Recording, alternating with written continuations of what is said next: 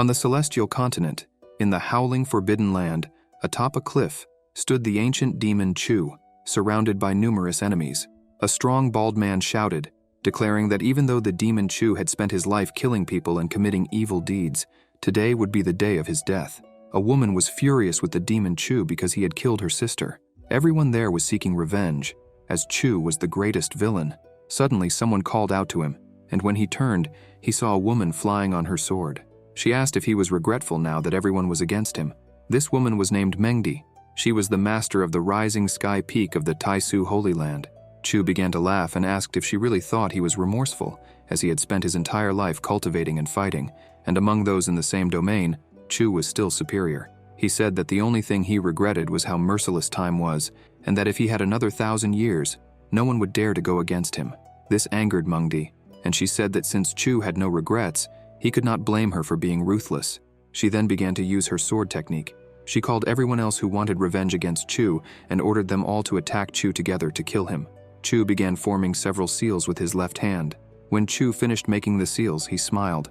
The people seeking revenge against Chu said that Chu was plotting something and that they couldn't let him succeed.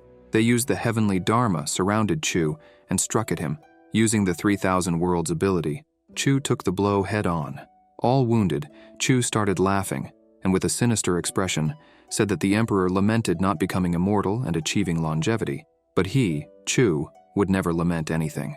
Chu stabbed his sword into the ground, and suddenly, a massive explosion of energy occurred, destroying everything around him. But in the end, Chu died. The people who wanted revenge against Chu wondered if he had sacrificed himself. The old man with a beard said it was a pity because if Chu had gone to the Tianyuan Great Wall and killed wild beasts, he would have become a great general of the human race. At the end of the day, after that battle against Chu, people said he had sacrificed himself.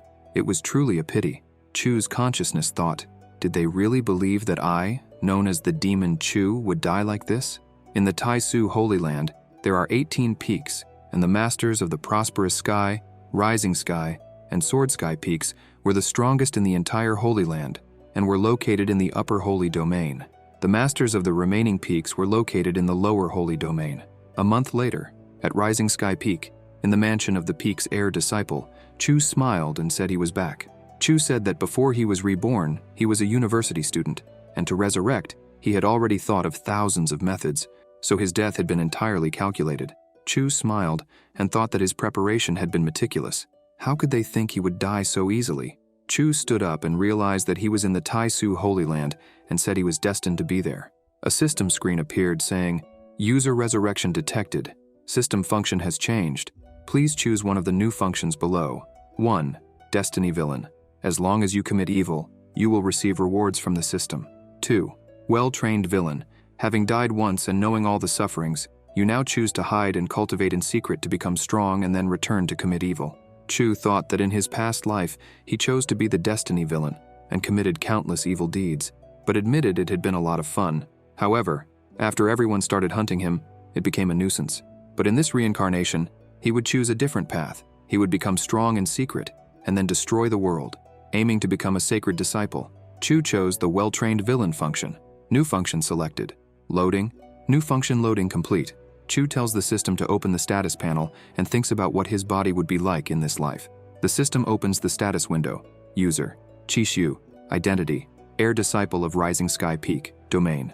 None. Destroyed. Qualifications. 17. Normal. Cultivation method. Because the user's soul is very strong and took over this body, the strength and methods were erased. Luck value. Less than 18. Bad luck. Cultivation points. 0. Combat power. Slightly stronger than a chicken. Chu wonders if he was really the heir disciple of Rising Sky Peak and comments that his qualifications were normal, his luck was bad, and his strength was only slightly stronger than a chicken's. Incredulous, Chu asks what the previous owner of that body did to be in such a condition. 10 days ago, the previous owner of that body, the heir disciple of Rising Sky Peak, and the heir disciple of Sword Peak, had a life-or-death battle in the arena out of jealousy over a woman. In the arena, the heir disciple of Rising Sky Peak was defeated with a single blow and had his cultivation destroyed, suffering unimaginable humiliation. After discovering what had happened, Chu comments that the former owner of the body was utterly ridiculous, getting beaten up like a side character because of jealousy. But now that the body was his, The former owner's enemies were also his enemies, and he would avenge him. Chu declares that they should wait, for he would cultivate until that body became invincible. An hour later, Chu thinks that the body was very useless, as it had a serious injury and no cultivation. However, Chu smiles and says that it didn't matter, for luckily, he had other methods. At Rising Sky Peak, a group of people was talking about how the Peak Master, who had killed the demon Chu, had returned 3 days ago. One of them asks if the demon Chu was really dead. Another responds that the demon Chu was invincible against those in the same domain, but compared to the other 10 Supreme Saints, he was a domain below, so he couldn't win. Another cultivator comments that he hoped they would kill all the people of that kind. Chu, hearing this behind a tree, became irritated and thought that those insignificant nobodies had no idea that not only was he not dead, but he had also become a disciple of the Holy Land, and if he couldn't go against them, then he would join them. Things were going to get very interesting there. Chu approaches them and coughs to get their attention. The cultivators notice Chu there and greet him, asking if he had recovered from his injuries. Chu replies that it wasn't that serious and walks away. The blue-clad cultivator comments that Chu had the same name as the old demon Chu. The black-clad cultivator asks if Chu had any relation to the old demon Chu, but no one knew. The red-clad cultivator responds that they were overthinking, because if that were the case, he should have at least half of the old demon Chu's cultivation talent. But his cultivation had been destroyed by someone else in a petty fight over a woman. Chu climbs the stairs until he reaches Chi Mengdi's mansion. Upon reaching the door, he calls for his master, saying that her disciple has something to discuss. The protagonist enters and goes to his master. Mengdi comments that 10 days had passed since he fought and was injured, but only now did he come to see her. Did he need his master's help to continue on the path of cultivation? Chu kneels and pleads, "Master, please." Mengdi responds that Chu's cultivation was low, yet he still dared to fight stronger disciples over a woman. He deserved to have his cultivation destroyed, so she could not help him and asked him to leave. Chu replies that his cultivation was low, and she didn't know the reason for that. How could he become strong without cultivation resources if all the resources were given to the second junior brother, third junior sister, fourth junior brother, and fifth junior sister? How could he become strong if he received nothing? Mengdi slaps her hand and says that he was very audacious because he had always been a fool who never put effort into cultivating, but now he was claiming that his master was unfair for not giving him anything. It was truly ridiculous. The protagonist says that she didn't give him resources because he had the same name as the old demon Chu, which is why she was always disgusted by him. Mengdi replies that she was never disgusted by him, but that it would be better for him to leave and wait because she would find a treasure between heaven and earth that could heal him. She would definitely help him continue on the path of cultivation. Chu, with a cynical smile, says no, as she could help him right there and then.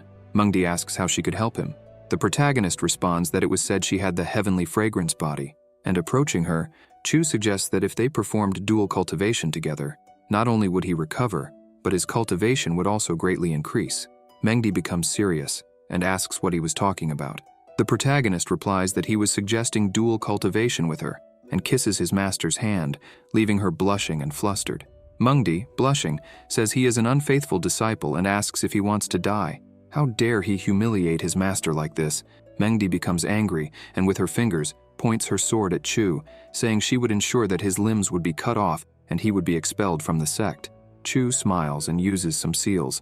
The master's sword begins to disintegrate, and she starts to feel weak, her legs giving way. Mengdi asks what is happening as she cannot use her superior saint cultivation and ends up collapsing on the ground. Chu approaches and says he promises to be gentle. Mengdi, blushing, calls him an unfaithful disciple and asks what he thinks he is doing to his master. The protagonist tells her to relax because he is helping his disciple learn and follow the correct path of the Tao. The cultivation domains are Foundation Establishment Domain, Spiritual Sea Domain, Spiritual Pillar Domain, Spiritual Domain, Spiritual Tao Domain, Divine Domain, Lower Saint Domain, Upper Saint Domain, Saint King Domain, Emperor Domain, and Great Emperor Domain. Below the Emperor Domain, each domain is divided into layers. The first to third layers are called the lower layer, the fourth to sixth layers are called the intermediate layer, and the seventh to ninth layers are called the upper layer.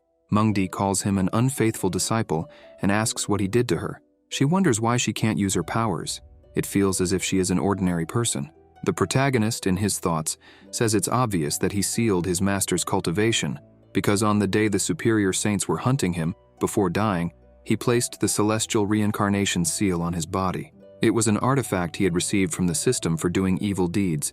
The artifact, called the Celestial Reincarnation Seal, is a divine class sealing artifact. It allows placing a servant seal on a cultivator's body, and by activating it with a few words, it is possible to seal all of the target's cultivation. The artifact has 2 uses, and it is necessary to combine 2 seals for it to be effective. The protagonist thinks that now, upon realizing this, any female cultivator below the Great Emperor domain would have no choice but to obey everything he commands. Chu says that despite her age, Mengdi is still very beautiful and desirable. Mengdi, embarrassed, calls him unfaithful and asks how he dares to say such things to his master, and if he isn't afraid she might kill him. The protagonist laughs and tells her to try killing him instead of just talking. Mengdi, embarrassed, turns her face away. Chu comments that if Master Liu Shui of Sharp Sky Peak knew her cultivation was sealed, what would she do? Because as far as he knew, the master had killed Mengdi's father, and with such a good opportunity, she wouldn't miss the chance to avenge her father's death. Mengdi, shocked, thinks she can't let Liu Shui find out, as that woman is crazy and would definitely kill her. The master calls the protagonist an unfaithful disciple and says that the artifacts of heaven and earth and cultivation resources, she would hand over everything, and he could choose whatever he wanted. Chu grabs Mengdi and says he doesn't just want that. What he wants is her. Mengdi, embarrassed, responds that it is impossible, absolutely impossible, saying, "Don't even think about it. I am a master in the Superior Saint domain, and I will not be abused by you." The protagonist thought that he had no grudge against the Taisu Holy Land, but he wondered why Mengdi had joined forces with the group that was hunting him and asked if she was afraid. He mentioned that he had an ancient secret cultivation art that could be beneficial for both of them, and told her to take a look. Mengdi wondered where this unfaithful disciple had obtained such a miraculous secret art. That secret art was connected to the heavenly Tao and was something incredible and absolute. The protagonist asked her what she thought, but the master responded by telling him to leave. Chu approached Mengdi and asked her to accept this disciple, but the master said he was very unfaithful. A system screen appeared, stating that the user had become an unfaithful disciple, which was a big problem. As expected of a great villain, he obtained 1,000 cultivation points. The system informed that the user and Chimengdi were performing dual cultivation, which completely healed the user's injuries and increased his cultivation qualifications. The user's qualifications increased to 317 celestial, and with that, his cultivation speed was increased 20-fold. The user's cultivation was enhanced, advancing through the 1st, 2nd, 3rd, and even the 8th layer of the Foundation Establishment domain. A few hours later, Chu and Mengdi finished their dual cultivation, and a new system screen appeared, stating that the user's cultivation had advanced to the 9th layer of the Foundation Establishment domain.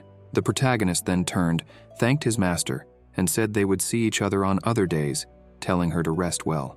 Mengdi told Chu that he had already taken advantage of her and gotten everything he wanted, so he could remove the seal he used to seal her cultivation. Chu turned to the master and said that, of course, he couldn't. The master asked if he wanted his master to die. The protagonist replied that if she didn't want others to know that her cultivation was sealed, then she had better be obedient. Chu took a crystal in his hand and asked if she knew the function of the image crystal in his hand, and started to laugh. Mengdi, deeply embarrassed, asked if he had recorded everything. The protagonist told her not to be angry, as he just wanted to remember her shaking her little butt and moaning loudly. As he left, Chu said that because of their relationship as disciple and master, he would give her a warning, not to even try to remove the seal because across the entire celestial continent, only he knew how to remove the seal, unless she knew a great emperor. But she knew there was no great emperor in that world, and if that disciple died, she would have to live her entire life as a common person and die of old age. And if she didn't believe him, she could try. Moreover, if he died, everything recorded on that crystal would spread everywhere. How would the people of the continent react to watching a respected master doing such things with her disciple? Mengdi, outraged, said that he was an unfaithful disciple and would have a horrible death. She screamed that he was very evil and wondered how an insect, not even in the spiritual Tao domain, could have the power to seal her cultivation. At night, Chu commented that now that he had noticed, he had spent a long time with the master because the moon was already shining in the sky. With the help of his master, he had managed to advance to the new layer of the Foundation Establishment domain, but he had to wait for his master to rest to perform dual cultivation again and break through to the spiritual sea domain. The protagonist began to think that the spiritual sea domain was like a wooden barrel to store water. So the foundation establishment domain is the process of creating the barrel. The more stable the foundation, the larger and more resistant the water barrel would be, and naturally he would have a good foundation to tread the path of cultivation. The failure in his previous life was due to advancing too quickly through the cultivation domains, and because of that, he never took the time to stabilize his foundation. But now, he would have a solid and supreme foundation. Now, even if he faced a cultivator in a domain above his own, he could still kill them. The protagonist wondered if the cultivation resources he had gathered in his previous life were still in that hidden ravine. But even if they were, how could he leave the Taisu Holy Land? Chu saw the pavilion of flying boats and thought that taking a flying boat would be a good opportunity. The protagonist took a flying boat and headed towards the hidden ravine. Upon arriving near the ravine, he entered a cave. Chu approached a dry tree and thought that the cultivation resources he had stored in his past life were hidden around there.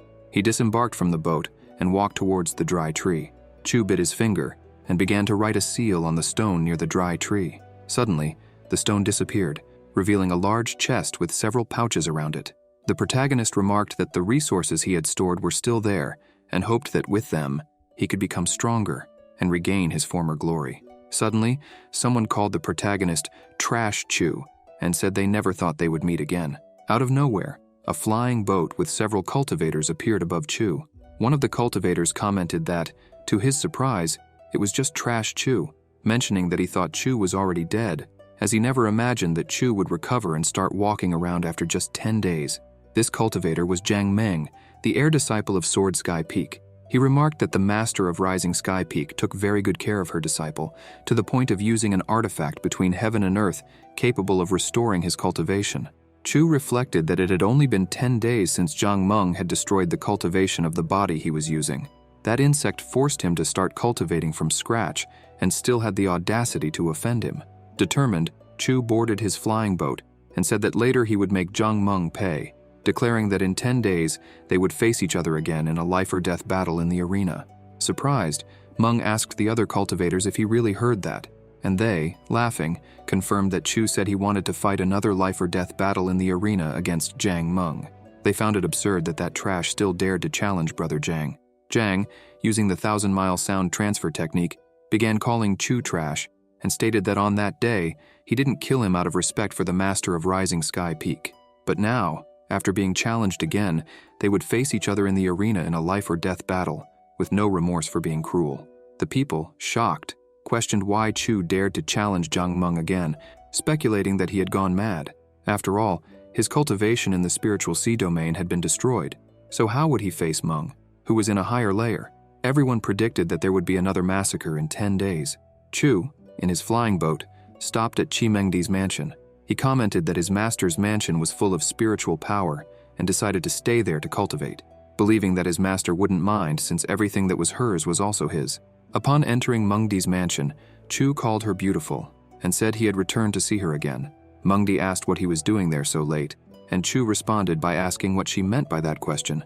When the master asked him not to come closer, Chu, already near her, commented that he knew how to do worse things and asked if she wanted to see. Chu began making several arrangements and activated them, surrounding Mengdi's entire mansion.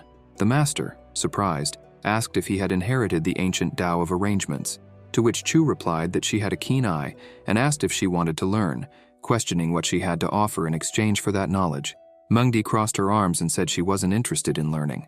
Chu then declared that if that was the case, he would go into seclusion to cultivate, and if the master felt hungry, he had brought something for her to eat, reminding her that with her cultivation sealed, she was a common human and needed to eat to survive. The master turned her face away, blaming him for everything and vowing that someday she would kill him. Chu slapped his master on the butt, leaving her completely embarrassed, and said she was behaving very badly. He warns her that he placed some deadly formations at the back of the mansion and doesn't recommend that she go there because he still needs to improve his cultivation qualification, and if she ended up dying, he would be very sad. Blushing, Mengdi says that one day she will cut him into thousands of pieces, calling him a damn unfaithful disciple. At the back of the mansion, Chu examines the information about an item from the system, the Life and Creation Tao Fruit, an extremely precious immortal treasure capable of creating an incredibly solid foundation for cultivators and allowing an ordinary person to directly break through to the spiritual domain, extending their life by 1,000 years.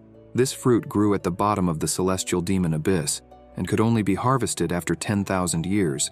It was so rare that, according to reports, a master of the Holy Land exchanged 3 celestial-class martial arts and 2 immortal-class martial arts for a life in creation Tao fruit to help his beloved disciple establish a solid foundation in cultivation. Chu thinks about using that fruit, which has been considered since ancient times as a treasure between heaven and earth, capable of creating an extremely solid foundation. By doing so, he could use the divine class Tao scripture. Even though it was thanks to the life and creation Tao fruit in the system, he wondered if there was any cultivator on the celestial continent with a stronger foundation than his. Chu takes the life and creation Tao fruit and begins to eat it. The fruit quickly takes effect, and Chu activates the Tao scripture, starting the process of recreating his foundation. Suddenly, a system window appears, informing him that his cultivation has been reduced to the 8th layer of the foundation establishment domain, then to the 6th, the 3rd, and finally to the mortal domain. Then, a choice option appears in the system. Do you wish to break through to the next domain? Yes or no? Chu promptly selects yes. The system detects that he used the strongest technique for foundation building, the Tao scripture, and warns that the consumption of cultivation points will increase, with the estimated time to advance each layer being 1 month. Another message informs him that 100 cultivation points will be required to advance each month. As time passes, the system tracks Chu's progress. After 1 month, he advances to the 1st layer of the foundation establishment domain. After 2 months, he advances to the 2nd layer. After 3 months, he reaches the 3rd layer, and after 4 months, he attains the 4th layer of the foundation establishment domain. Deeply focused on his cultivation, Chu recalls that everyone believed the 9th layer was the limit, blindly following the path of their ancestors. However, he knew that there existed a 10th layer, accessible only to those who surpassed their limits and discovered the right path. Breaking and rebuilding, between life and death, involved great fear, but also offered great opportunities. 7 days later, Chu finally manages to advance his cultivation, and a new system window appears, informing him that he has advanced to the 10th layer of the foundation establishment domain. It took 10 months and 1,000 cultivation points to achieve this feat. With his cultivation points now exhausted, Chu shouts, declaring that he has made significant progress. On a mountain, there was a large hurricane with several lightning bolts. At Sword Sky Peak, a woman was observing the whole situation. In her thoughts, the woman realized that there was a very powerful energy fluctuation and wondered if it was Chimengdi who was advancing. This woman is Liu Shui, the master of Sword Sky Peak. The protagonist thought that the condensation of his flesh and soul had reached its limit, and with his solid foundation, he would break the chains and advance to the spiritual sea domain. Suddenly, a system window appears, informing him that the user is about to break through to the spiritual sea domain, and that with a solid foundation, it will be possible to advance to the 10th layer. Chu comments that he didn't expect to unlock the reward system so easily, and checks the reward he received. The protagonist jumps and punches the air, creating a great pressure in the water, when another system message appears, informing him that he has achieved perfection and that the reward system has been unlocked. The system congratulates the user on receiving the sacred primordial body. Chu is shocked and wonders what this sacred primordial body is. The system informs him that the sacred primordial body requires a large amount of resources to be cultivated. Then the system alerts that the sacred primordial body is now fusing with the user. Frustrated, Chu exclaims, asking what the hell is happening. The system then informs him that the fusion of the sacred primordial body has been successfully completed. Chu laments, saying that he had consumed many resources to break through to the spiritual sea domain, and now he had the sacred primordial body. He complains about the damn system, asking how he is supposed to cultivate now. Suddenly a new system window appears, explaining the advantages of the sacred primordial body. During the primordial era, it was an invincible physique against those of the same level and unmatched against those of stronger levels, being the most powerful physique a human could achieve. However, the system also points out the weaknesses of the sacred primordial body. At the end of the primordial era, the laws of heaven and earth changed, and cultivating the sacred primordial body requires many resources. Even using all the resources of the Holy Land, it would be very difficult to reach the initial stages, causing stagnation in the user's foundation. In conclusion, the system states that nowadays, the sacred primordial body is useless. However, the system encourages Chu not to be discouraged, suggesting that if there are no resources, he should steal, rob from everyone he can, and kill all his enemies. The system believes it can fully develop the sacred primordial body if cultivation points are converted into resources. The protagonist asks how he would know how many cultivation points are needed to achieve this, and how he could exchange the cultivation points. The system then opens the profile window. User: Chushu. Identity: heir of Rising Sky Peak. Cultivation: first layer of the spiritual sea domain. Constitution: sacred primordial body. Qualifications: 317 celestial. Cultivation techniques: Daojing Foundation. Initial chapter cultivation points: 0. Luck: less than 18 black. Can absorb luck by killing those who have it. Note: luck affects your situation. People with luck can grow strong without much effort. Combat evaluation: 19 times stronger compared to people of the same cultivation. Chu thinks that now that he has gained the sacred primordial body, he has no choice but to cultivate. He gives a sinister smile and comments that, fortunately, he still has his master. Chu leaves the back of the mansion and begins walking toward his master. In Mengdi's mansion, the master was peacefully eating an apple when someone asked if it was delicious. Mengdi responded that yes, it was delicious. When she realized who was speaking, she became angry and called him an unfaithful disciple. Chu commented that a few days without seeing her felt like seasons had passed. The protagonist sniffed his master and asked how long it had been since she last took a bath. Mengdi, irritated, responded that if he hadn't placed deadly formations at the back of the mansion, she would have a place to bathe. Chu took his master's hand and admitted that it was the fault of this disciple, offering to give her a bath. He reassured her, saying not to worry because he still liked her, even if she hadn't bathed. Mengdi asked what he planned to do with her at the back of the mansion. Chu said that, as expected of someone with the celestial fragrance body, her skin was so white and soft, even after a few days without bathing. The master, completely embarrassed, called him an unfaithful disciple. The protagonist kisses his master's hand and asks her to improve his talent and let him wash her back. The master, blushing deeply, turns her face away and calls him a damn unfaithful disciple. But soon she realizes someone is outside. In the outer pavilion of Mengdi's mansion, outside, stood Tian Jin, the master of prosperous Sky Peak.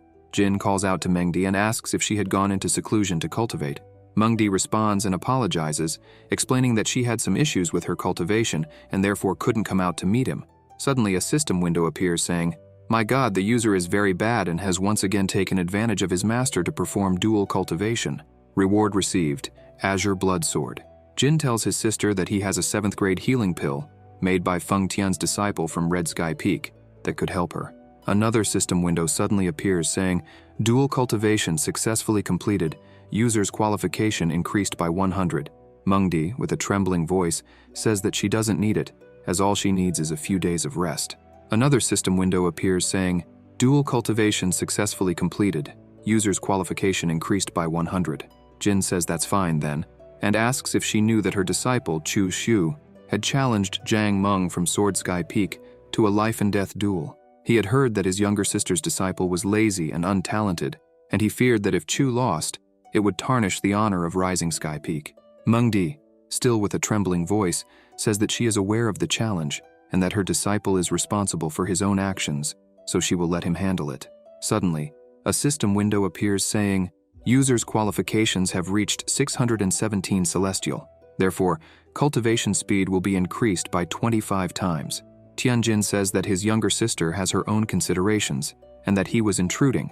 He mentions that the name of the song he is playing is Courting the Phoenix and that he was inspired by the moon's glow a few nights ago. He then says he will play it for his younger sister." Chu and Mengdi were lying down while listening to the music. Mengdi, blushing, thought that even while she was talking with her elder brother Tianjin, her disciple didn't stop doing those things to her. Chu comments that Master Tianjin is really amazing with the flute, and he almost wanted to give him a like. The master tells her disciple to go to hell. The protagonist, with a sinister smile, says that seeing how close they were, he wouldn't mind borrowing some cultivation resources. Suddenly, a system window appears saying, "The user is very wicked. In addition to taking advantage of his master, he also took the cultivation resources. Very wicked. Reward: 500 cultivation points." In the Blue Butterfly Mansion, Chi Mengdi's residence, Chu comments that all the pills present are only 4th grade. The 5th grade ones, being rare, were not available. Mengdi replies that complaining won't help since she cannot open her storage ring to retrieve other treasures, while the seal he placed on her remains. The protagonist responds that it doesn't matter, as there are already plenty of resources there, so it's better than nothing. He thanks his master and leaves. The master considers asking the Holy Land Master for help. Perhaps she could remove the seal. However, Mengdi thoughtfully decides against it because Chu mentioned that only he could remove it, and if she tried, he would know and might leave. The master, unwilling to accept her fate, wonders if she will remain immortal forever until she dies of old age. No, she is Chi Mengdi. She cannot accept that destiny. The master retrieves a hidden mask and says that fortunately, before her unfaithful disciple sealed her cultivation, she managed to remove and store a treasure. Moreover, he didn't search thoroughly. If he had, he would have taken the bronze fox mask. Even though it couldn't restore her cultivation level, she would use the mask to erase her presence, because as long as she had no contact with others, no one would know her cultivation had been sealed. This way, none of her enemies would hunt her down. Mengdi recalls that the mask belonged to the old demon. When he was being hunted, he dropped it. It's a pity that old demon Chu died after 100 years of cultivation. He had a great future, and if he had cultivated correctly, he wouldn't have been hunted and killed. But that matter doesn't matter now, as it's in the past. She still needs to find a way to remove that seal as soon as possible. Otherwise, she would be nothing more than a slave for him to use and enjoy. Chu senses something. In his room, he thinks that his master finally put on the bronze fox mask. It's a good thing she did because it would be difficult for him to grow stronger if someone discovered her cultivation was sealed. He feels very proud of his master. The protagonist, with the azure blood sword he received from the system, thinks that although it's not the best, it's not too bad either. He only has 3 days until the life and death battle in the arena. It's enough time to cultivate and refine his sword. Chu begins refining his sword in his room until he grasps the essence of the sword. Suddenly, a system window appears, saying, "Congratulations to the user for understanding the essence of the sword and refining it. A sword intent above the Raisu Holy Land has been detected." The protagonist begins to fly with his sword intent. As he flies, the system window tracks the miles he covers in Raisu Holy Land. 800 miles, 1,000 miles, 1,500 miles, 2,000 miles, 9,999 miles. Suddenly, Chu's eyes start to shine, and he wonders if this is the sword intent. The protagonist begins to comprehend the sword intent when suddenly it heads towards his forehead. He fully comprehends the sword intent when a system window appears saying, "Congratulations to the user for successfully encountering the Heavenly Sword Intent. Heavenly Killer Sword Intent. Category, Sword Intent. Attribute, Wind." Chu comments that the Heavenly Killer Sword Intent is highly compatible with him. The protagonist, delighted, says he will return to his master's mansion and use the system to enhance the Heavenly Killer Sword Intent. If he manages to strengthen the Heavenly Killer Sword Intent, winning the life and death duel would be very easy. In the Taisu Holy Land, at the Pacific Sky Peak, Tai Suzy, the master of the Taisu Holy Land and the Pacific Sky Peak, mentions that she sensed someone from the Holy Land seeking the sword intent. It was very interesting. Suddenly she realizes that this person actually managed to ascend 9,999 miles in search of the sword intent. How is that possible? In the last 30,000 years, only the sword god, who was in the emperor domain, had the ability to achieve this. Suzy wonders if there is someone in her Taisu Holy Land with the potential to become the sword god. 3 days later, at Prosperous Sky Peak, in the arena where the life and death battle would take place, several people gathered to watch the fight. Jian Lingyun, from Sword Sky Peak, comments that the atmosphere was very lively. Zhang Meng tells Lingyun that he heard that recently he managed to break through to the divine domain.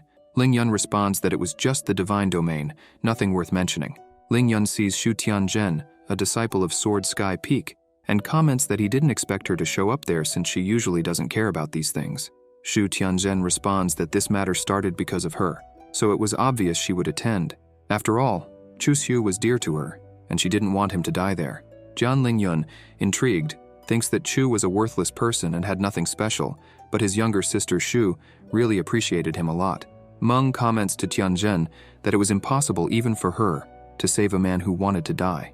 A bystander says that Chu was very weak, but even so, he had the courage to challenge Brother Zhang. He really wanted to die. Other bystanders say that Chu didn't show up because he was afraid, and they didn't understand how the rising sky peak could tolerate him and still call him an elder brother. Tao Yao, the fifth disciple of Rising Sky Peak, tells the bystanders that praising the strong and humiliating the weak was what their master taught them. The bystanders, shocked, comment that Tao Yao also came to watch the battle. Blushing, they call her Sister Tao Yao. One of the bystanders sees Chu arriving and announces that Chu Xiu has appeared. Chu arrives on his flying boat, and Tao Yao runs to greet him. Chu says he is happy that she came to watch his battle. Yao responds that with all their younger sisters around, no one would dare kill him. The protagonist says she doesn't need to worry because he wouldn't disappoint her. The younger sister comments that in the last battle she did nothing, and he got hurt, which made her very uneasy and sad. Chu calls her a silly girl and says it's all right, that it wasn't her fault.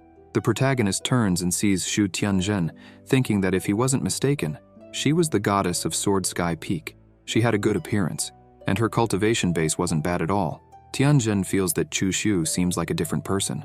Meng asks Ling Yun if, now that Chu has arrived, he should kill him. Ling Yun responds that in a life-and-death battle in the arena, even if he died, no one could question it, so he could kill him painfully. Meng tells brother Ling Yun not to worry because Chu Xiu was going to die. Zhang Meng steps into the arena and tells Chu that since they were both there, they should start the life-and-death battle right away. After all, after this battle, he still needed to return and cultivate in seclusion. Chu asks him to wait a minute because there was something he needed to say. At Prosperous Sky Peak in the arena, Chu comments to the bystanders how rare it was to have them all gathered in the same place to watch a battle. He recalls that they shouldn't forget about the bets, and reveals that he had a vial containing 6 7th-grade Tianxuan pills, all of superior quality, which he intended to use for betting.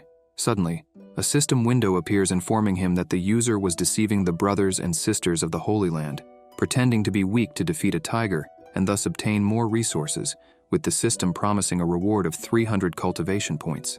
The bystanders, incredulous, ask if that pill was the legendary Tianxuan pill. Some comment that they heard this pill could increase someone's speed in the divine domain and even help to break through to a higher domain, reaching the lower saint domain. Jin Ling Yun asks the protagonist how the bet would work, reflecting that, although he had broken through to the divine domain a few days ago and needed the pills, he never imagined that trash like Chu Xiu would bring them to his doorstep. Tao Yao thinks that if their master knew that the elder brother bet such a treasure, he would be punished. Chu, for his part, comments that he believed most people didn't know the value of 6 7th-grade Tianxuan pills and asks the great elder of Prosperous Sky Peak if he knew. The elder confirms, explaining that many cultivators desired this pill, but few could buy it, as at auctions, each was sold for 1 million superior spiritual stones, totaling 6 million superior spiritual stones for the 6 pills. Everyone is astonished, wondering if there was anything to bet that compared to 6 million superior spiritual stones. Chu reassures everyone, suggesting that if someone couldn't bet that much, they could join together to bet, and if they won, they would only need to divide based on the value bet. The bystanders agree and begin betting on Chu's defeat. The protagonist advises them to bet safely, while Chu thinks he's going to win big, as many were betting on his defeat. The elder notices that many good resources were being wagered. Chu then announces that the betting time was over, and with the elder of Prosperous Sky Peak as the arbiter, no one would dare to go back on their word. He jumps into the arena to face Meng, who, feeling superior, comments that finally the trash Chu has stepped into the arena. The protagonist responds that since they would have a life-and-death battle, the only thing that mattered was being the winner. The elder of Prosperous Sky Peak then announces the start of the life-and-death. Ling Yun thinks that he will finally see Chu Xiu's death, while Zhang Meng believes that, being in the 9th layer of the spiritual sea domain, fighting against Chu Xiu, who was still in the 4th layer of the spiritual domain, would be like killing an ant. Meng advances at high speed towards the protagonist and throws a kick in his direction, but Chu dodges, throwing his body backward and quickly repositioning himself. Meng comments that Chu was fast, but challenges him to dodge 3 stakes that he throws immediately after. Chu throws himself back, doing a backflip and dodging all the stakes. Yao, worried, prays to the heavens to protect her elder brother and that nothing bad happens. The bystanders comment that Meng's attacks were ruthless, always trying to hit vital points, and that if Chu kept only dodging, he would end up losing. No matter how fast he was, he couldn't win without attacking. Meng advances again and delivers several punches, but Chu easily dodges them, provoking him and calling him out. Meng, incredulous, wonders how it was possible for that trash to have become so fast. He realizes that he couldn't keep fighting like this, or he would end up without energy, so he decides to take his sword to quickly end the fight. Meng then charges at Chu at high speed. Meng tries to hit the protagonist, but he dodges.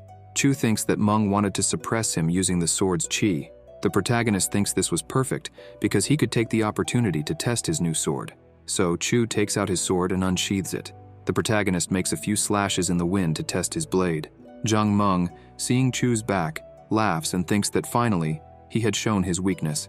Then, Meng appears behind Chu, yells for him to die, and kicks him in the back. The protagonist manages to block the kick and laughs, thinking that Meng had taken the bait. With the sword in his hand, he reflects that even though his sacred primordial body is not fully cultivated, he is still invincible against opponents of the same domain. Thus, Chu charges at Meng with his sword and cuts him. Meng, incredulous, exclaims how Chu managed to dodge and counterattack, saying it was impossible. Meng falls to the ground, leaving everyone shocked by the situation.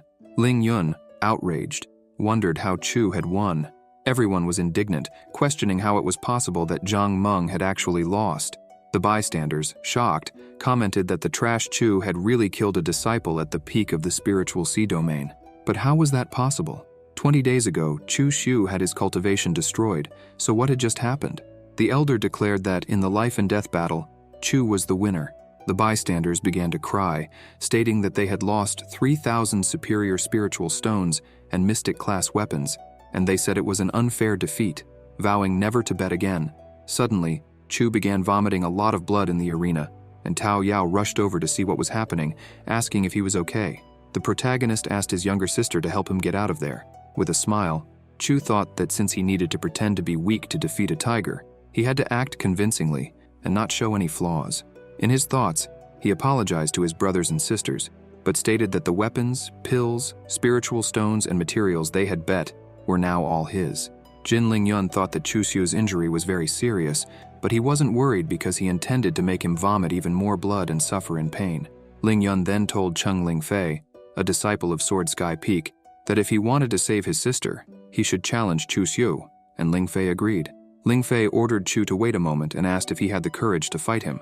Yao, incredulous, questioned whether Ling Fei hadn't seen that her elder brother was injured, yet he still had the nerve to challenge him.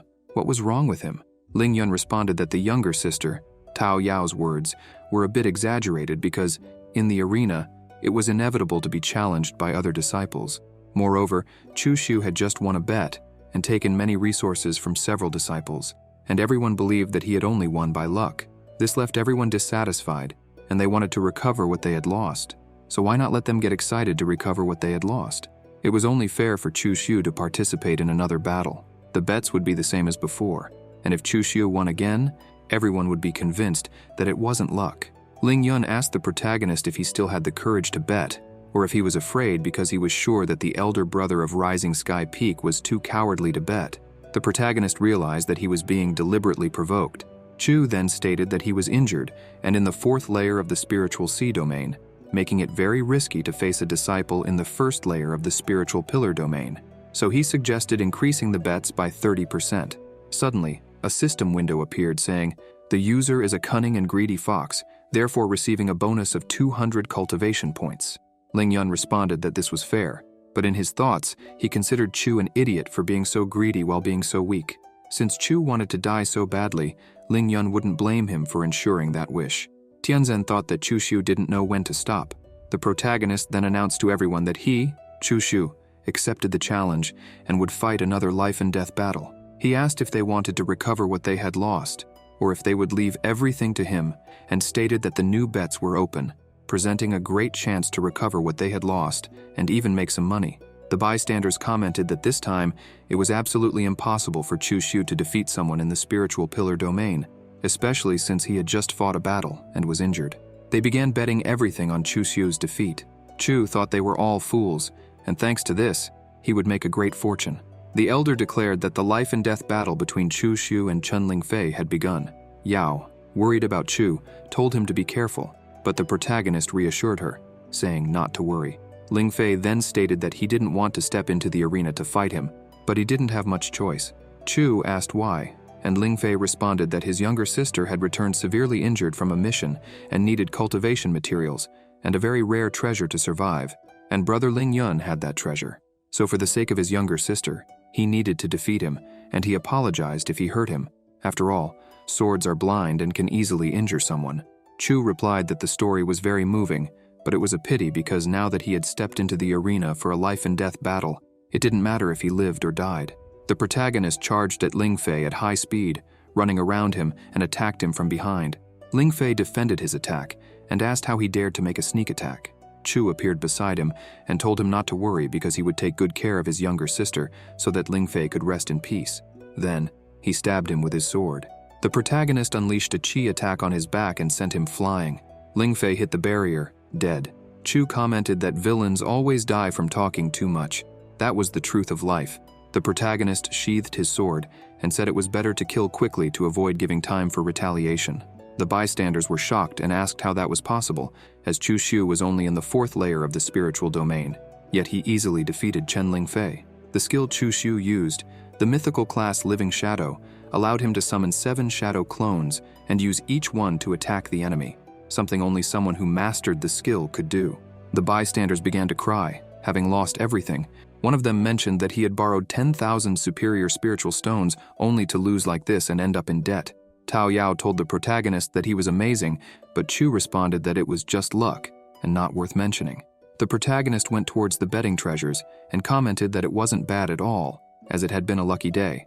Chu then said that his storage bag was already full and asked his younger sister if she had a storage bag.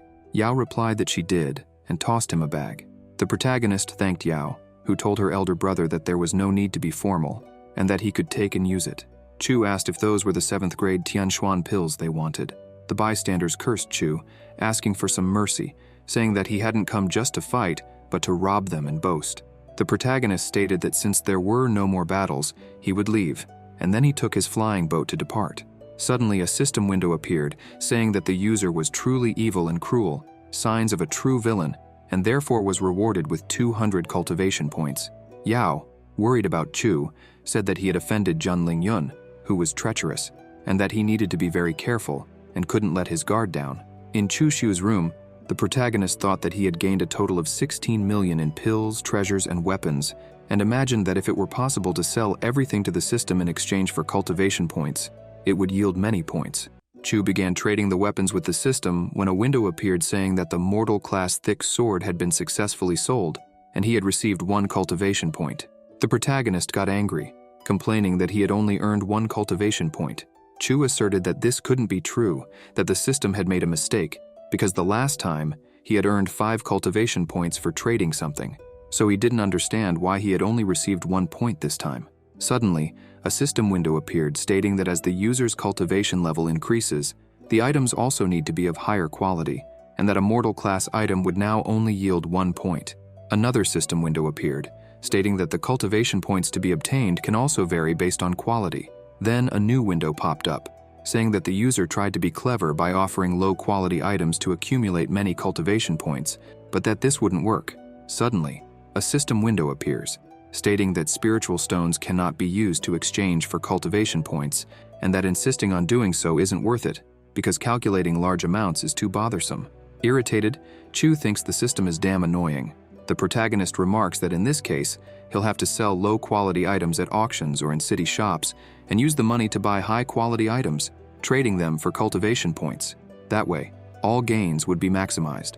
Meanwhile, Chu notices that the bronze fox mask is resonating and wonders who his master was talking to.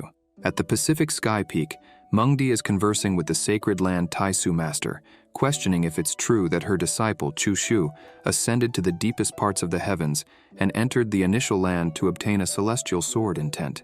Mengdi finds it hard to believe, as Chu's talent is low, and finding a sword intent is already extremely difficult, let alone ascending to the deepest parts of the initial land. Suzy responds that she saw it with her own eyes that night and asks if Chu's personality has changed recently, suggesting he might have been possessed by someone. Mengdi questions if Suzy really believes that, but Suzy dismisses the idea, explaining that to possess someone, one would need at least a lower sacred domain level of cultivation, and everyone can only enter the initial land once in their lifetime, a rule that couldn't be broken by someone possessing another. Moreover, Suzy doesn't believe Chu has been possessed. Mengdi then questions how Chu managed to enter the initial land if he wasn't possessed. Suzy suggests that he might have had some unexpected opportunity and advises Mengdi to train her disciple well, as he might become a new sword god before breaking through to the Emperor Qi domain. Mengdi agrees, but at the same time wonders, train him well. What other way would he have to cultivate? Hadn't she already become a slave for that unfaithful disciple to use whenever he wanted to increase his cultivation and qualifications? Outside, Chu thinks that now that Suzy mentioned it, he and his master would have a long conversation during the night. Inside Mengdi's mansion, the protagonist tells his master that he needs advice, and Mengdi asks why he hid that from her. Surprised, Chu asks what exactly he hid. The master responds that he found a celestial sword intent. The protagonist places his hand on his master's waist and asks how she knew about that. Mengdi explains that the Sacred Land Taisu master is sovereign within the Sacred Land and can control the rules of space and the meaning of every energy fluctuation within the Sacred Land, making it impossible to hide it from her. Chu understands and asks what the Sacred Land master decided. He's a genius and should diligently cultivate with his master's help. The master responds that even within the Sacred Land Taisu, nothing is absolute, and like flowers cultivated in greenhouses, everyone needs to rely on themselves to achieve the desired results. Chu agrees, but approaches Mengdi, saying he's not there just to use his own strength to obtain resources. However, the master rebukes him, saying, "No, unfaithful disciple, not today." The protagonist replies that today, yes, because after all, he had nothing else to do. So, he decided to ask his master to help that disciple with cultivation. A system window appears, stating that the user is truly very wicked, because even though the master didn't want to, he's engaging in dual cultivation with her again. As a special reward, the system grants him a 6th grade superior poison pot. Then, the system window indicates that the user's talent increased by 100 points 3 times in a row.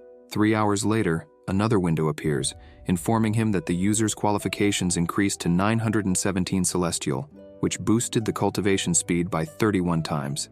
The system message also states that the user's cultivation has improved and that he's almost advancing to the 5th layer of the spiritual sea domain, encouraging him to keep working hard to become stronger. Chu thinks that the effects are worsening more and more, recalling that the celestial fragrance body shouldn't be so useless. He wonders if this is happening because his master's cultivation is sealed and considers the possibility of trying to release the seal next time to see if there's any improvement. Thoughtful, he thinks the idea is good, but also very dangerous. He thanks his master for her hard work in helping him, while Mengdi, indignant, thinks that one day she will take revenge for everything he has done to her and tear him into thousands of pieces. At the precious treasure peak, Chu walks through the pavilion, while some guards wonder if he is Chu Shu from the rising sky peak. One of the guards comments that he heard Chu won 2 battles in the arena. At that moment, a woman introduces herself to Chu, saying she is Chu Xiaoran, an inner disciple of Precious Treasure Peak, and asks if he came to sell some items. Chu approaches Xiaoran, places his hand on her chin, and asks how she knew he had come to sell. Playfully, he asks if the junior sister learned some secret mind-reading art. Xiaoran replies that Chu showed great skills in the arena, earning many treasures and spiritual stones, which made this news spread throughout the Taisu Sacred Land. Now, with him at the Precious Treasure Pavilion, it was easy for her to guess that he was there to sell items. Xiaoran then invites him to follow her, offering to show him the way. Chu reflects that he had barely arrived at the pavilion, and she had already taken the initiative to speak to him and invited him inside. He wonders what her purpose might be in doing this before he even entered the pavilion. Xiaoran notices that after entering the Precious Treasure Pavilion, Chu only observes the goods without buying anything, and she can't guess what he is thinking. Meanwhile, Chu thinks that a mortal-class weapon costs 50 superior spiritual stones, but exchanging it in the system would only yield 2 cultivation points. On the other hand, mortal-class spiritual herbs of the same value could be exchanged for 10 cultivation points, while a 2nd-grade spiritual pill could be exchanged for 15 points. Chu realizes that the higher the concentration of spiritual energy, the greater the number of points he could exchange in the system. If he exchanged something with a large amount of spiritual energy, like a human cultivator, he could exchange it for the maximum number of points possible. Suddenly, a system window appears, praising Chu for his genius in thinking of something so cruel. The system message states that he is truly worthy of being the villain chosen by the system and rewards him with the black-silver flying boat, a land-class item. However, the system laments that although the idea is incredible and innovative, it's not possible to exchange human beings for cultivation points. Chu thinks that it's really a shame. For a moment, Xiaoran wonders if she was seeing things because she sensed a murderous intent in his eyes. The protagonist then tells Xiaoran that he wants to buy energy recovery pills and vitality restoration elixirs, spending 15 million superior spiritual stones. Surprised, Xiaoran wonders why he would need so many vitality restoration elixirs, speculating if he intends to make a medicinal bath. She promptly offers to gather the items immediately, and Chu, grateful, comments that he will trouble the junior sister with this. The protagonist thinks that he still had some superior spiritual stones left, so he would take the opportunity to look around. Maybe he would find something he needed. Suddenly, Chu's eyes light up, and he feels the bronze fragment reacting with his sword intent. What kind of mystery did that bronze fragment hide? It was as if the sword intent within his body was being drawn to it. Xiaoran says that the elixirs Chu requested had already been gathered and asks if he wanted to take a look. The protagonist responds, "Great," and asks how many superior spiritual stones would be needed to buy that bronze fragment that was in his hand. The girl replies that the fragment was something useless, just lying around, and that if he liked it, he could take it. Chu tosses a pouch into the girl's hand and says there are 100 superior spiritual stones inside because he doesn't like owing favors, then asks if they can go down to inspect the goods. Xiaoran asks Chu to please wait a moment. The protagonist turns and asks if she needed something. The girl replies that she needed Brother Chu's help. The protagonist thinks he now understood why she had approached him when he entered. The girl invites him to have some tea. He accepts and asks what she wanted, adding that if it was too troublesome, she didn't even need to mention it. Xiaoran asks if Brother Chu knows about the Taisu Sacred Tower. The protagonist responds that he does, explaining that the Taisu Sacred Tower is an imperial weapon belonging to Emperor Taisu, with great offensive and defensive power, capable of storing various things inside. It was placed on the Pacific Sky Peak, where the emperor died. It's not only something that protects the entire Taisu sacred land, but also the best place for disciples to cultivate and train. In the tower, disciples can test their combat power, talent, comprehension, and endurance. The higher they climb, the greater the benefits they receive. Xiaoran says her request is related to the Taisu Sacred Tower, and asks Chu if he knows that one of the 3 secret areas of the Taisu Sacred Land, the Savage Demon Secret Realm, will open in a month. Chu responds that he has been busy cultivating and hasn't paid attention to the news, but he had heard that the Savage Demon Secret Realm is a great place to hunt treasures. Xiaoran explains to Chu that to enter the Taisu Sacred Tower, one must take a test, and in that test, the top 300 disciples in the Spiritual Sea Domain and the top 1,700 disciples in the Spiritual Pillar Domain would earn the right to enter the secret realm. Based on Brother Chu's strength, it was certain he could rank among the top 300 disciples. Xiaoran then reveals that her request is for Brother Chu to participate in the test. She leans in close to the protagonist's ear, attempting to seduce him, and asks if Brother Chu could help her. Chu agrees to the request. In Chu Xiu's room, there was a large tribulation while he was cultivating. Suddenly, a system window appeared, informing him that he had advanced to the 5th layer of the Spiritual Pillar Domain, then to the 6th layer of the Spiritual Sea Domain, and after that, to the 7th and 9th layers of the same domain.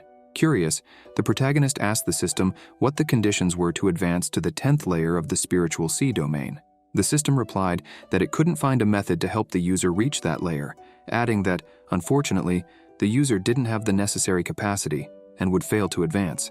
However, the system also mentioned that if the user could find 3 valuable treasures, the Panacea Milk, Puti Divine Flower, and Monster Baby Spiritual Fruit, he might be able to advance. Chu stopped cultivating and, placing his hand on his head, thought that those 3 items were divine class, so rare they could only be obtained with extreme luck, as they weren't sold at auctions. Even if someone was selling them, the price would be astronomical, and even if he found them and wanted to steal them, he wouldn't have the power to do so. Then the protagonist had an idea and remembered that Xiaoran had mentioned a disciple had obtained half of a monster baby spiritual fruit in the secret realm. Chu decided he would have to go to the sacred tower. 3 days later, a bell rang on the Pacific Sky Peak as several cultivators in flying boats headed toward the sacred tower.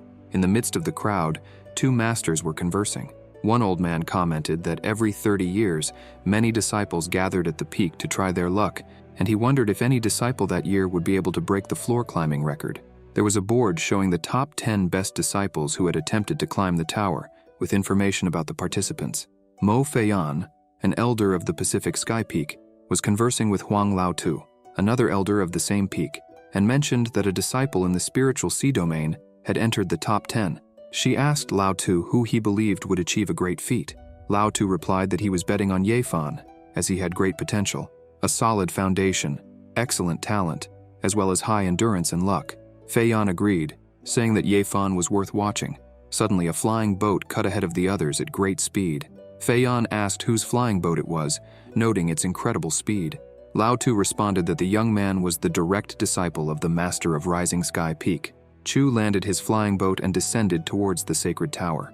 Upon arriving, he saw a master congratulating her disciple, saying she had done very well and that she was proud of her. The disciple was Su Ruxue, the direct disciple of the Master of Sky Peak, and the other sect members were congratulating her. Ye Fan, the direct disciple of the Master of Sword Sky Peak, remarked that he too would enter the top 10 of the spiritual sea domain and would ring the bell at the top of the Taisu Sacred Tower. The protagonist asked who he was. He introduced himself, saying his name was Ye Fan. Chu thought that his name sounded just like a main character's name, and not only that, but look at the cheerful face of that bastard. Chu wondered if this guy was the main character. The protagonist said it was nice to meet him and asked how he knew about him. Ye Fan replied that he had heard Chu had won many spiritual stones from Prosperous Sky Peak. Chu said that it wasn't worth mentioning. Ye Fan thought that Chu was kind and very nice, and that it would be good to have him as a friend. The protagonist thought that Ye Fan's personality was just and righteous, the kind suitable for making friends, and that this was the type of person he hated the most. The board announced that it was time for Chu Xiu to begin his test. The protagonist said it was his turn to take the test and that they would meet again. Ye Fan wished Chu good luck. Chu began climbing the stairs of the sacred tower and entered the Taisu Sacred Tower. On the first floor of the Taisu Sacred Tower, the protagonist walked until he encountered a horde of wolves. He drew his sword and wondered if only a few little wolves had come to greet him. The wolves charged at the protagonist, surrounding him. Chu used his sword Dao and charged at the wolves, cutting them down easily. The protagonist thought that just a few beasts in the spiritual sea domain wouldn't make a difference. On the 67th floor of the Taisu Sacred Tower, Chu encountered a woman who said she was lonely and asked him to stay with her because they would be very happy together. The protagonist slashed her neck and asked if she was trying to seduce him, remarking that she was still very inexperienced. On the 68th floor of the Taisu Sacred Tower, Chu encountered 4 cultivators with animal auras, one with a tiger aura, another with a turtle aura, another with a peacock aura, and finally, one with a dragon aura. The protagonist asked if they were all at the peak of the spiritual sea domain and then said, "Take this," before charging at them and defeating them easily. On the 98th floor of the Taisu Sacred Tower, Chu encountered Tai Suzy, who was at the peak of the 9th layer of the spiritual sea domain. The protagonist realized that her cultivation was the same as his, but he couldn't measure her full power, and asked if she was the true master of Taisu Sacred Land. Suzy was incredulous. Chu began to laugh and said that she really was the first empress. The protagonist drew his sword and challenged the empress to battle. Their swords clashed. Chu launched a kick towards Suzy's head, but she easily defended the attack and pushed him away. Surprised, Chu wondered how that was possible, as even with his special physique, Tai Suzy in the same domain as him was stronger. Besides being fast and strong, she showed no openings. Suzy then gathered chi in her hand and quickly advanced towards Chu, who counterattacked with equal speed, resulting in a clash between their attacks. The protagonist realized that Suzy's attack was stronger than his. Amidst the battle, Chu thought that it was damage for damage, life for life. Either he would die, or she would die. That was his fighting style. Suzy's attack pierces through Chu, and as he bleeds, he thinks it's unfair, as even after using his sword intent, she was still able to resist. Determined, Chu, despite being gravely injured, doesn't release Tai Suzy's neck until he defeats her. When Suzy stops moving, he finally lets go, thus completing the test on the 99th floor of the Sacred Tower. Now on the 100th floor, Chu doesn't remember how he got there, or if he fought anyone, and he wonders why he has no recollection of it. However, he knows that this is not the right time to dwell on it. Before him are 4 pillars, and he wonders if he should choose one. Upon making his choice, a system window appears, instructing him to learn sword skills and techniques within 12 hours. The more he learns, and the greater his comprehension, the better his evaluation will be. The skills begin to flood his mind, and Chu questions whether these are all the skills and techniques the pillar offers. Determined to speed up the process, Chu commands the system to consume advancement points for learning. The system responds, activating consumption mode. 5 advancement points are spent, then 35, 100, and finally 1,000 advancement points are used for him to learn sword skills and techniques. Chu realizes that in this life, everything is different. Besides the sacred primordial body, he has the system with innovative skills and the celestial sword intent. Determined to strengthen himself as much as possible, he reflects that with the sacred primordial body, he is practically invincible against those of the same domain, and with the sword intent, he is incomparable. By combining these elements with the knowledge of the skills and techniques he acquired, he wonders if he can develop a powerful attack method. Chu decides to master a 2-handed heavy sword, believing that only such a sword could withstand and take advantage of his sacred primordial body and sword intent. He begins training with a giant sword, and upon unleashing a great strike, he cuts through the entire floor in front of him. At that moment, a new system window appears, declaring, First form, annihilation, bring an end to all things. The protagonist then starts laughing and declares that his name is Chu Xiu, the one who will annihilate all. And even if anyone stands against him, Chu believes that no one will be able to escape this strike. He concludes that the 1,000 points spent to learn everything were well worth it. Chu commands the system to analyze his new skill, and the system message reports: name, first form, annihilation, category, sword skill, class, immortal, style, sword movement, destructive power, 5 stars, attack speed, 4 stars. The system then presents the skill's introduction, describing it as a dominating strike with an instant explosion of energy, created by using the energy of the sacred primordial body and the celestial sword intent. With great attack speed and high destructive power, it is capable of eliminating enemies. However, the system warns that the second form of the skill is still unknown and not yet comprehended, advising Chu not to attempt understanding it now, as it could lead to his death. In the square in front of the Taisu Sacred Tower, Akira, Mengdi's nephew, is conversing with Xiaoran and asks if she really believes that Chu Xiu will be able to climb more than 80 floors and get the items he needs. He expresses the desire for this to end soon, so that he can have time to see his aunt Mengdi and ask for some pills. It had already been 10 days, and Chu Xiu still hadn't exited the tower, leading Akira to fear that he might have died inside, as every time the Taisu Sacred Tower opens, some disciples end up dying. Xiaoran, however, assures Akira that her older brother Chu Xiu will be fine. Then the Sacred Tower's bell begins to ring, announcing that someone had entered the top 10. Suddenly, on the stone that displays the top 10 rankings of the Sacred Tower, the name Chu Xiu from Rising Sky Peak appears. Everyone is shocked and falls silent. When Chu Xiu finally exits the Sacred Tower, he thanks them for waiting, and Xiaoran expresses relief that he wasn't hurt. The disciples around begin to shout that Chu is incredible and ask for autographs. The protagonist reflects that, when he was known as the old demon Chu, these same disciples would see him and shout, "Die, damned demon!" And now, they were excited about his name. He concludes that the new choices he made were indeed important. While signing autographs, Chu thinks that being a villain who flaunts power is very simple and boring, but he was very young when he made that choice, and the result was his death. Now, he believes that a true villain should be strong and purposeful, doing bad things secretly without talking about them. Suddenly, Lao Tu and Fei Yan appear behind Chu. Lao Tu comments that he is impressed with his performance, while Fei Yan informs him that the master of Pacific Sky Peak wishes to see him.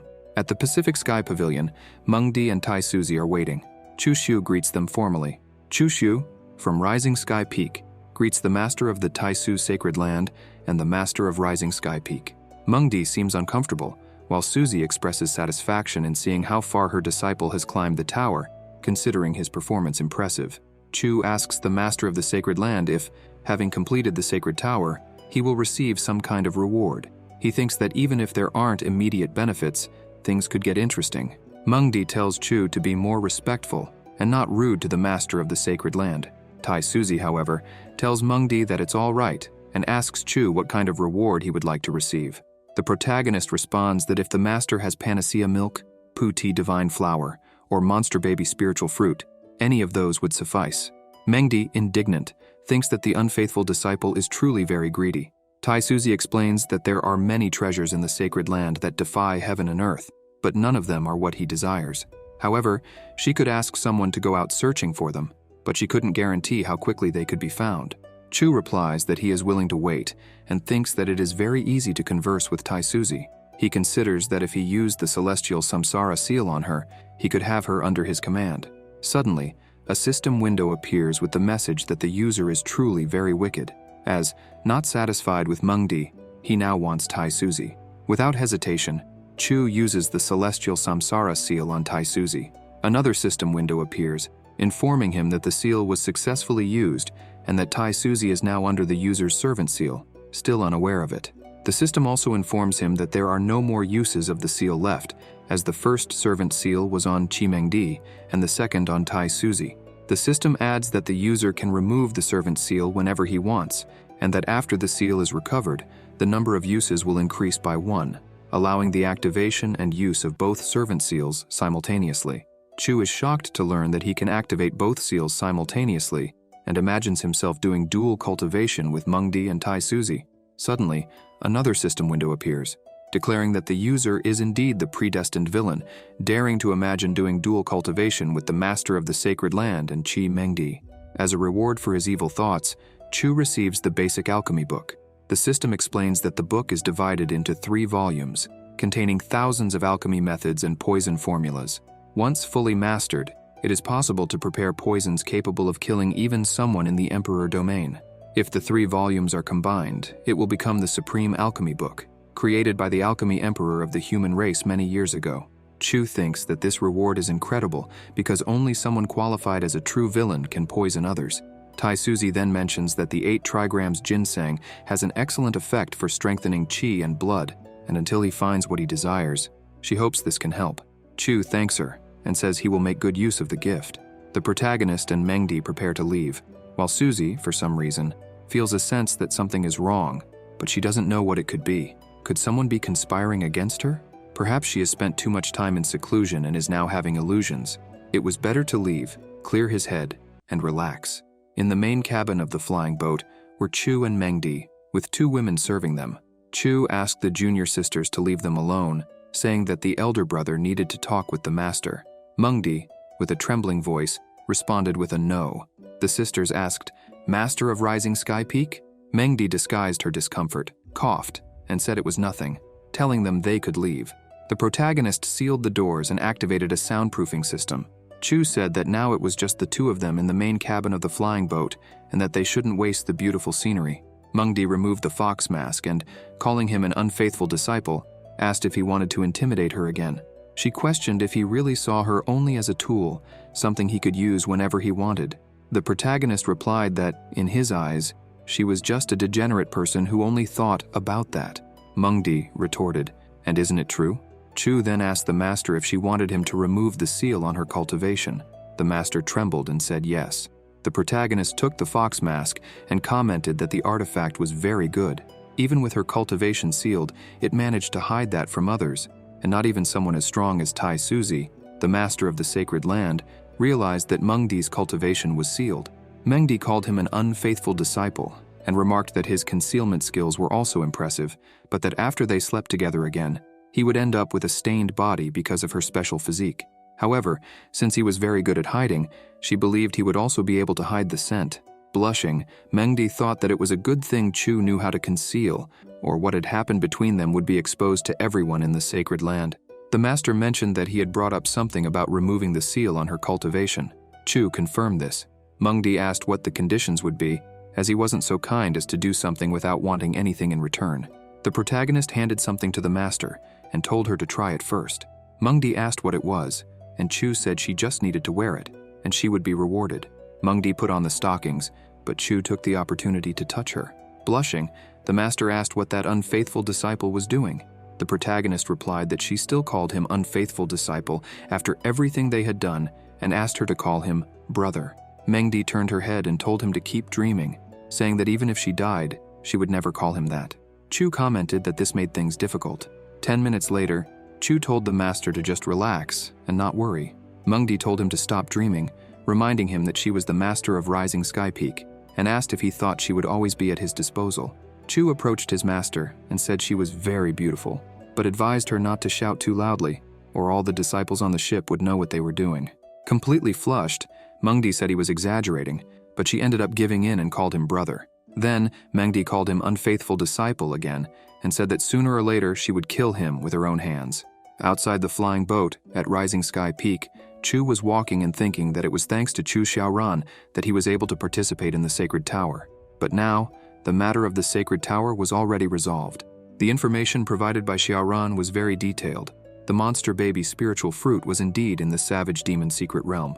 During the journey to the realm, nothing mattered except victory, so he would need to cultivate diligently. 2 background characters were talking and commented that the Celestial Horizon newspaper had been updated. One of them asked if it was true that the newspaper was updated and mentioned that the old demon Chu had died a long time ago, so someone should take his place. The Celestial Horizon newspaper records all events, big or small, across the continent, from the combat power of a certain cultivator to even meaningless gossip. Each copy of the newspaper is worth a mid-grade spiritual stone. Chu thought they were a bunch of idiots. Not only was the old demon Chu not dead, but he was also very much alive and in the sacred land. The background characters commented that the fourth person on the lower saints list had also been replaced. It used to be Zhang Xianling from the celestial yin-yang sect, but now it was Liu Hongyi. The other character asked who Liu Hongyi was, and if she was strong because Zhang Xianling was his goddess. The protagonist thought to himself, Liu Hongyi, could it really be her? Chu greets the extras and asks if they could sell him the latest edition of the Celestial Horizon newspaper. The extras tell him he can take it, and the protagonist thanks them before grabbing the newspaper. One of the extras asks the other if he's heard that Chu's older brother made it onto the celestial list, and suggests it would be wise not to offend him. The other responds that he has heard, but questions how he became so powerful. In the latest news from the continent, it's reported that the old demon Chu, who was previously at the top of the Lesser Saints list, is dead. Now the first on the list is Yao Guang from the Holy Land, shining brightly in first place. Zhang Xianli, who was the lesser saint of the yin-yang celestial sect and occupied fourth place, has been replaced by Liu Hongyi of the Red Dust Sword sect. Reports from the last 6 months indicate that barbarians and demons have begun to invade human territories on a large scale. Chu thinks to himself that Hongyi really made it onto the lesser saints list and is now in fourth place.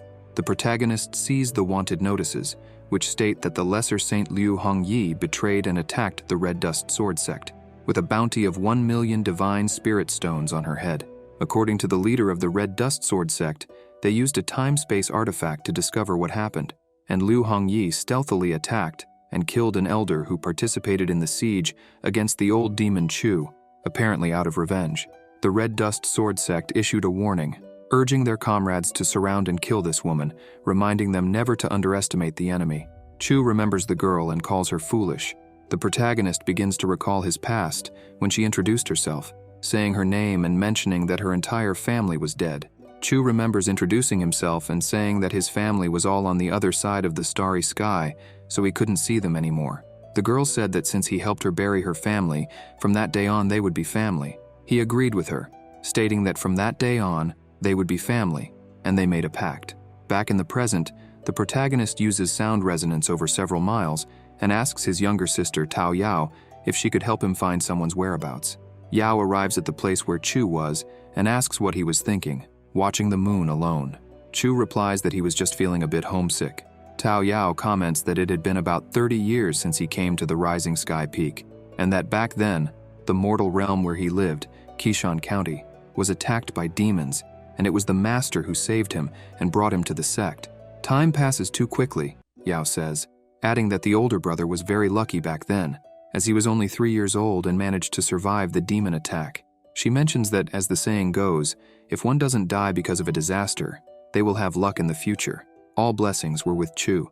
Yao also says that even though Qishan County is his hometown, the Holy Land is also his home. The master and everyone at Rising Sky Peak are his family, and if he feels homesick in the future, he can find her anytime, and she will help him. The protagonist thanks her, saying that everyone at Rising Sky Peak is his wings. Chu thinks that, 30 years ago, Chu Shu was just a tool and would never have survived by luck. He only stayed alive so that he could take over his body, and he comments that the same thing happened when he met Qi Mengdi, as his goal was always to infiltrate the Holy Land from within. Yao, blushing, thinks that lately, she's felt that the older brother has become a different person, as he used to avoid her, but now he stays close to her and touches her. Yao lifts her feet and gives Chu a kiss on the cheek, leaving the protagonist stunned by her actions. Tao Yao says that the information he had requested was there and hands him a letter. She tells Chu to rest well, as she needed to return to her cultivation. The protagonist feels embarrassed and can't believe she kissed him, thinking he needed to calm down. Chu takes the information Yao gave him and begins to read, seeing that 3 days ago, Liu Hongyi appeared in the Dongzhou Empire, in the city of Chang'an. He thinks that the city of Chang'an might be a bit difficult. In the eastern continent, in the Dongzhou Empire, in the city of Chang'an, an old man was shouting, asking if she wanted to become like the old demon Chu and be an enemy of all human forces. This is Liu Hongyi, the former lesser saint of the Red Dust Sword sect. The old man yells that his Ji family would not let her get away with it, and that she could be sure they would tear her body to pieces. Liu Hongyi strikes the old man with lightning from her sword, killing him. She lands on the ground, and a shadowy figure appears, asking what she was going to do next. Liu Hongyi responds that she was going to kill more people. The shadowy man asks if she really wanted to do that and become an enemy of the world. The woman replies that if he was the enemy of the world, then she too would be an enemy of the world, and says that if he were a Buddha, she would fight for his sake, and if he were a demon, she would massacre the world in his name. Back on the cliff where Chu was, the protagonist was cultivating and thought that he still hadn't practiced the skill he had gained from the master of the Holy Land. Since he was in a quiet and deserted place, no one would disturb him. Suddenly, a system window appears, informing him about the 9 royal marks, also known as the 9 secrets, a powerful skill between heaven and earth. By fully mastering the 9 marks, one can become invincible. The Xingzi secret is the fastest secret art in the world, and by cultivating it to the extreme, it is possible to break through large formations with ease. The greatest difficulty lies in comprehension, and to cultivate it, one must have rare talent and great understanding. Chu sighs, stands up, and comments that the Xingzi secret was really difficult to comprehend. 3 days had passed, and he had made almost no progress. Chu notices someone behind him and asks who was there. A woman appears and introduces herself, saying her name is Hua Luo Fei and that she is an elder of the Consent Sky Peak. She asks if he is Chu Shu. Chu senses that something is strange and wonders why she had a servant's seal from the Samsara celestial seal. Noting that Tai Suzy was using a different form to meet him, the protagonist finds it interesting. He greets Elder Huo and asks if she could tell him the reason she came there. Elder Huo responds that after finishing what she had to resolve, she decided to take a walk around Rising Sky Mountain and happened to stumble upon him while he was cultivating. Seeing that he was working so hard, she concluded that he was planning to go to the Wild Demon Secret Realm. Chu confirms, saying that the secret realm offers many opportunities for growth, but with them also come dangers, so he needed to cultivate diligently to ensure he could overcome any challenge. The protagonist looks at the elder, who was sitting there, and thinks that she was very beautiful. Chu sits near her and comments that he was curious about something, asking if she could clarify it for him. The elder responds that he could go ahead and speak. The protagonist says that before the era of Emperor Luo, there was a human considered a great emperor and a demon emperor. In an era that lasted 100,000 years, the human race and the demon race fought many times until the era of Emperor Luo. But why didn't the human race manage to completely exterminate the demons after the rise of the great Emperor Luo? And why didn't even the demons manage to exterminate the humans before that? Chu reflects that this was something he hadn't understood since his first reincarnation, and now that he met Tai Suzy, perhaps she knew the answer. The woman says that there seemed to have been a great understanding between the human great emperor and the demon emperor.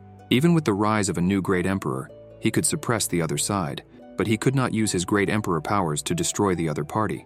However, no one knew the reason why. It was said that when someone becomes a great emperor, they learn secrets about the stars and the continent.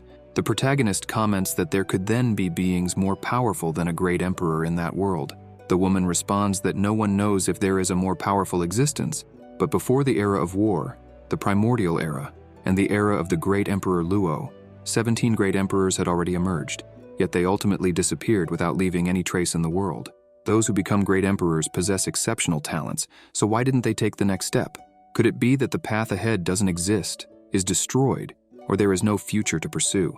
This was something they would have to deeply consider, but she hadn't expected to discuss the cultivation of a great emperor, as it was very ambitious. The protagonist asks if the elder was already planning to leave. She responds affirmatively and urges Chu to continue dedicating himself to his cultivation. Chu asks if they would meet again, and the woman confirms, saying they would meet after he leaves the Wild Demon Secret Realm. The protagonist agrees, saying it was settled, and that once he returns, he will be waiting for her there. The elder agrees. Suddenly, a system window appears saying, "The user truly has charisma, how mischievous." At Chimengdi's pavilion, Chu comments that cultivating the Xingzi secret required a lot of effort, so it would be better for him to find his master and ask for some cultivation materials. Outside, the protagonist hears someone asking his master for help, saying that it would be too late afterward, and that since she was Chu Shu's master, if she asked for the silver sand, he would deliver it. Mengdi responds that it's not that she doesn't want to help, but that even though she is Chu Shu's master, it wouldn't be right to ask him for something without reason. Chu, lost in his thoughts, wonders if it was the master's nephew, and recalls that he always treated his younger sister Xiaoran poorly. Even though he was strong, he didn't seem like much, and since the great nephew wanted the silver sand so badly, it would be fun to play with that fool. The protagonist enters the hall and asks Akira if he wanted the silver sand. Akira approaches and asks if he still had the silver sand. Chu responds that yes, he still had it, because he had been cultivating in the last few days and hadn't seen his younger sister, Xiaoran. He was looking for an opportunity to deliver it to her. Akira says that's great, and asks what Chu thought about giving the silver sand to him so he could help deliver it to Xiaoran. The protagonist shows the silver sand and comments that it was something he obtained after facing great challenges. Akira thought that if he could get his hands on the silver sand, he would become the only person on the continent to possess such a thing. He thinks that when the time comes, Chu Xiaoran, who desired to save her mother, would have no choice but to beg him. Akira asks the price, and the protagonist suggests 1 million divine spirit stones. Akira accepts and comments that Chu is really a great person, thinking that he would extort him, but surprisingly, he was generous.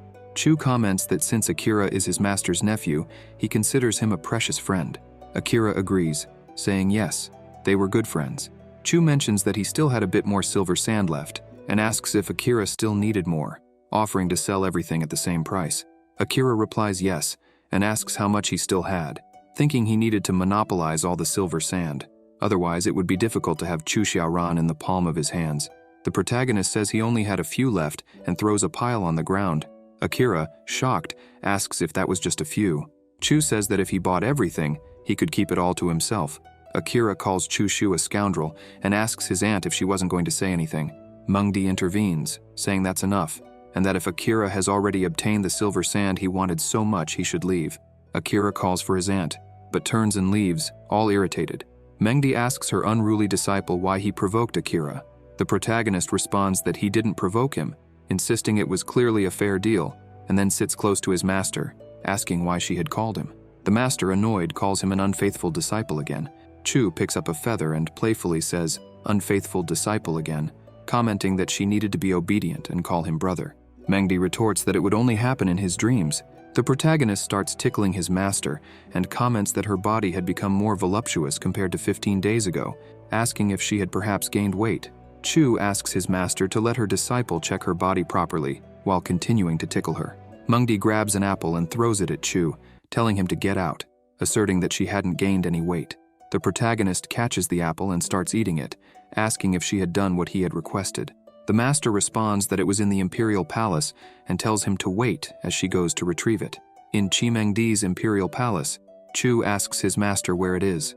Mengdi replies that it's there and retrieves a chest. Chu takes out a pearl and comments that, as expected of his master, she was a very skilled artisan.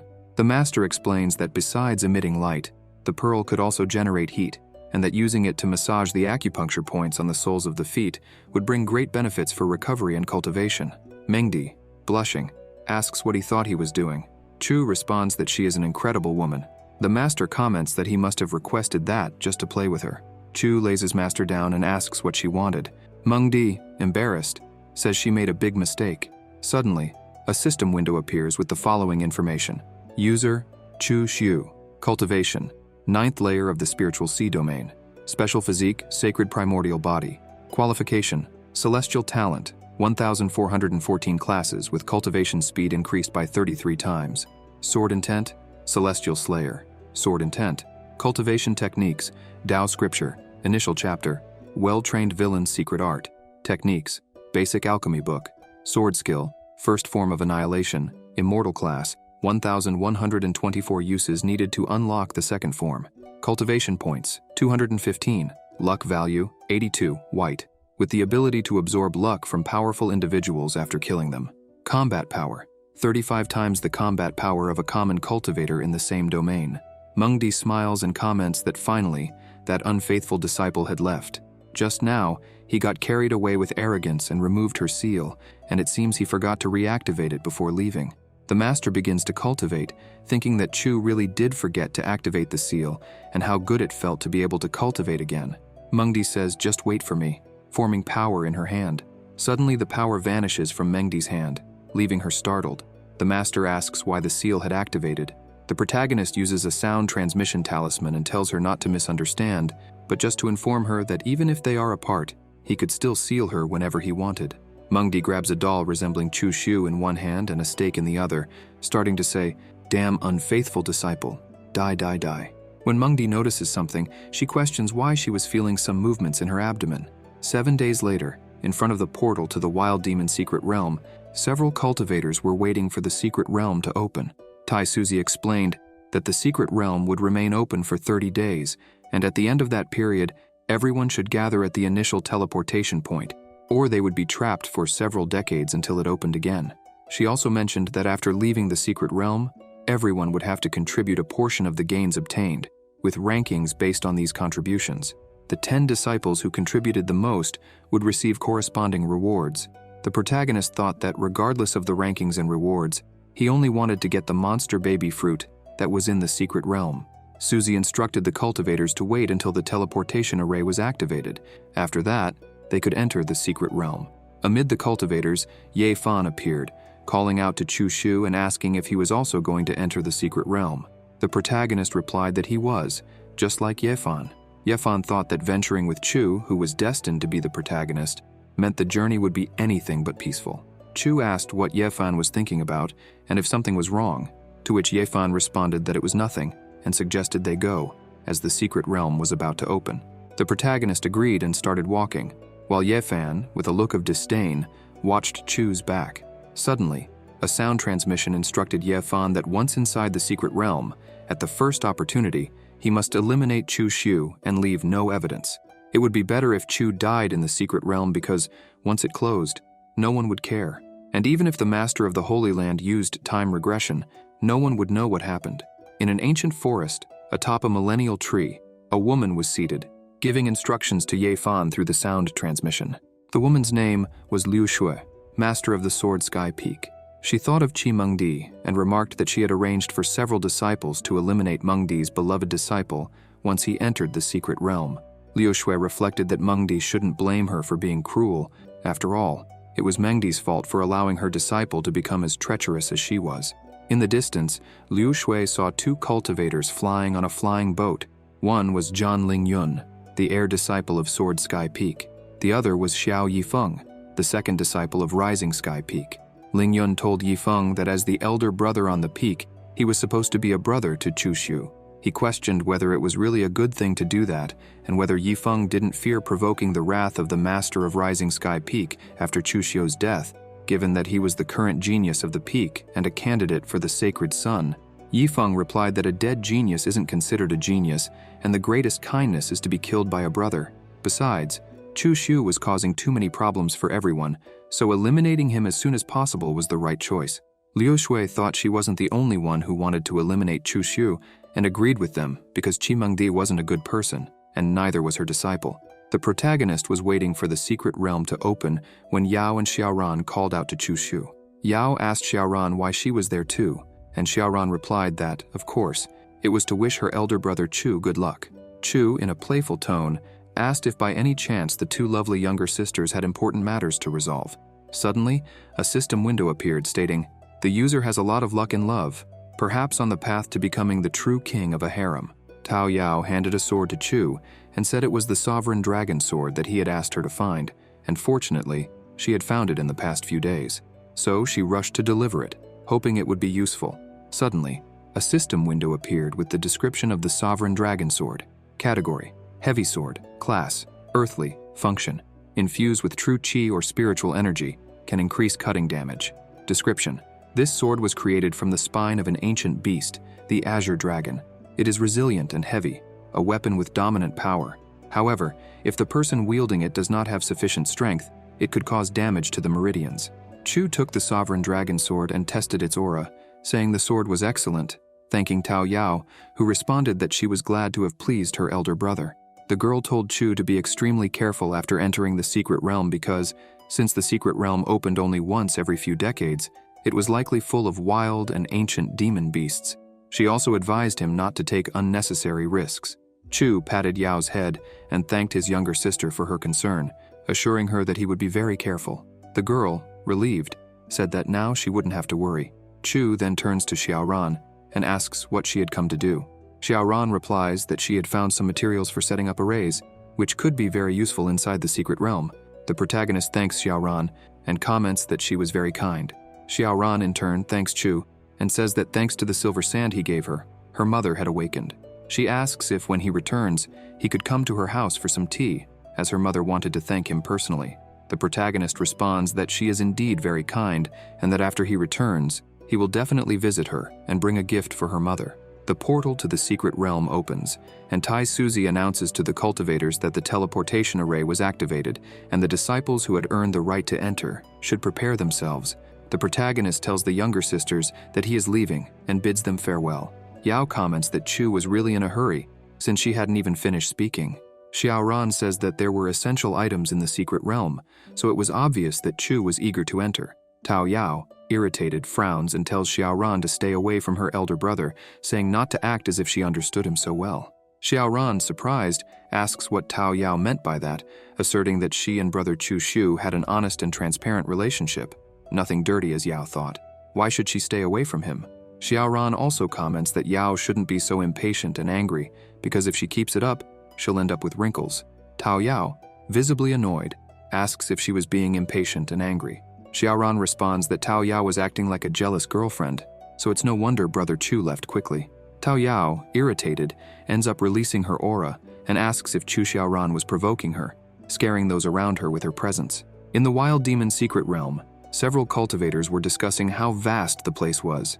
One of them comments that his master had said the secret realm was over 10 million miles in diameter. With such a large area, there should be many opportunities, so it would be better to form groups. That way each group could explore a corner in search of treasures.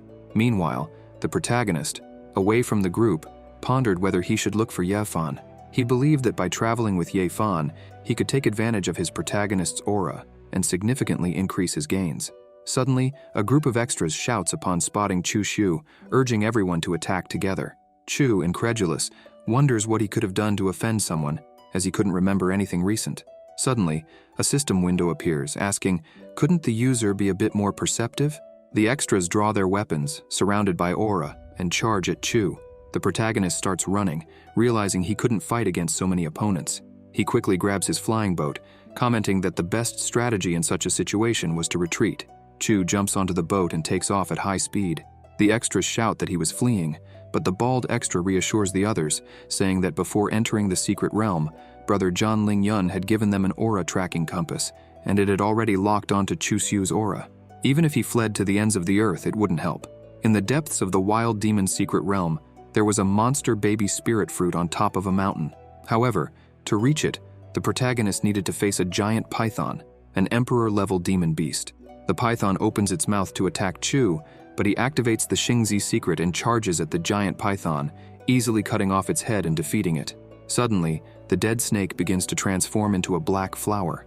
Then, a system window appears asking if he would like to exchange it for cultivation points.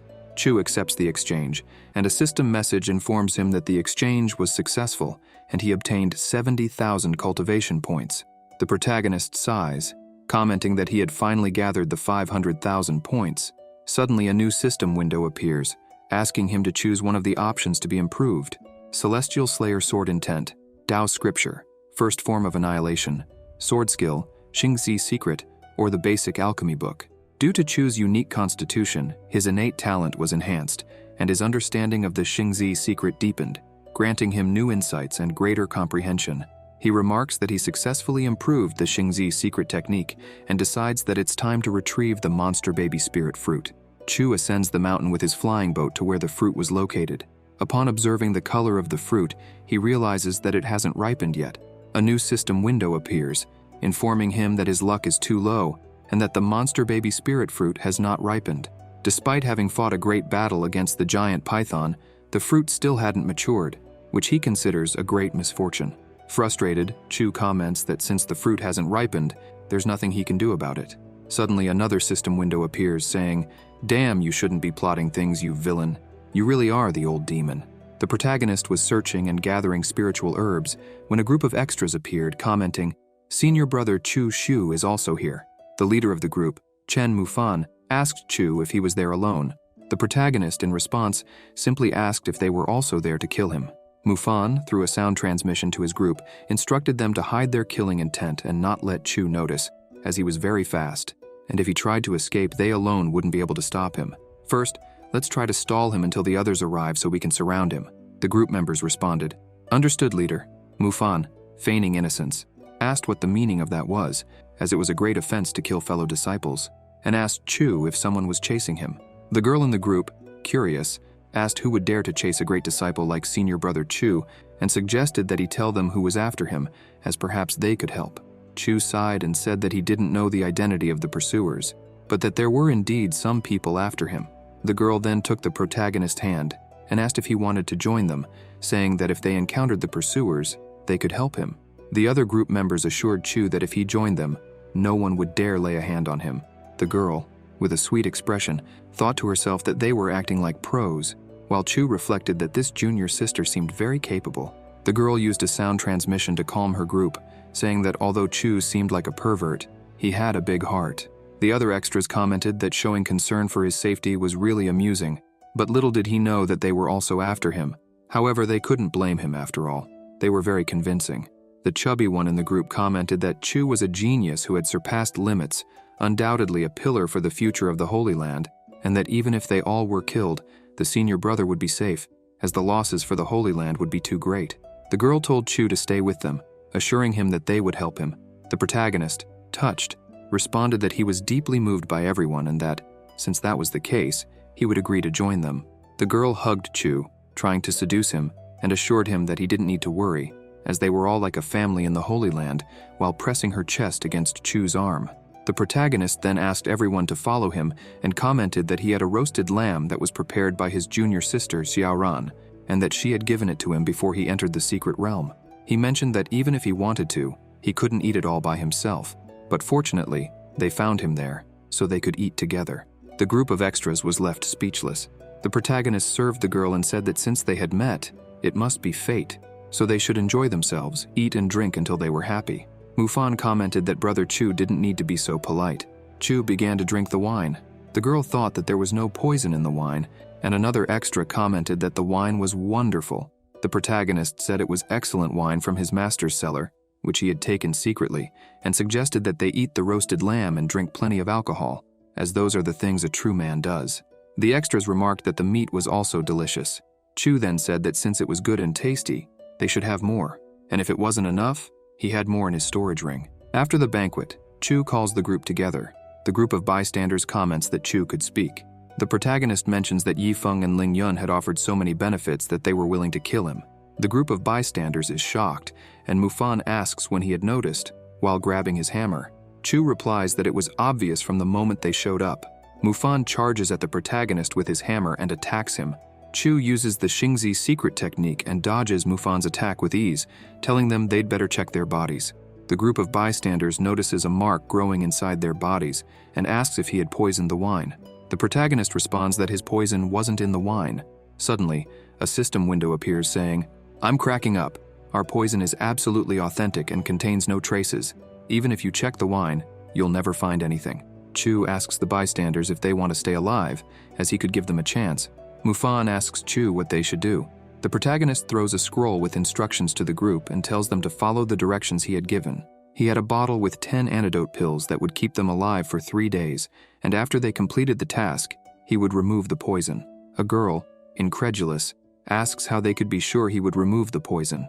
The protagonist raises his hand and swears in the name of his master that if he didn't keep his word, the celestial principles could curse his master's cultivation, preventing her from making any progress.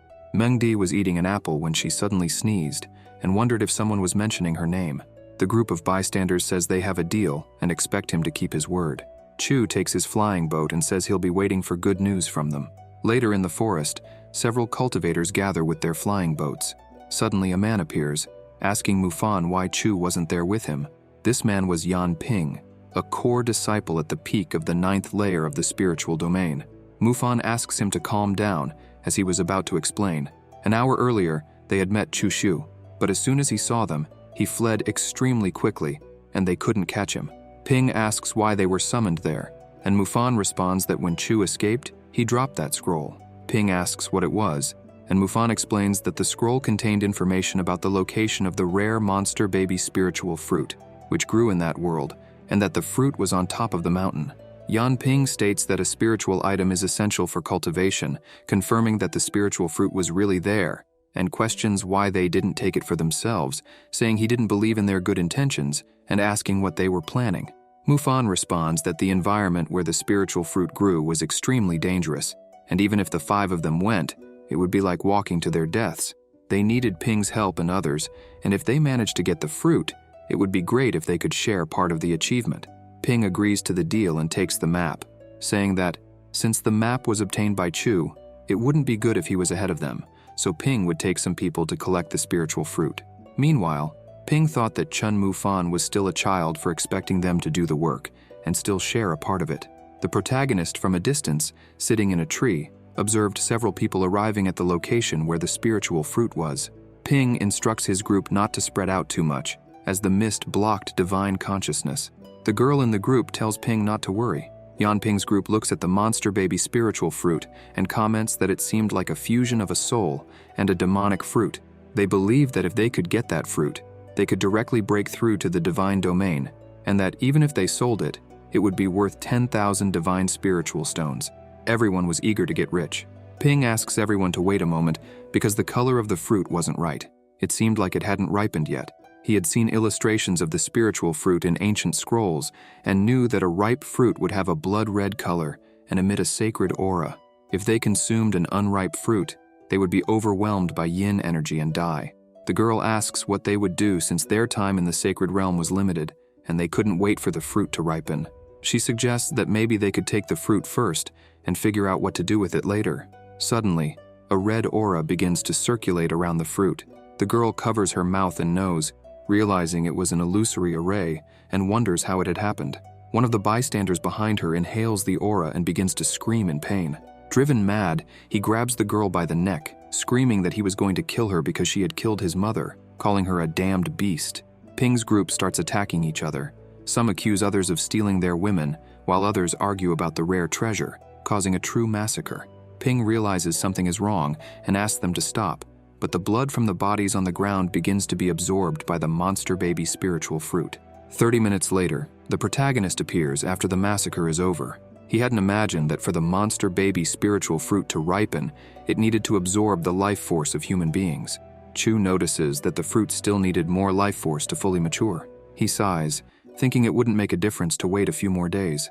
Since the place was very dangerous, it would be better to wait elsewhere before deciding what to do.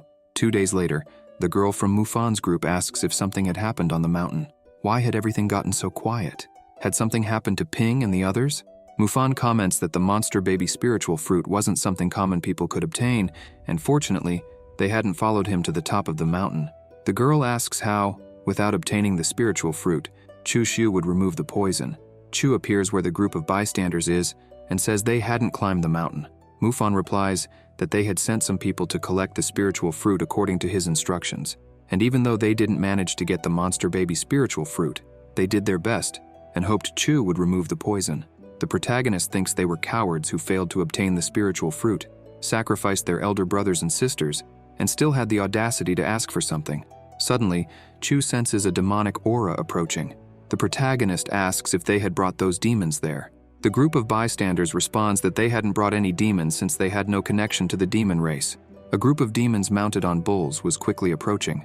One of the demons shouts that it was the human race and orders the others to kill them for their tribe and for their freedom.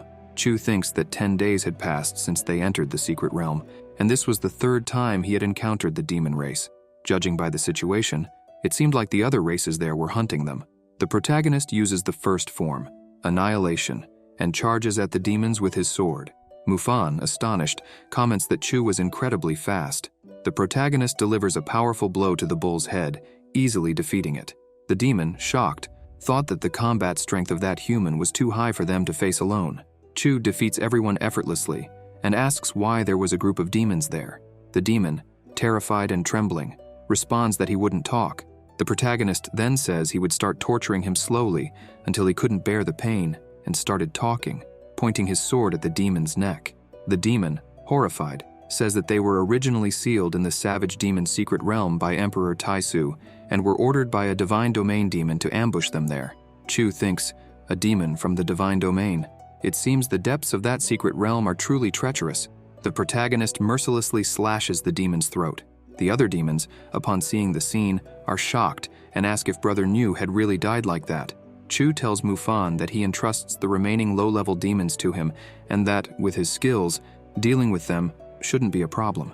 The girl asks the protagonist to remove the poison before leaving. Chu Xiu then thanks her for the reminder and throws the antidote, stating that he never goes back on his word. The protagonist boards his flying boat, saying he was leaving and wishing them all good luck. The demons laugh and wonder if the strongest one was really leaving while those left behind were poisoned. The group of bystanders, surrounded, comments that they were at a disadvantage. The demons shout, "Die for our tribe and for our freedom." A pig demon grabs the girl and restrains her, telling her not to be afraid, as he would take good care of her. Chu, flying in his boat, remembers that there were still 2 days left until the monster baby spiritual fruit would ripen, and wonders what he could do during those 2 days. Below his boat, Chu sees Ye Fan in front of a cave, saying that this was the place. Chu observes Ye Fan at the entrance of the scorching cave, who mentioned that he had finally found the cave where the treasure of a pseudo-demon emperor was hidden. Now, all that was left was to claim the treasure. The protagonist, Hidden, thinks that the luck of a protagonist was truly incredible, but unfortunately for Ye Fan, he was there. Chu mentally thanks Ye Fan and comments that he would go ahead and explore the path. He then speeds past Ye Fan, who, confused, wonders what was going on. Inside the scorching cave, Chu begins collecting a liquid in a vial, commenting that the versatile stone liquid had a high selling value and that collecting it would guarantee a small fortune. The protagonist finds some high-grade immortal herbs and says he couldn't let them go to waste. Suddenly, a system window appears saying, "Gained 5 luck points, gained 6 luck points, gained 8 luck points, gained 7 luck points, gained 6 luck points, gained 15 luck points." A minute later, Chu collects all the herbs and comments that his luck had increased rapidly. He wonders if this was due to him taking advantage of the protagonist's opportunity. Shortly after, a new system window appears. The user is correct. You absorbed someone else's luck. If you hadn't taken this opportunity, Ye Fan would have obtained these treasures and surely had a rising future. The protagonist grabs the spatial pouch and thinks that he had acquired thousands of earthly-class spiritual herbs, hundreds of celestial-class spiritual herbs, 11 immortal-class spiritual herbs, and 3 vials full of versatile stone liquid. If he sold all these items, he would have a lot of money. Chu notices something and, in the distance, sees 2 treasures. He thinks they must be the most valuable items in the cave. As he approaches the treasures, Chu sees a white serpent sleeping and realizes it was at the peak of the divine domain, hidden there to guard the most important treasures. He thinks that if he doesn't activate the trap mechanism that wakes it, everything will be fine. But suddenly, the cave begins to tremble. Chu looks back and sees that Ye Fan had stepped on the mechanism. Embarrassed, Ye Fan comments that it was a coincidence for them to meet again and that he had also discovered some treasures there. The protagonist, furious, says that Ye Fan activated the white serpent's trap. The serpent wakes up and roars in their direction. Chu thinks he needs to grab the treasures quickly and get out of there. He couldn't waste time or he'd be in trouble. He rushes out, leaving Ye Fan behind with the white serpent. Ye, realizing the situation had gotten really bad, comments on his misfortune. Outside the secret realm, all the masters were cultivating together when suddenly, an old man comes running, saying that something terrible had happened. A large number of tokens from the disciples who had entered the secret realm had broken. Mengdi, alarmed, asks how many had broken. The old man replies that a total of 775 tokens had broken. Mengdi asks about the token of her disciple Chu Xiu, and the old man says that his token had not broken yet. Mengdi comments that a major incident must have occurred inside the savage demon's secret realm, as never before in so many years had so many disciples died. The master wondered why she was so worried about that unfaithful disciple, thinking that perhaps it would be better if he died. Susie tells everyone not to worry, as she will use the illusory eye to take a look at the situation. Susie uses the illusory eye to peer into the secret realm. The humans who saw the illusory eye commented that someone from outside the secret realm was watching them. The demons, upon seeing the illusory eye, wondered if the human race was planning to attack them, as they didn't want to die. Above the main fortress of the demon race, the illusory eye appeared. A demon told the others not to worry, because no one could attack from outside the secret realm, not even a Saint King. This demon was the Scarlet Shark Demon, at the peak of the divine domain. He said that the human race could only watch them from the outside, without being able to do anything. If they want to watch us, let's give them a great show by killing many of the human race, he said. The demons became euphoric and shouted for the tribe and for freedom.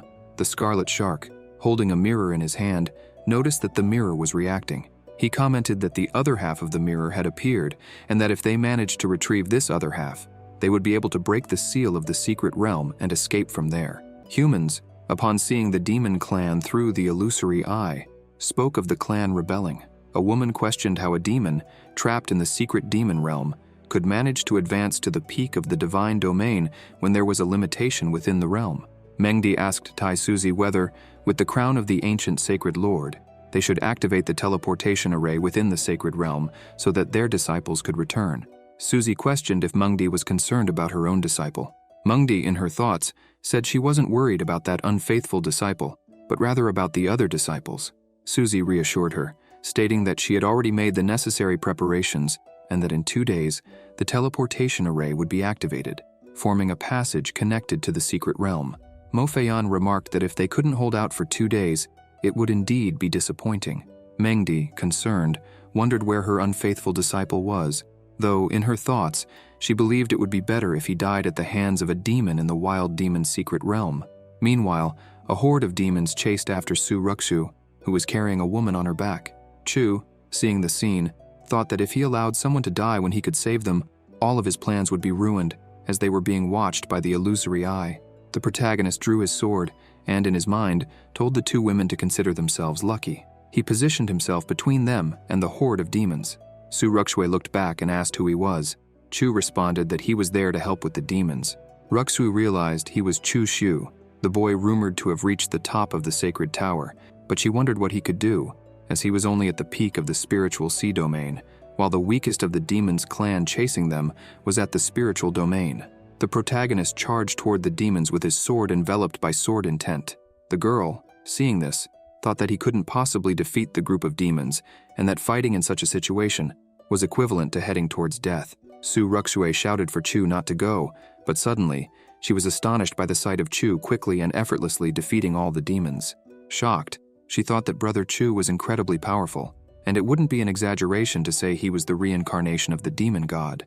Chu asked his younger sister if she was okay. Su Rukshu thanked Chu, saying she was deeply grateful for him saving both of them. The protagonist handed her a divine-class earth mushroom, telling her to use it to heal her wounds. The girl hesitated, saying she couldn't accept it, as the mushroom was a very precious medicinal herb. Chu insisted, stating that the demon clan's rebellion situation was critical, and if she didn't recover soon, she would be in great danger. If she didn't care about her own life, she should at least think of saving her younger sister, and if she preferred, after leaving the secret realm, she could repay him for it. The girl thanked him and promised she would definitely repay the favor. She mentioned that the outside world had probably already noticed the turmoil in the secret realm and that they would soon activate the teleportation array so everyone could leave.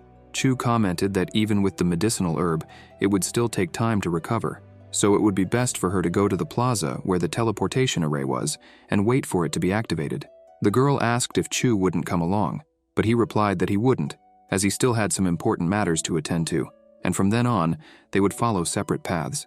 Chu, with his hand over the mirror, noticed it was resonating intensely and thought he needed to obtain the baby monster's spiritual fruit and wait for an opportunity to improve his cultivation as quickly as possible. In the plaza, Tai Su used the illusory eye to display Chu Shu and Su Rukshu. The people outside the secret realm thought Chu Shu was incredible, as he had effortlessly eliminated the entire group of demons. Some people remarked that he didn't even hesitate to give away the divine mushroom, an extremely valuable medicinal herb, so that his younger sister could recover. He was truly someone trustworthy. Some women remarked that Brother Chu and Sister Rukshu made a beautiful couple. Suzy stated that Chu Shu was kind and exceptionally talented, emphasizing how impressive his performance in the secret realm had been. Chi Mengdi, in her thoughts, wondered how her disciple dared to flirt while she was so worried about him. In the wild demon's secret realm, on Yinmo Mountain, where the baby monster's spiritual fruit was located, 2 cultivators discussed how easily they could increase their cultivation to the divine domain if they managed to obtain the fruit. The red-clad cultivator told the other to wait, as he had heard footsteps behind them. Turning around, they asked if he was Chu Shu. The protagonist confirmed that they had recognized him and asked what they were doing there. The blue-clad cultivator, using sound transmission, commented that the demonic aura was very dense and it would be dangerous to approach the fruit hastily, suggesting that Chu Shu help them retrieve it. The red-clad cultivator agreed, saying that if Chu got the fruit for them, it would save them a lot of effort, and together they could easily defeat him. The blue-clad cultivator suggested splitting the baby monster's spiritual fruit into 3 parts, but the protagonist refused. The spiky-haired cultivator threatened Chu, saying he should obey and help them, or he would lose his life. Growing impatient, the red-clad cultivator decided to use the 3-star imprisonment formation to trap Chu, claiming that he would never challenge them again. The 2 cultivators attacked Chu, believing that, since he was only in the spiritual sea domain, he couldn't possibly defeat them. During the battle, the red-clad cultivator struck at Chu from behind, but Chu, using the secrets of Xingzi, drew his sword and easily cut him down.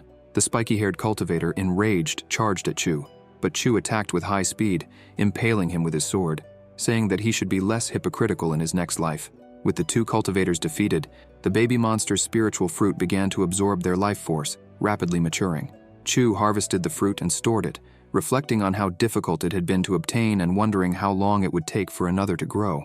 Suddenly, a system window appeared, informing him that due to the forced method he used, the fruit's roots had been destroyed, and no more baby monster spiritual fruits would appear in the secret realm. Chu received a reward of 500 cultivation points, preparing him to advance to the 10th layer of the spiritual sea domain. The system also informed him that, upon attempting this advancement, he would have to face a heavenly tribulation. Annoyed, Chu questioned the system, as tribulations usually occur when breaking into higher domains, not for a mere 10th layer. The system, however, confirmed that after analyzing trillions of times, the probability of a heavenly tribulation was extremely high, perhaps because Chu's strength was far above his current domain. The system warned him that if he managed to withstand the tribulation, he would become even stronger. Otherwise, he would be killed. In the ancient tree forest, Chu walked, noticing that the mirror's reactions were intensifying, indicating that the other half of the mirror was nearby. Suddenly he saw a horde of demons running and shouting, "Kill them all!" The shark, with the other part of the mirror, also noticed the reaction becoming stronger and more intense. Chu wondered if the person with the other half of the mirror was close. Hidden behind the trees, he reflected on whether that could be the leader of the demon clan's army. The strong reaction of the mirror indicated that the other half was very close, and Chu began to consider that perhaps the leader of the demon clan in the secret realm was the one who possessed the other half. In doubt, Chu asked the system if he was really going to face a heavenly tribulation, to which the system responded with absolute certainty. Smiling mischievously, Chu remarked that this was truly wonderful. At the teleportation array plaza, Chu arrived on his flying boat. Many cultivators were there, injured and terrified, some wondering how they would return, while others were asking for medicinal herbs or help to save their friends. Seeing the wounded people, Chu thought that the demon clan was determined to kill everyone and that he hadn't imagined they could be as cruel as he was. A system window appeared, reminding Chu that, aside from being pursued by the demon leader, he still had to face the heavenly tribulation, asking if he had thought about how to handle these problems. Chu, confident, replied that he knew what needed to be done and wasn't worried. Near the teleportation array, the demon horde was approaching, and the cultivators screamed that the demon clan was about to attack them in large numbers. The shark leader waved the half of the mirror, releasing an aura that spread across the array's barrier. The humans noticed that the demon's aura was far superior, and many believed they stood no chance against them. They commented that the demons would probably destroy the defensive array, as the mirror in the leader's hands seemed to be an Imperial-class artifact. The demon leader then asked the cultivators if they preferred to live or die, saying that if they wanted to live, they should hand over whoever had the other half of the mirror. At that moment, Chu appeared, holding the other half of the mirror, and asked if that was what they were looking for. In the central plaza of the sacred land, the cultivators watched the scene through the illusory eye. A woman remarked that Chu had attracted the demon clan, putting all the other disciples in danger. Mengdi, worried, thought about how her disciple could do something so risky. The situation had escalated too quickly, and now there were only 2 options. Either the disciples would throw him out of the defensive array, or he would sacrifice himself and leave on his own. But regardless of the choice, the result would be the same, as Chu did not have enough strength to defeat the demon clan leader. Mengdi looked at Suzy and wondered if it was necessary to use the contingency plan left by the ancient emperor, even though it could cause the secret realm to collapse. Back at the teleportation plaza, one of the cultivators maliciously suggested that, since Chu was the true central disciple, he should sacrifice himself for the younger disciples. Su Ruxue, furious, asked if he really intended to sacrifice Brother Chu. The cultivator argued that Chu would be sacrificing himself for a good cause, but Ruxue questioned the other cultivators, asking if they really thought that sacrificing Chu would make the demons spare them. Instead of joining forces to resist, They were just trying to throw him out of the array, which, according to Ruxu, was ridiculous and would only make the demons despise humans even more. The demon leader began counting down, promising to attack if Chu didn't leave in 5 seconds. Desperate, the cultivators begged Chu to leave and not be cruel, believing that the demons wouldn't harm them if he surrendered. Seeing the situation, Ruxu was speechless. Chu placed a hand on her shoulder, thanking her for standing by his side, but asked her to leave the rest to him. The protagonist then stepped out of the array and walked toward the demons. Suzy, watching from afar, asked if Chu Shu was really going to face the demon clan alone. Mengdi, with clenched fists, wondered if this was truly Chu's choice. The demon leader remarked to Chu that he wasn't bad at all, as he was braver than the others. Chu then opened a box in front of the shark, who saw that it contained the baby monster's spiritual fruit, and asked if it had ripened. The leader, excited, ordered his subordinates to quickly take the spiritual fruit from Chu's hands.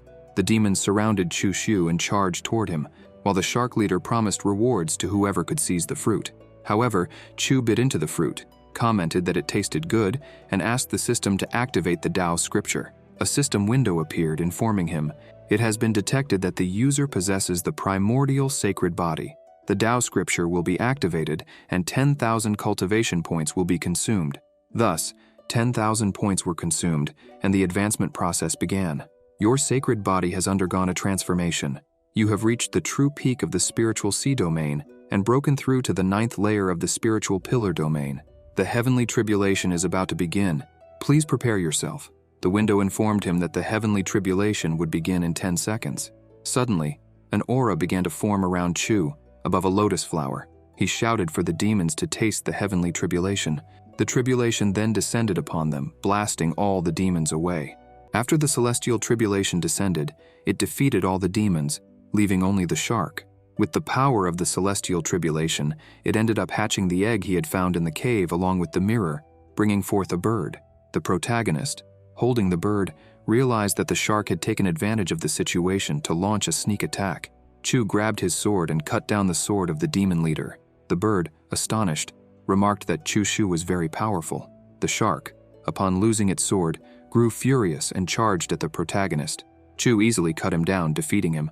All the humans were amazed by Chu, saying that he was truly incredible, as he had defeated the demon leader alone, and that the demon was at the peak of the divine realm, making it nearly impossible to face him head-on. In the central square, the peak masters were watching Chu Shu's battle through the illusory eye.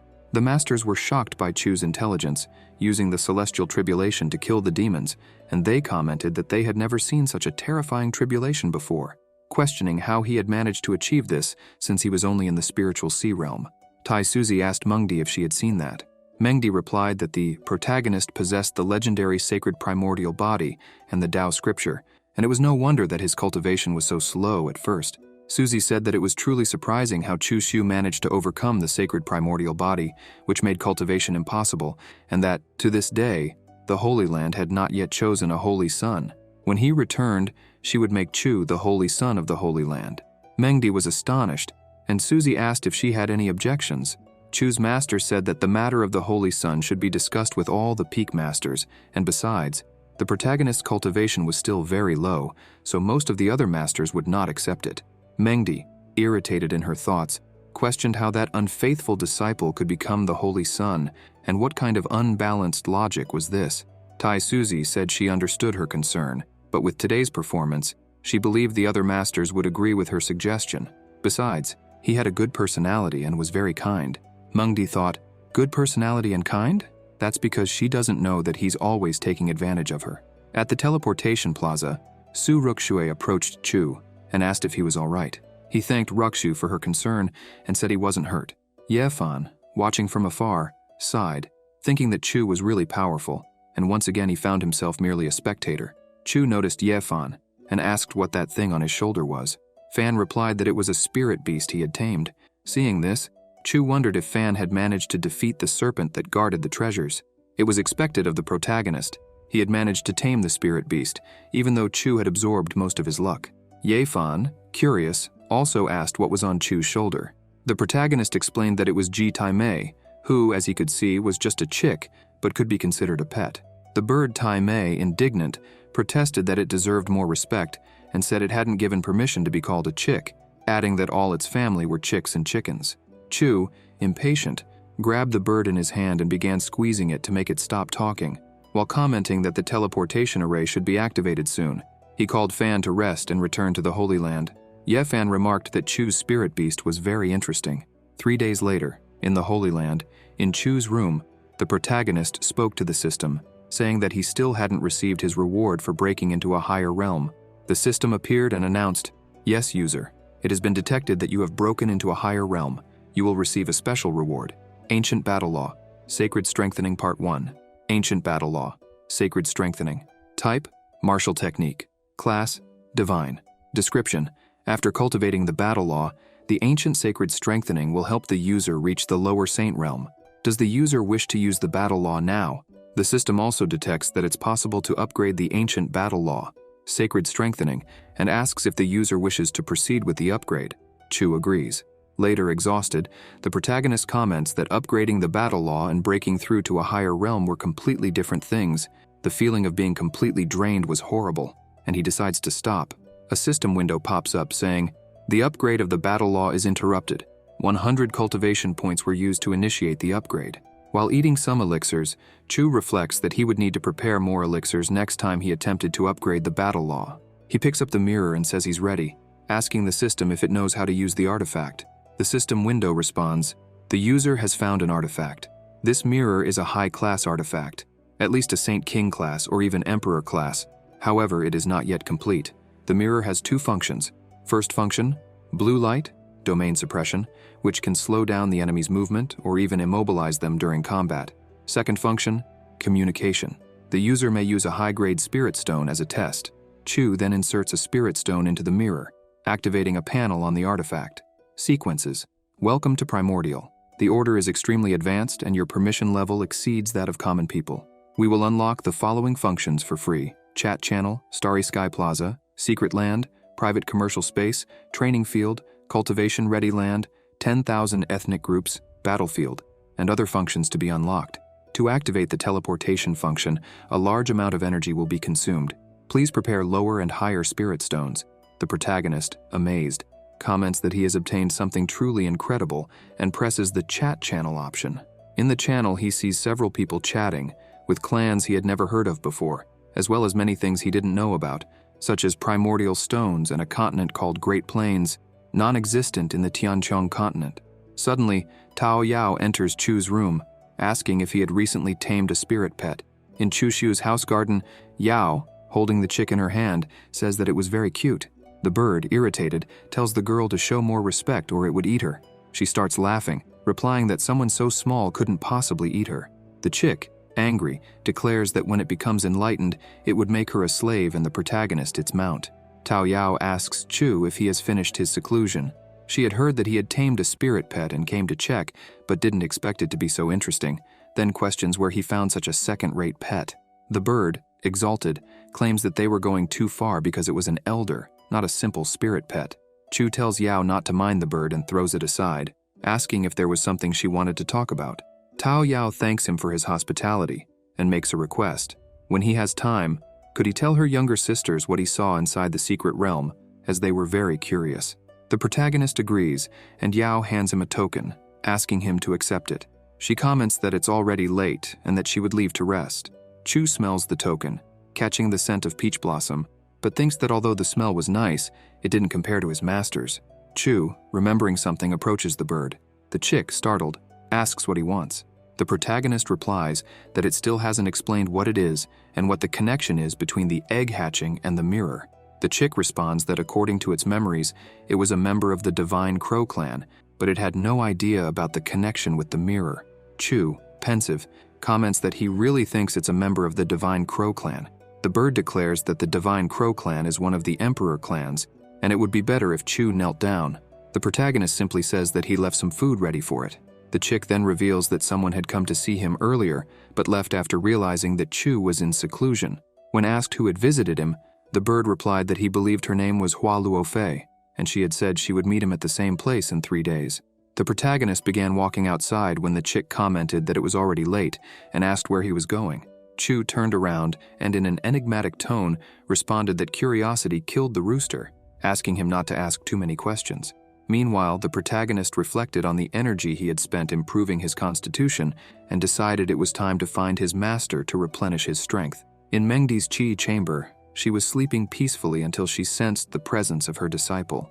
Upon waking, she remarked that it was late and asked why he wasn't resting in his room, wanting to know what had brought him there.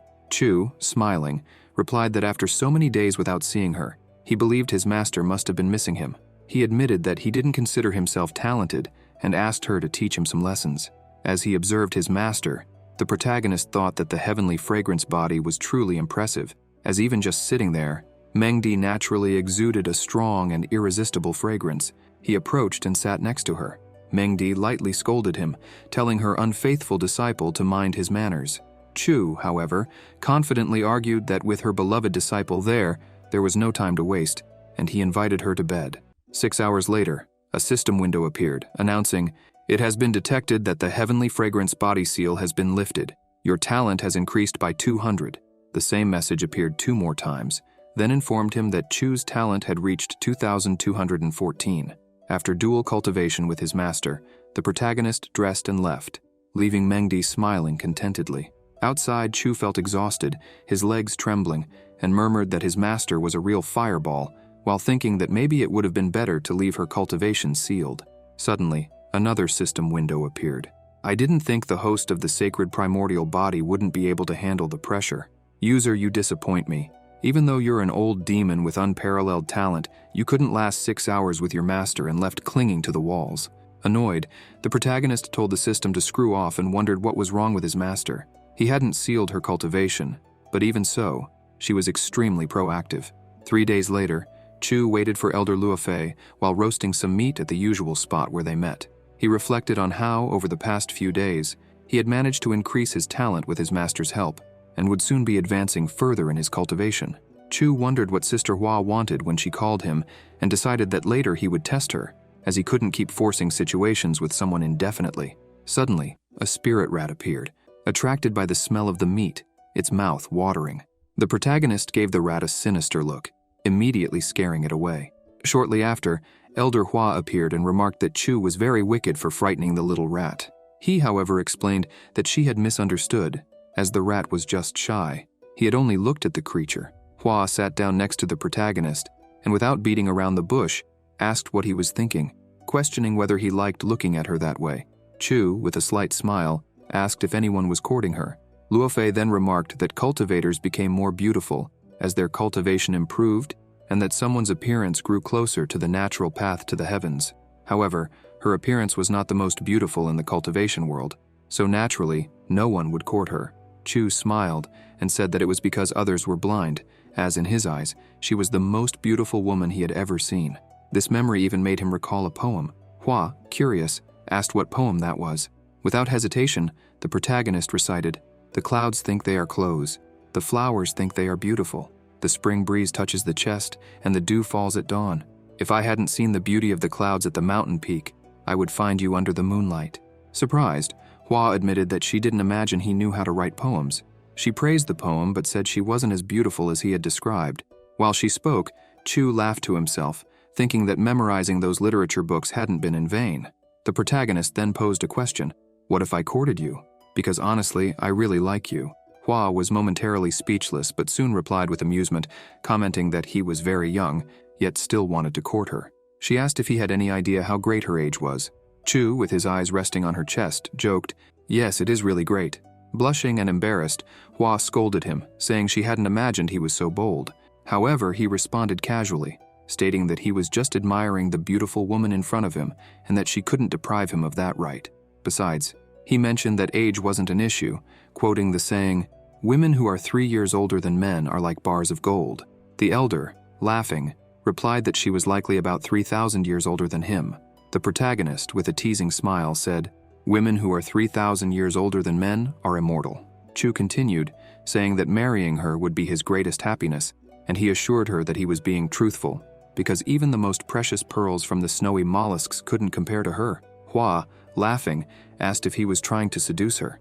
The protagonist denied it, explaining that it wasn't seduction, but that he simply couldn't hold back anymore, and that he was no longer a little boy. He offered a roasted drumstick to the elder, and asked if she wanted to test his cooking skills. Hua took a bite and praised the taste, saying it wasn't bad at all. Chu explained that the spirit beast meat had a low cultivation level, so the flavor was only mediocre. However, he promised that in the future, when his cultivation improved, he would hunt down an ancient wild beast and roast its meat for her, as it was far more delicious and nutritious than any old medicine. Taking out a gourd of drink, Chu asked if the elder would join him for a cup. She declined, saying she wasn't good with alcohol. The protagonist insisted, saying it was just a drink, and that this wine came from his hometown called Mo Xiang Yi. Hua mentioned that she had heard of it, as it was a very famous wine in the Tianqi dynasty, and the name Mo Xiang Yi meant never together. She explained that Mo Xiang Yi was like the yellow sand over a skinny horse on the old road to the west, side by side with shirts soaked with tears. Beneath the setting sun, outside the village, the mountainous road released yellow dust, and reluctant to leave, they always looked back. Mo Xiang Yi, the heart that doesn't give up, even thousands of miles away, still fixed on the stars, preferring that to turning away and leaving. Elder Hua then looked at Chu and asked if he missed his hometown. She remarked that she remembered that poem didn't mention stars and hinted, with a curious tone, if he wasn't from another world. The protagonist smiled and replied that it was impossible, explaining that there was a saying that the senior who brewed Mo Xiang Yi wine came from an ancient star, very far from that territory. He had merely borrowed the idea and created a new phrase. Luo Fei nodded, now understanding, and took another drink. Chu Shu, watching her, couldn't help but tease, asking if she really wasn't good with alcohol or if she was already drunk. With a slight smile, she admitted she was a little tipsy, then mentioned that she had heard he was going to be the next Holy Son, taking the opportunity to congratulate him. Curious, the protagonist asked the elder if the title of Holy Son was really that important. Hua replied that it was very significant, even greater than her title as Elder of the Consented Heaven Peak. Chu, with his arm around Luo Fei's waist, jokingly asked, "And what if I ask the Holy Land's master to let me marry you?" Hua, without losing her composure, replied that the Holy Land's master would never accept that. But Chu, persistent, laughed and said that if he didn't try, he would never know the answer. The elder, amused but serious, told him to stop talking nonsense, reminding him that the Holy Land's master was a powerful figure capable of shaking heaven and earth. Moreover, during the Holy Sun ceremony, many people would want to challenge him, so he needed to be well prepared. In the Taisu sacred land, various cultivators were discussing the news that Chu Shu was going to become the Holy Sun.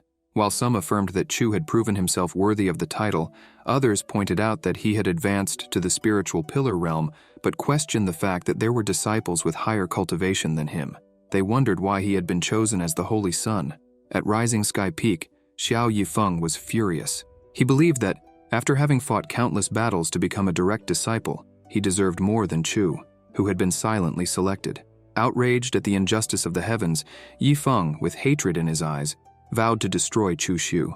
While walking along the mountain, the protagonist encountered two young women who greeted him.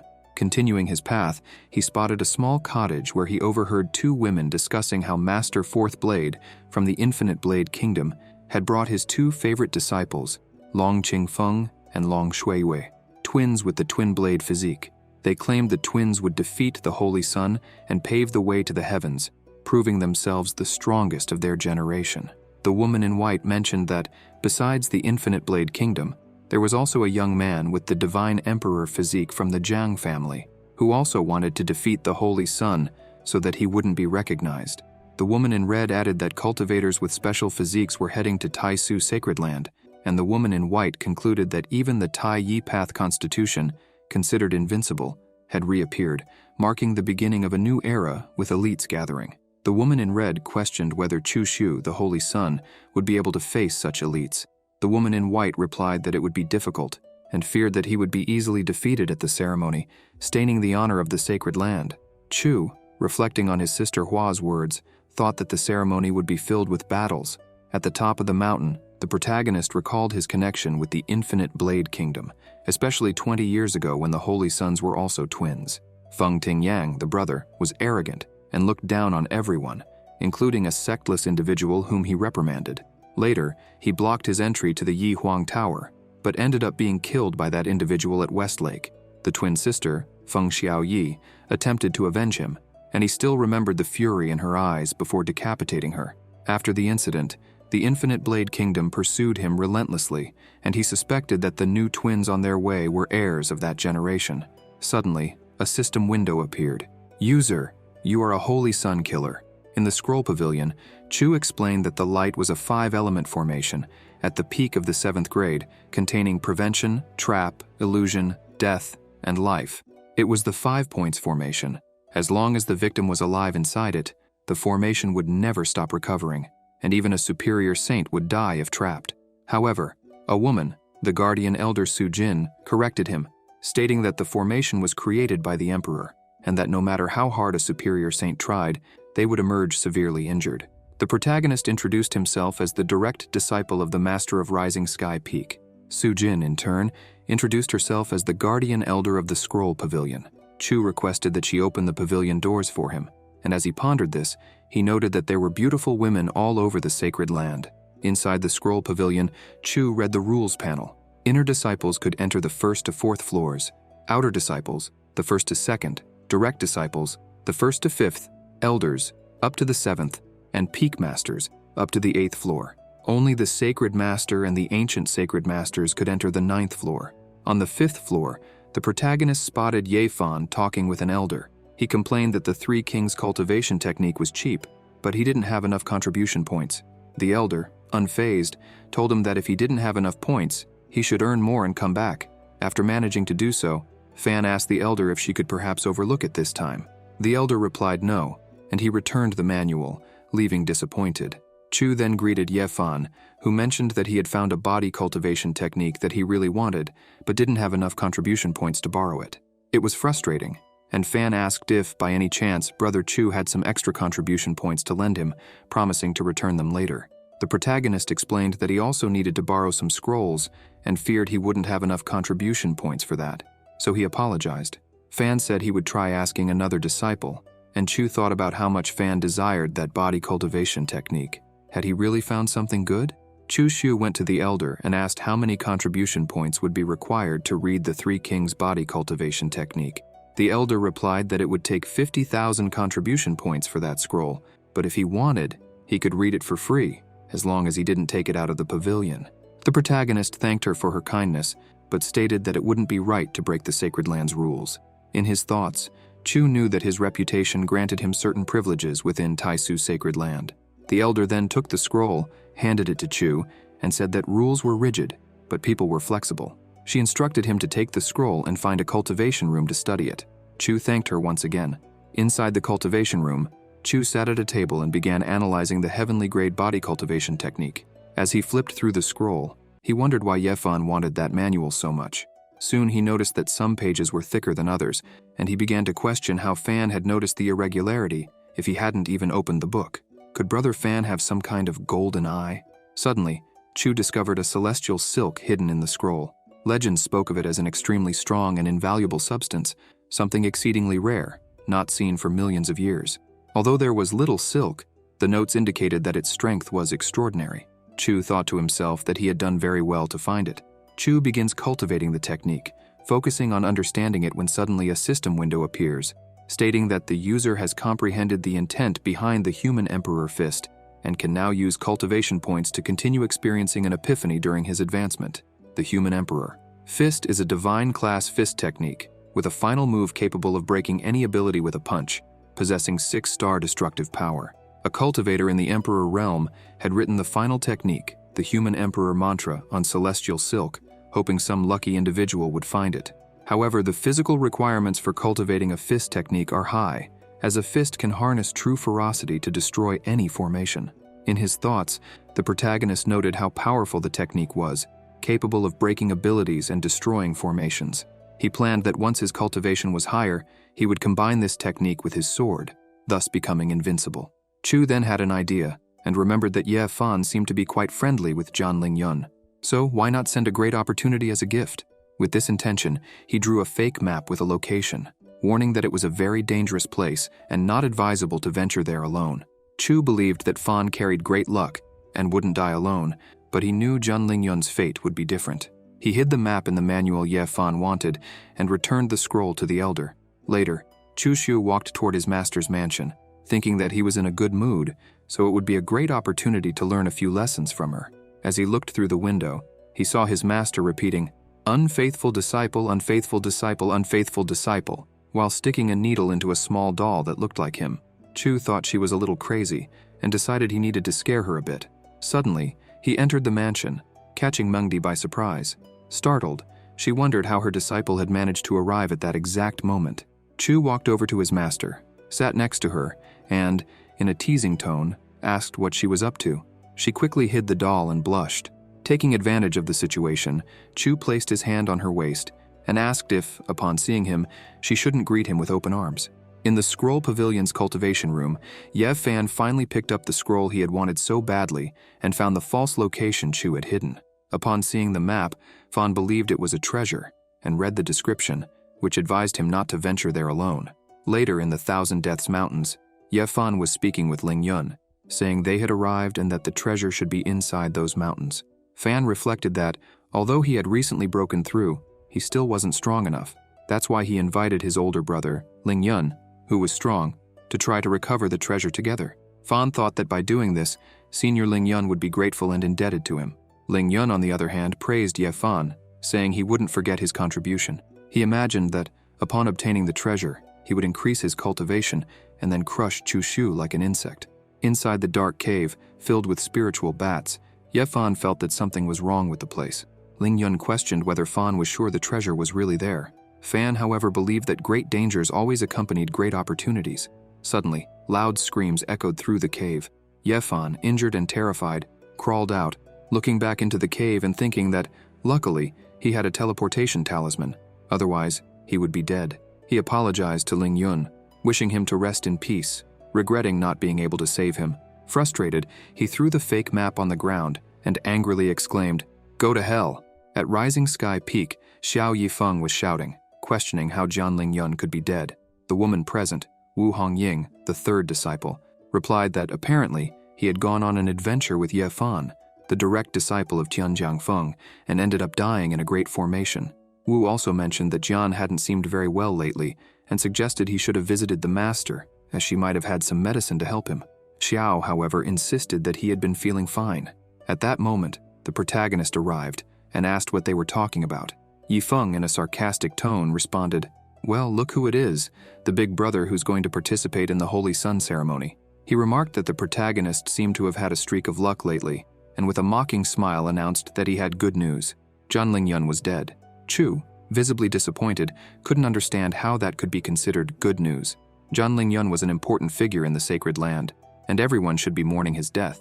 Yifeng, however, burst out laughing and said that Jian was a fake. The protagonist's bird, with a mischievous expression, teased Chu, saying that the younger brother was so weak that it had mistaken him for a female disciple.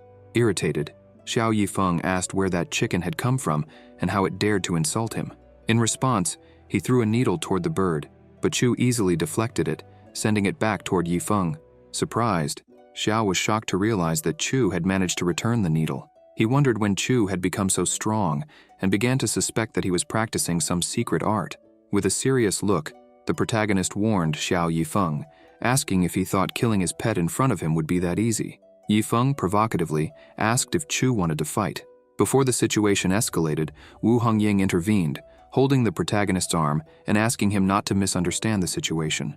She also reminded him that he had the Holy Sun ceremony to attend and shouldn't waste time there.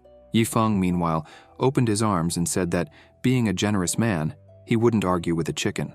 Shortly afterward, Mengdi, the protagonist's master, used sound transmission to call him to her palace. Chu bid farewell to those present, informing them that his master was calling him and that he was on his way. In Mengdi's Qi palace, the protagonist asked what important matters she had for wanting to see him. Mengdi handed him an outfit, telling him to wear it when he ascended the heavenly stairs. Chu took the outfit and, with a smile, asked if she was worried about him. Mengdi, with a serious look, replied that he shouldn't feel so smug, as her only concern was that he might shame the sect with his death. Chu then sat next to his master, put his hand around her waist, and thanked her for the gift, assuring her that he wouldn't disappoint her. With a curious tone, Mengdi asked what he was scheming. Mengdi stood up and told the protagonist to stop with the nonsense. Since it was almost time, she called him to go with her to the Holy Sun ceremony. He simply complied and agreed with his master. The little bird, with a thoughtful expression, questioned why Master Chu's master was angry. Mengdi threw a scroll and told him to take a look.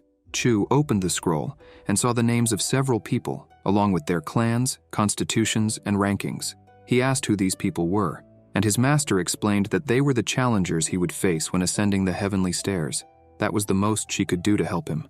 The protagonist thanked her and said he knew she loved him. She replied that he was too full of himself, told him to stop, and called him to leave quickly.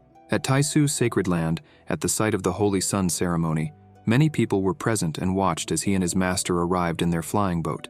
Some cultivators commented that the master of Rising Sky Peak was as beautiful as the rumors said. It was expected from someone with the heavenly fragrance constitution. The great ancestral saint of the Zhang family spoke to his disciple Zhang Zhu, saying that the person arriving was Chu Xiu, the one chosen to participate in the Holy Sun ceremony. His disciple replied that he knew and that he would certainly win. The Daozi of the Tai Yi sacred land comments to his disciple Zhou Yi that he had observed his face and that his fate was near death, yet for some reason he was still alive. Zhou Yi responds that it's the Holy Sun ceremony and asks if he wasn't afraid of his master beating him for saying that. The fourth blade master of the Infinite Blade Kingdom speaks to his disciple Long Qingfeng, saying that Chu Xiu seemed like an ordinary person, but his appearance might have changed. Still, his face was 50% similar to that of the demon Chu. Long Qingfeng reassures him not to worry because, even if he were truly the demon Chu, he would destroy him. Little Hao tells his grandfather that he will ascend the heavenly stairs. The chubby grandfather thinks that Hao is just like his father was at that age, but a bit smarter. Tianjie announces to everyone that the time had come and that the Holy Sun ceremony would begin. The Holy Sun would cross the self-reflection bridge and ascend the heavenly stairs. Taisuzi begins invoking the self-reflection bridge and explains that the bridge will test whether he is worthy and has a righteous heart. If the Holy Sun harbored evil thoughts within the sacred land, he would fall from the bridge. She adds that if the Holy Sun's heart was unstable and confused by the mortal world, he wouldn't be able to cross. The protagonist begins to walk on the self-reflection bridge, thinking that it tests a person's mind, turning the path into a trail full of thorns for those with weak minds. He starts to remember his past with Liu Hongyi, when they were fleeing from various cultivators in the forest, and the moment he swore to become stronger than anyone so he would never be humiliated again. He also remembers when Liu Hongyi said she would always be with him, and when she told him that he was different, colder and more ruthless, and that they might die together. The spectators of the Holy Sun ceremony wondered why Chu wasn't moving and whether he was struggling to cross the bridge. Mengdi and Tao Yao, seeing Chu Xiu standing still, were worried about him and wondered why he wasn't moving. The protagonist recalled when Lu said goodbye to him, telling him she would wait for him. Chu, serious, thought that he couldn't believe 50 years had already passed since their farewell, and then he started walking quickly across the self-reflection bridge. The people began commenting on how he was moving at a ridiculously fast pace and how powerful his mind must be to walk so quickly on the bridge. They questioned how someone with such a strong mind had been standing still on the bridge for almost 30 minutes. Mengdi, watching him, thought that with his rebellious nature, he wouldn't be bound by mortal ties. So he must have remembered his parents who had died when he was still a child. Suddenly, Tao Yao began shouting loudly for her big brother to do his best. Mengdi looked at her and asked if she liked Chu Xiu. Blushing, Yao responded that she did, and that she wanted to marry her big brother. The master was shocked by her response, but became serious and said she didn't approve of the marriage. Tao Yao questioned Mengdi, saying that both she and her big brother were single, so why didn't she agree? The master replied that no means no, and asked why Yao wasn't listening to her master.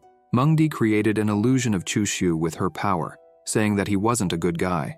Yao, irritated, questioned her master, asking if she was the kind of person who would slander her big brother to ensure she didn't marry him, and said that the master had gone too far.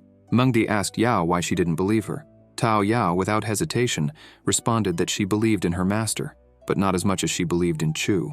The master, visibly shaken, declared that both she and he were unfaithful disciples. Mengdi's irritation grew as she started questioning why no one believed her, even when she spoke the truth. What has happened to the world? She wondered, feeling increasingly disconnected from those around her. Tao Yao, now even more irritated, retorted, asserting that Mengdi had misunderstood her big brother. According to her, there were no elders, inner disciples, or outer disciples who didn't praise her big brother. He had always been kind and fair to everyone, including the outer disciples. No one speaks ill of him behind his back, she argued, unable to believe what her master had said. Mengdi, however, insisted, saying that one shouldn't trust others because her big brother was only pretending. Seriously, his heart is wicked, she declared with conviction. The master firmly cut off any attempt by Yao to argue. Don't even think about convincing me. I won't marry him, no matter how much you try to defend him. I would never agree to that marriage. Tao Yao, clearly indignant, replied that, as the master of Rising Sky Peak, Mengdi should never destroy a couple in such a manner.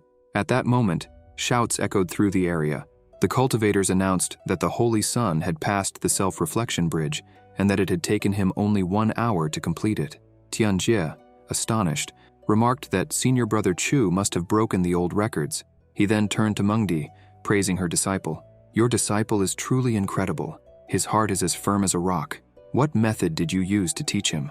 Mengdi, even more irritated, replied that she had only given him a few pointers when she was free, but that it was all thanks to his understanding. I guess, she said, without much certainty. Jie announced that the main event was about to begin. Chu Xiu was about to start climbing the heavenly stairs, and expectations were high. Would the Holy Sun be able to overcome this challenge? The tension in the air was palpable. Meanwhile, the elite disciples from the great sects began mobilizing, determined to challenge the Holy Sun. 2 female cultivators, impressed, commented on a young man they considered handsome. The one in red revealed that he was Shang Gonghao, the fiancé of the Qi family, and that his goal was to gain the family's favor by defeating the Holy Sun. The challengers gathered around Chu Shu. The protagonist, with a slight smile on his lips, observed the crowd and commented to himself that there were many challengers. Among them, he spotted 2 young men and deduced that they must be the twins from the Infinite Blade Kingdom. The young man with a ponytail, who possessed the legendary physique, seemed quiet and disinterested in the event. The long-haired youth approached Chu, greeted him, and explained that he hadn't come to offend him, but merely to participate in the challenge. Don't blame me for this, he said. The protagonist thought this guy wasn't so bad. He was polite, so he could go easy on him. Shang Gonghao, on the other hand, called Chu the Holy Sun, and the protagonist, analyzing him, realized that this guy clearly just wanted to show off. He's no threat, he thought. The twins, growing impatient, said they couldn't wait any longer and were ready to begin. On the heavenly stairs, the youths started ascending with speed. The protagonist, observing carefully, noted that they were quite enthusiastic, showing off their abilities. He knew he couldn't underestimate them. Shang, with his gaze fixed on Chu, apologized, but said he wanted to get it over with and show off his skills. The protagonist firmly replied, "All right, let's just get this over with." The cultivators commented that Shang Gonghao had become more arrogant after joining the Qi family, and that if Chu Shu were defeated by Shang in the first few steps, it would be extremely humiliating for Taisu sacred land. They also said that Shang was underestimating the Holy Sun on his own territory. Shang Gonghao, confident, declared that his weapon was a fan and commanded Chu to draw his. The protagonist, with a slight smile on his lips, swiftly advanced toward Shang, leaving the cultivators astonished at his speed. Without hesitation, the protagonist grabbed Shang by the neck and, in a provocative tone, asked if he really wanted to fight him, questioning whether he was just trying to show off. Frightened, Gonghao begged Chu not to hit his face. Ignoring him, the protagonist kicked him in the face, sending him flying. The laughter of the cultivators echoed throughout the area. Tai Suzy, unfazed, used her technique to restrain Shang, who, still panicking, screamed for his grandfather to save him. With no patience left, Suzy ordered him to be silent and teleported him to the ground. Shang's grandfather rushed to help him, while Tai Suzy, in a stern tone, declared that the dignity of Taisu's sacred land could not be humiliated, and those who did so would be banished without hesitation. Qing Hong, watching the scene, commented to Qi Changsho that the Qi family had found a good son-in-law, as Shang Gonghao had the audacity to show off against the Holy Sun during the ceremony. He mockingly asked if he had divine balls for such boldness. Changsho, however, warned Hong not to provoke further, reminding him that it had nothing to do with the Qi family. With the situation resolved, Tai Suzy announced that the Holy Sun would continue his ascent of the heavenly stairs. As he quickened his pace, the protagonist reflected that the Shang family had almost lost all dignity in front of everyone, and that Suzy had likely enjoyed it. He never imagined that the insect, Shang Gonghao, would be so weak. The cultivators, meanwhile, commented that the Sword Constitution twins were ready to face the Holy Sun. Unlike the fool from the Shang family, they ranked first in the dragon ranking. The big question on everyone's mind was, could Chu Xiu defeat the twins? The protagonist remarked that their names were quite impressive, Qingfeng and Shui Wei, but they had said they would kill him before he could set foot in Taisu's sacred land. He couldn't understand where he had offended them. Qingfeng asked if he needed a reason to want to kill him, while Shui Wei added that if he needed one, he could blame his parents for giving him a ridiculous name like the old demon Chu. The protagonist, thoughtful, realized that this was their reason for wanting to kill him, and wondered how old they were to think this way. Qingfeng stated that talking was useless and that it was time for him to die. They then drew their swords. Seeing this, Chu thought those must be the legendary swords Frost Moon and Scorching Sun. They seemed like celestial swords, and when combined, they reached an immortal level of power. With his current body, he wouldn't be able to defend against those two swords. If he forced a battle with his fists, he'd only end up hurt. The twins charged at the protagonist. Chu used his sword technique, Annihilation, and rushed toward the twins. The girl realized she couldn't block Chu's sword and was pushed away. Her brother tried to block the protagonist's sword but failed and leapt back. Qingfeng declared that he would definitely kill them with his swords. Shui Yue quickly charged behind Chu, who noticed her and remarked that, despite her beauty, she was truly dangerous. She ordered him to shut up, but Chu pushed her away with the hilt of his sword, sending her flying. Qingfeng ran to his injured sister and told her to drink the medicine to stop the bleeding. The protagonist approached them, thinking they really believed he would let them heal themselves with medicines. The twins then used a dual technique that opened a scroll in the sky, summoning several weapons around them. The long-haired youth commented that the twins' combined technique was Clearwave Sword. The cultivators, astonished, said that they had managed to do something incredible. Facing such a powerful attack, it seemed impossible for Chu Shu to withstand it. The twins then unleashed the Clearwave Sword technique. The protagonist, with a slight smile, remarked that they had chosen to use that technique to defeat him, but he thought that, since he was their opponent, there was no way he could lose to it. His sacred primordial body was specialized in handling that type of ability. He then used his Chaos Purple Lotus technique.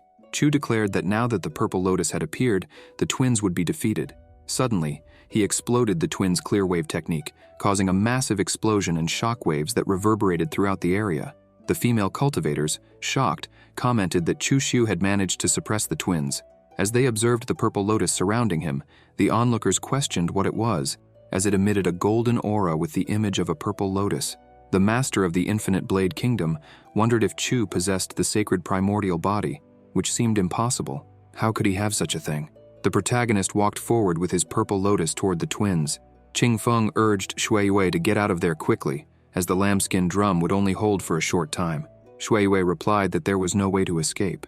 Chu, with a malicious smile, said that none of them would leave alive, advancing toward them. The protagonist thought they were truly tough to defeat, but since she was injured, it would be better to eliminate her first. So he moved toward Shui Yue. Her brother shouted for her to get out of there. Already in front of Shui Yue, Chu used the human emperor fist with full force, striking her right on the chin and sending her flying backward. Her brother, furious, yelled her name and commanded Chu to fight him instead. Chu swiftly flew and kicked Qingfeng in the stomach, throwing him far away. The spectators remarked that Chu Shu was extremely strong, and although the twins were also powerful, the Holy Sun would destroy them. Ye Fan, watching, commented that Chu's punch was incredibly powerful, but he felt a tightness in his chest, as if he had lost something very important. The fourth Blade Master called out to Qi Mengdi and asked how, as a righteous woman, she could allow her disciple to do something like that. She responded that she did allow it because his disciples had kept saying they would kill Chu Shu. He should be happy their cultivation was merely destroyed instead of being killed.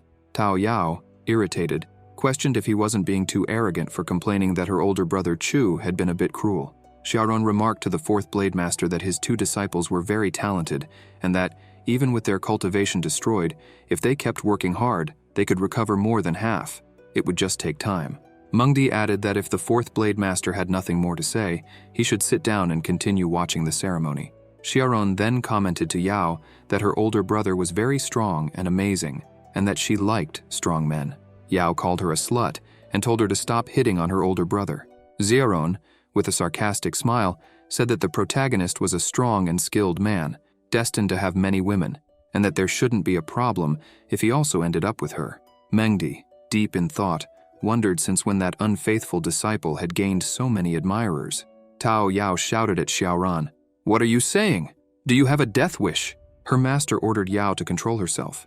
Mengdi threw Chu's doll to the ground and began stomping on it, saying, "Damn unfaithful disciple. He caused all this, and now I, as his master, have to deal with it. He's truly beyond saving." On the heavenly stairs, the protagonist commented that his nose was itching, wondering if someone was bad-mouthing him. Thoughtful, he said it didn't matter and continued, pondering who he should challenge next. A system window appeared, informing him, as an old demon, the user should drink divine blood. What do you think about defeating the fool from the Jiang family first? He has a special constitution. Chu, looking at the two youths, thought it would depend on whether they were willing to fight him. The ponytailed youth sighed, thinking Chu was very dangerous, and that he couldn't fight him without absolute certainty of victory. The protagonist, thoughtful, concluded that he didn't seem eager to fight, and reflected that, with so many people watching below, he couldn't be too violent. The long-haired youth used voice transmission to tell Brother Chu that he wasn't his opponent, and asked to be let go. Chu responded that he had misunderstood because he was never a fan of violence. His heart loved peace. Joe commented that Chu was truly a kind person, and that he, Joe, was ashamed of himself. The protagonist thought that, among the five, Joe was the second strongest, followed by the fool from the Jiang family, who had a special constitution. The two wouldn't be easy opponents, but since they didn't want to fight, that was fine. The most important thing now was ascending the heavenly stairs. Tai Suzy noticed something and remarked that there was an unexpected guest at the Holy Sun ceremony. From the viewing platform, Tai Suzy asked why the golden monkey had appeared without an invitation. The golden monkey lord from the monster realm laughed and responded that Suzy had always been good at noticing things. Tai Suzy asked if he, as a monster lord from the monster realm, wasn't afraid of being unable to leave after entering the human realm. He replied that, of course, he wasn't afraid, which was why he had come. He then commented that Suzy had gone to great lengths to plan the Holy Sun ceremony and that he didn't believe she had no hidden motives. Tai Suzy asked, "So what if I don't? What does that have to do with the monsters?" The demon lord challenged Suzy, proposing a bet. If his daughter could ascend the heavenly stairs and defeat the Holy Sun, Suzy would have to reveal her true objective. If the opposite happened, Suzy could set her own terms. Suzy demanded the illuminated pious flower, the sacred monk fruit, and another celestial treasure. Mengdi realized that these treasures were exactly what her unfaithful disciple needed. The golden monkey remarked that Suzy had quite the appetite and ordered the butterfly empress to kick the Holy Sun's butt. If she succeeded, there would be a sacred beast feast lasting 3 days and 3 nights. The butterfly empress from the monster realm agreed with him. Chu climbed the celestial stairs, feeling the pressure begin to weigh on his body after 3,000 steps. He wondered if he could reach all 9,999 steps, and with the system's help, strengthen his sacred primordial body. Suddenly, a system window appeared, warning, "This is too risky. I advise the user not to proceed, but if you want to die, go ahead." At that moment, a figure appeared behind them. It was the butterfly empress, asking who the Holy Sun was. The long-haired young man, with a shy expression, warned Chushu that she was behind him, asking if he had done something to upset her. The prota, without hesitation, drew his sword and charged at the empress, while his friend warned him not to harm an innocent person. With confidence, she declared that she would defeat the Holy Sun and go to the banquet. Chu skillfully dodged her attack and noticed that her body was surprisingly resilient. Then a memory came to mind. She was the butterfly empress from the monster kingdom. Rumors said her father was the golden monkey lord and her mother, the butterfly lord. The empress had been born with an extraordinary constitution, the divine barbarian constitution, which granted her unparalleled strength and tough skin. Moreover, she felt no pain in combat, being considered a supreme being among her generation. The butterfly empress tried to kick him, but Chu blocked the blow, grabbed her foot and threw her far away. She smiled, commenting that his sacred primordial constitution did not disappoint, and then activated her shadow ability. Chu, undeterred, asked if she really believed she could deceive him with illusions, stating that she was still too young for that. He advanced again, but by accident, ended up hitting her breasts, which made her furious. "How dare you humiliate me like this?" she shouted, while Chu, embarrassed, apologized, explaining that he was moving too fast and couldn't control himself. He even added that her breasts had helped him, but it wasn't intentional. Enraged, the empress slapped him across the face, throwing him far away. Chu fell under her dress, and blood began to drip from his nose. Amid the confusion, he blurted out an unexpected comment, "What a delight!" She, furious, ordered him to shut up, and tried to hit him with her hammer. Chu, still dazed, rolled on the ground, dodging the empress's strikes as he tried to regain his composure. Chu Shu rolled on the ground several times to avoid the empress's attacks and her shadows. The spectators thought he would be defeated by that monstrous woman, commenting that one should never underestimate women, seeing the chaos she had caused. Tao Yao and Xiaoron were worried, while their master believed the woman would take advantage of her unfaithful disciple. Suddenly, the butterfly empress began to moan softly, leaving Yao, Xiaoron, and Mengdi embarrassed, calling Chu a pervert. As the battle continued, the Prota landed several merciless punches on the empress's chest, saying that he had had enough of her. He hadn't done anything of his own free will, but she had crossed the line. With each blow, she let out unexpected moans, which made the long-haired young man comment that the empress was acting strangely, and it seemed that her divine barbarian constitution had been overcome by the sacred primordial constitution. The empress, slightly flushed, said that Chu was incredible, and that she had already decided. She would take him as her concubine to the monster kingdom. Tao Yao commented that the woman was very arrogant for wanting to take their holy son to the monster kingdom. Mengdi, arms crossed, thought that her unfaithful disciple's luck with women was truly great and said she would need to teach him a lesson. The butterfly empress approached Chu and invited him to go with her to the monster kingdom, promising to take very good care of him. With a sweet expression, she said she had already picked out the names of their children. Chu, confused, didn't understand a thing.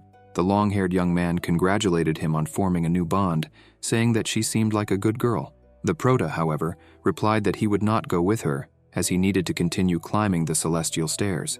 The empress then flew to Tai Suzi, asking for permission for their marriage. In her thoughts, Tai Suzi found it surreal that the empress was asking her permission to marry Chu. Tai Suzi told the Golden Monkey Lord that his daughter was too ambitious for wanting to take their holy son to the monster kingdom.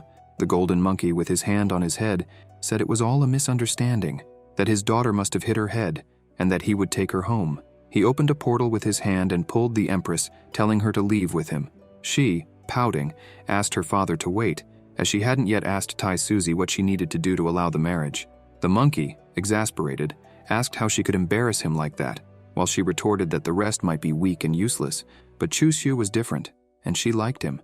She continued her tantrum until she was taken away. Immediately afterward, the bell rang, and Tianjie announced that Chu Xiu had climbed the celestial stairs and broken the old record, passing the test.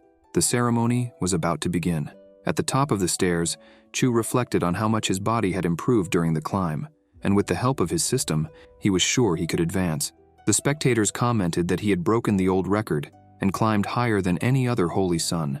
The sacred primordial constitution was invincible, and there should be no one stronger than him at his cultivation level. The Prota returned to the spectators' area, and his younger sisters went to congratulate him, commenting that his physique was incredibly powerful. His master, not wasting any time, said it wasn't bad, and told him to get on stage quickly, as the sacred master had already prepared the Holy Son's seal to deliver. He responded briefly, "Right," promising that he would see her later.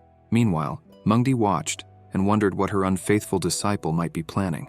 Tai Suzi then made an important announcement, declaring that Chu Xiu would become the Holy Son and offering two choices.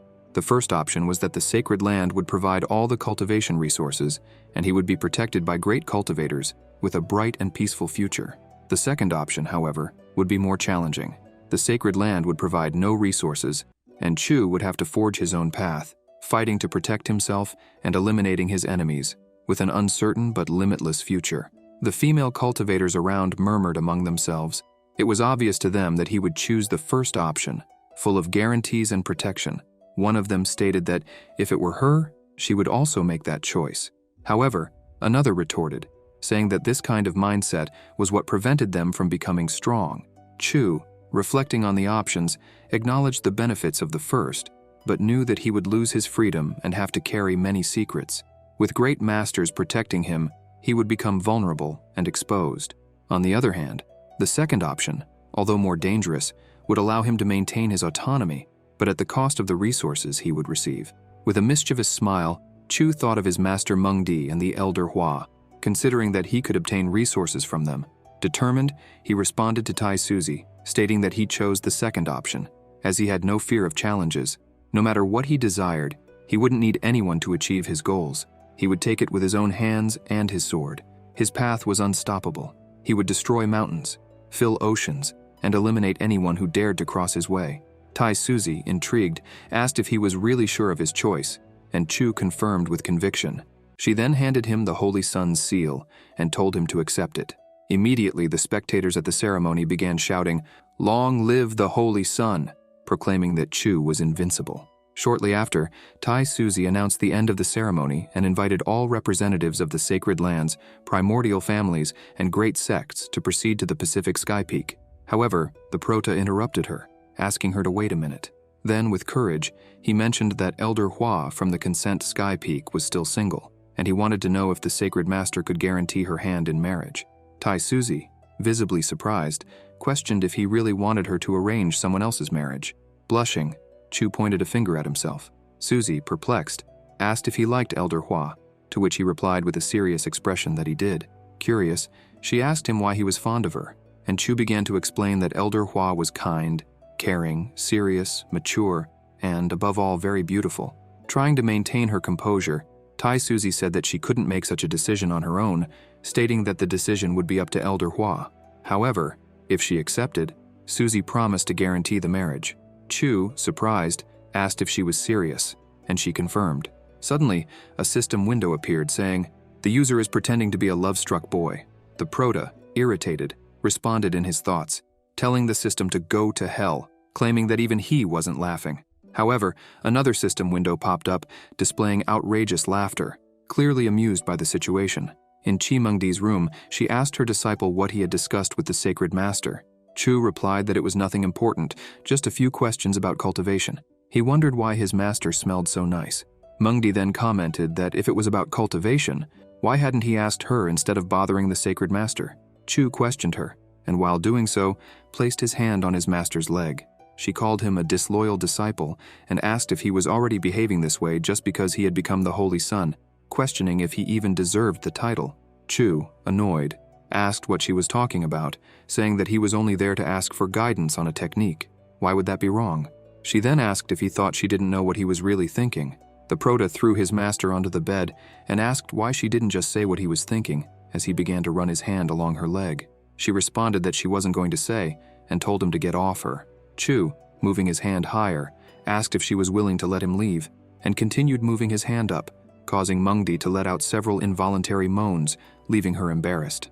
Outside Chu Shu's room, Tao Yao and Xiaoran were sitting, while the spirit chick commented to Xiaoran that he noticed her constitution was unusual and decided to accept her as his pet. Yao, cheerful, said that he seemed better but was talking nonsense. She smiled and said she supported the idea, telling him to take Xiaoran as his pet and not forget the leash. The chick then asked Xiaoran if she had also fallen in love with Chu Shu and said that if she wanted, he could help.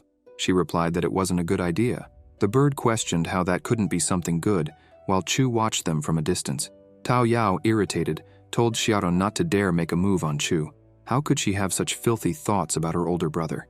Xiaoran, angry, began arguing with Yao, saying that the older brother wasn't hers, so she couldn't tell her what she could or couldn't do. The two began pulling each other's hair, while the chick egged them on, saying, "Get her good, teach her a lesson, show her who's boss." Chu arrived and slapped the bird on the head, saying, "Bad chick, stop fueling the fire." Tao Yao and Xiaoran, stunned, asked how long he had been there. Xiaoran, pretending to be pitiful, started crying, apologizing to Tao Yao, which only made her more irritated. Xiaoran approached Chu, acting like the victim, saying it was all her fault. She had only come to congratulate her older brother for becoming the Holy Sun, but Sister Yao had fought with her as soon as she arrived. She truly loved Chu. Yao, indignant, said Xiaoran was truly shameless. Xiaoran agreed, saying it was her fault for making Yao upset, and that if she didn't mind, she would leave. Tao Yao, furious, said she would kill her, calling her incredibly shameless. Chu, witnessing the situation, was left speechless, realizing how shameless Xiaoran could be. At Pacific Sky Peak, Mengdi told Tai Suzy that the Beast Clan had watched the Holy Sun's ceremony and now knew that Chu Shu possessed the sacred constitution. She feared that the Beast Clan wouldn't ignore this fact. Suzy remarked that in the past 1,000 years, the strength of the monsters and barbarians had increased, and that this time could be dangerous, but also an opportunity.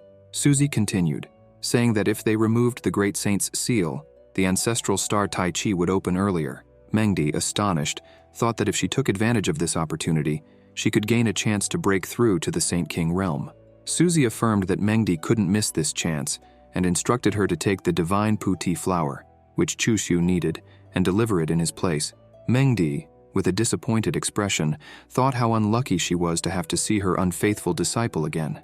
In Mengdi's room, Chu questioned his master as to why she had called him, even though it wasn't night yet. She, thinking that her disciple only had that asterisk on his mind, responded, irritated, that the sacred master wanted him to have this asterisk and told him to take it and leave, saying not to bother her anymore.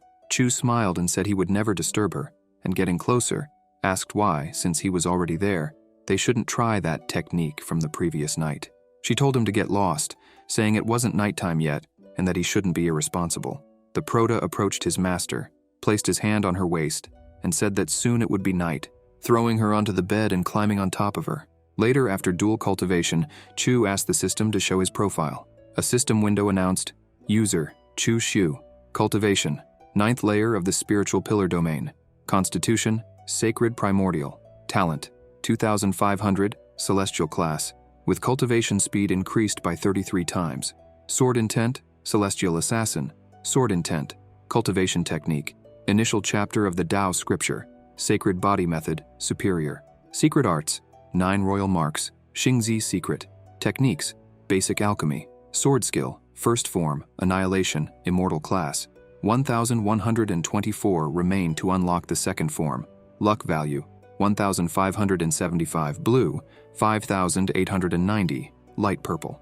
As the Holy Sun, the user will receive a luck increase in sacred territory. The Prota, impressed, thought that now that he had become the Holy Sun, he had a luck buff, and commented that, in the end, there were some benefits. Mengdi placed her hand on Chu's shoulder and said it was already late, asking him to stay the night with her. He got dressed and replied that he couldn't, as he needed to return and cultivate. He thought she wanted to spend the night together, but something like that wasn't going to happen. Besides, she was acting strange, and who knew if she wasn't planning to kill him while he slept. Chu said goodbye to his master and told her to rest. Mengdi, irritated, thought that her unfaithful disciple was still too cautious, and muttered to herself that one day she would catch him. At the Holy Sun's palace, the Prota climbed the stairs, thinking about how his master had given him the divine putti flower. Now he could break through his limits and advance to a new domain, but to succeed, he would need to absorb a large amount of world qi. Perhaps he could manage it if he tried at the Holy Sun's palace, which should be the richest place in qi in all of sacred land Taisu.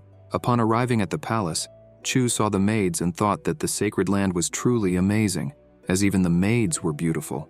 The Prota told the maids that from time to time, he would come there to cultivate and relied on them to keep everything in order. The maids responded that he could count on them, that he could cultivate without worry, and leave everything to them. Chu noticed that the middle of the lake had the highest concentration of qi, and that if he cultivated there, his cultivation speed should increase several times. He jumped onto the platform, which was shaped like a lotus flower, to begin his cultivation. A system window appeared saying, Since the user is going to absorb the celestial treasure divine putti flower, would you like to initiate the breakthrough? The Prota accepted and commanded to begin the breakthrough. The system window says, Breakthrough completed. 10,000 cultivation points were consumed. 86,000 cultivation points remain. Meanwhile, a carriage passed over the palace. The coachman, guiding the carriage, said, Princess, this is where the legendary Holy Sun's palace is. Chu hears this and looks up, wondering, Princess? 2 young women remarked that sacred land Taisu never disappoints, as it was vast and more beautiful than the palace. These young women were Chunhua and Qiu Yu. Zhu Ziwei, the 7th princess of the Great Ming Empire, told the girls not to be shocked because that was one of the greatest forces in the southern territory, so it was obviously large, incomparable to the palace. The Prota thought that girl resembled Zhu Biwei. Could she be a descendant? Suddenly, a flower came towards Chu, and he thought Elder Hua was thinking of him. That night, Chu on his flying boat headed to the meeting spot. Upon arriving, the Prota said he had received the flower she sent and came immediately. She congratulated Chu on improving his cultivation even more. In her thoughts, she admired that he had actually come to the meeting. He said that the improvement was nothing compared to Elder Hua, who was becoming more beautiful by the day. After the Holy Sun ceremony, he asked the sacred master if he could marry her. He asked if Hua knew what her answer was. Hua turned her face away and said that, of course, she hadn't agreed because they weren't suited for each other.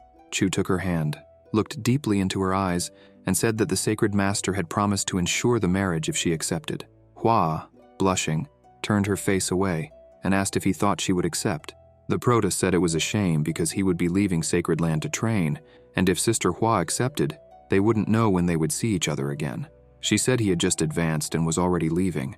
Chu picked up a flower from the ground and said that he couldn't stay in sacred land forever, as that way he would never become strong enough to protect what was important to him. In truth, he didn't want to leave sacred land either. She said it would be very beneficial for him, and that he wasn't someone who let emotions guide him. The Prota stood up, placed a flower behind Hua's ear, and questioned who said being decisive had anything to do with emotions. He got closer to Elder Hua and asked if she could feel it, the beats of his passionate heart. And so, he stole a kiss from Hua, leaving her speechless. She ended up liking it and kissed him back. After the kiss, she became irritated, thinking that he had stolen her first kiss. Then she lightly slapped him, calling him a baka. The Prota told her not to be mad at him, saying he couldn't help himself, and asked her to calm down. She turned away and told him not to do that again. Chu hugged her from behind and said he would let her know when he was going to kiss her. He told her she was so beautiful, even when angry, and asked how he couldn't fall in love with her. She, slightly annoyed, asked if he was treating her like an easy girl. Elder Hua gave him a divine class ring, saying it was a trophy she had received for participating in the war to defend Tianyuan City. It had a lot of space inside, and she said it would be very useful for him to carry whatever he needed when he left to train. The Prota raised his hand and asked if Sister Hua could put the ring on his finger. She agreed to do so, and he took the opportunity to ask if she knew the meaning of a woman giving a man a ring as a gift. She said it was just a storage ring. What else could it mean? He replied that it wasn't just that. They walked through the flower field under the moonlight and sat on a stone. Chu said that there was a legend about a living star at the other end of the cosmos, and there, when a woman gave a man a ring, it meant that she loved that man very much and wished to marry him. She asked if such a custom really existed, as there was nothing like that on the celestial continent. Chu kissed Hua's hand and asked when she would accept his marriage proposal. She asked if he liked taking advantage of her that much. Chu, annoyed, responded that he did it because he loved her, and said that his master was also very beautiful, but asked why he didn't take advantage of her. Hua says that it would be very treacherous of him to take advantage of his master. Chu swears that he respects his master and has never thought of anything like that. Hua, with a smile, asks if he came here just to harass her. Chu, slightly mischievous, places his hand on Hua's waist and says that he would never harass Sister Hua. She looks at the Prota and asks where he thought he was touching, saying he was a very naughty boy and that she needed to stay away from him. The Prota grabs Hua's hand and says that he was no longer a boy, that he was a grown man and was serious about her. And so, he throws himself on her, and they end up doing dual cultivation. After a while, as they looked at the moonlight, Chu mentions that after the Holy Sun ceremony, the Sacred Master invited several forces to Pacific Sky Peak. He asks what was discussed at that meeting. Hua replies that there is an ancestral star, a secret realm beyond the sky, and the seal is about to open. The ancestral star is called Tai Chi. Apparently that star is well known, and the seal opens every 2,000 to 3,000 years. Inside it, there are countless treasures, but they are nothing compared to the legacies left behind by cultivators who died within that secret realm. It's a great fortune for those in the superior Saint domain, as those who inherit the legacy of an emperor left in the star would be able to break through to the Saint King domain, becoming a powerful existence on the continent. The Prota asks when the seal will open. Elder Hua says the Tai Chi ancestral star will open soon, in a minimum of 5 to 6 months and a maximum of 8 months. The Prota asks if his master will also enter, and says that the Master of Rising Sky Peak will also enter, as she needs to seek an opportunity in the Tai Chi star to break through to the Saint King domain. He wonders if anything will happen to his precious master, because if something did, where would he go to ask for teachings? Should he seal her cultivation or even tie her up so she would stay in her pavilion and never venture out? Hua tells him not to worry, as the Master of Rising Sky Peak is not weak. Even against others in the same domain, her strength is unmatched, and she asks where he plans to train. He says he hasn't thought about it yet. Maybe he'll go where the wind takes him and let fate decide. He only knows that Liu Hongyi went north, but he doesn't know the exact location, so he'll have to investigate after leaving. He asks if she has anything to say to him before he leaves. She simply gives him a kiss and says it's not shameful to flee if he encounters an enemy he can't defeat. He tells her not to worry. At the Holy Sun's palace, Mo Feiyan and the princess arrive to greet the Holy Sun and introduce themselves, saying that she is the 7th princess of the Ming Empire and came to see the Holy Sun. The Prota asks Elder Mo if she had any business bringing Princess Ziwei, and he thinks that she really is a descendant of Zhu Biwei.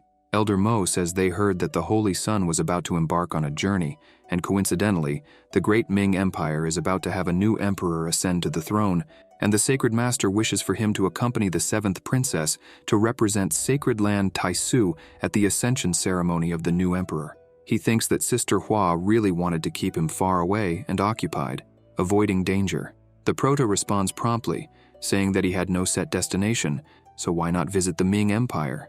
The princess says they are lucky to have the Holy Sun visiting the Ming Empire. She thinks that it would be very fortunate to invite an elder in the lower Saint Domain, but who would have thought that the Holy Sun himself would attend the ceremony? Chu recalls that 45 years ago, when he was still in the Divine Domain, he accidentally became friends with the former princess of the Ming Empire. Her name was Zhu Biyue, the eldest princess of the Great Ming Empire, and they ended up having a romantic encounter. He says that if there are no more matters to resolve, they can leave tomorrow. And he reflects that, at the time, he said he would return for her, but now he sees that she already has descendants. The princess says, "Great," and apologizes for bothering him, saying, "See you tomorrow." Mengdi uses sound transmission and immediately calls her unfaithful disciple to come see her. He replies that not today, as his waist was in a lot of pain. She thinks it's absurd because she was already prepared, yet that unfaithful disciple refused to come spend time with her. In the storeroom of Mengdi's palace, she picks up a treasure in her hand. At the Holy Sun's palace in Chu Xiu's room, he was cultivating while his bird commented that he was working hard before leaving. The Prota thought he still hadn't claimed his rewards since the last time he advanced, and told the system to show everything he had. A system window appeared, saying, "It has been detected that the user has the sacred primordial constitution and has broken through to the spiritual pillar domain. Therefore, you have been rewarded with half of the secret art, 9 secrets. Secret Z. Would you like to claim it?" Chu accepted, thinking that the system had rewarded him with the secret art, 9 secrets, Secret Z, for breaking through. Now he had 2 of the 9 secrets. The secret art Secret Z is a powerful healing ability. Once mastered, a single drop of his blood could regenerate his entire body. In terms of rarity, the secret art Secret Z was more valuable than the secret Xing Z. In terms of saving lives, the secret art Secret Z is far superior. Unfortunately, he only had half of the secret art Secret G, so its effects were greatly reduced. If he could obtain the rest to complete Secret Z, his abilities would improve significantly. The bird asked Chu if he wanted roasted rabbit, saying that after leaving Sacred Land, it would be difficult to find a delicacy like that again. Chu replies that he didn't want to, as he was going to take a nap. The bird was about to eat when Mengdi appears, asking where her unfaithful disciple was. The chick says that little Chu was sleeping, and that no one could disturb him. She ignores the bird and questions the chick, asking if he dared to block her path, then steps over him. The chick ends up seeing something he shouldn't, and gets a nosebleed. Mengdi enters the protagonist's room, and wonders if he was really sleeping. She enters and sees Chu sleeping peacefully. She looks at him and gives a slight mischievous smile. The protagonist was dreaming that he was in a hot spring with several women who were calling him to join in the fun, and he jumps into the spring with them. Suddenly his master appears, calling him an unfaithful disciple, pulling his ear, and saying that he already had a child with her, yet he still flirted with other women until he wakes up startled, shouting. He wakes up and realizes that his master was there, near his bed. He asks what she was doing there. Mengdi responds that, as his master, why wouldn't she come there? When she opens a small treasure box, he gets frightened, asking what she was trying to do if she wanted to kill her husband. When he sees the treasure, he calms down and thinks it was a draconic crystal. He realizes that his master brought it to strengthen his body. Mengdi stands up and says she couldn't help him much after he left the Sacred Land to train, and orders him to accept it. He asks Mengdi to stay there with him and takes her hand. She asks why he wanted her to stay. He replies that the gift his master gave was a draconic crystal, and comments that legends say in the primordial ocean, a great whale dragon in the superior holy domain devoured various things and spent millions of years maturing before condensing a draconic crystal. It was something very precious. Blushing, she asks, and if it were? He says, of course, that a disciple needs to repay when receiving such a precious gift. In Qianshuan City, in the Southern Territory, Chu, in the princess's carriage, says he will tell a story about the cultivator Han. Legends say there was a cultivator named Han, but he had a terrible aptitude, and even though he tried hard to cultivate, he had little success, until one day, a woman named Nan Gong appeared and became his master. After that, the story gradually became more interesting, until one day the two were hunting monsters and fell under the effect of a unique poison. Because of this, they both lost control of their emotions, and then, Chu, somewhat embarrassed, says they already know what happened. The princess says she never imagined it would be like that. Chiu Yu, blushing, asks if they were not master and disciple, and if that wouldn't be against the rules. Suddenly, someone throws water in Chu's face. The princess wonders if there was someone throwing water from outside. He smiles.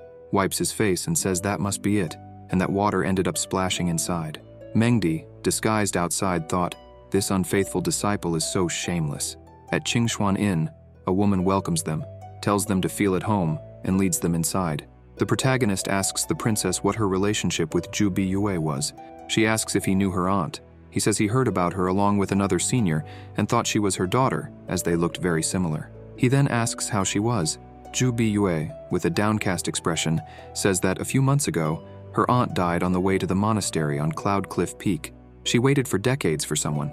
She heard from her father that he died a few months ago, and her aunt decided to die on the same day. Chu, looking down, says it's a pity. Mengdi, on top of the inn hidden, wonders why the presence of her unfaithful disciple disappeared after he entered the inn. She could easily follow a cultivator's presence, but how did she lose his? Chu, seeing his master, wonders why she wanted to keep following him, and luckily, he had the presence-canceling mask, so he leaves the inn. The protagonist enters a place and says he wanted to know the location of Liu Hongyi.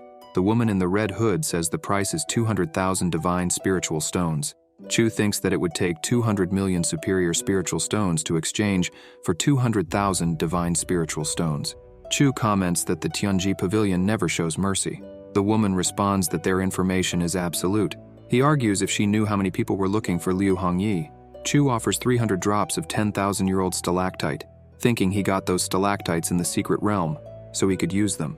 The woman stands up and says she wants 400 drops, stating that Tianji Pavilion never bargains. Chu takes out a vial and tells her to take it.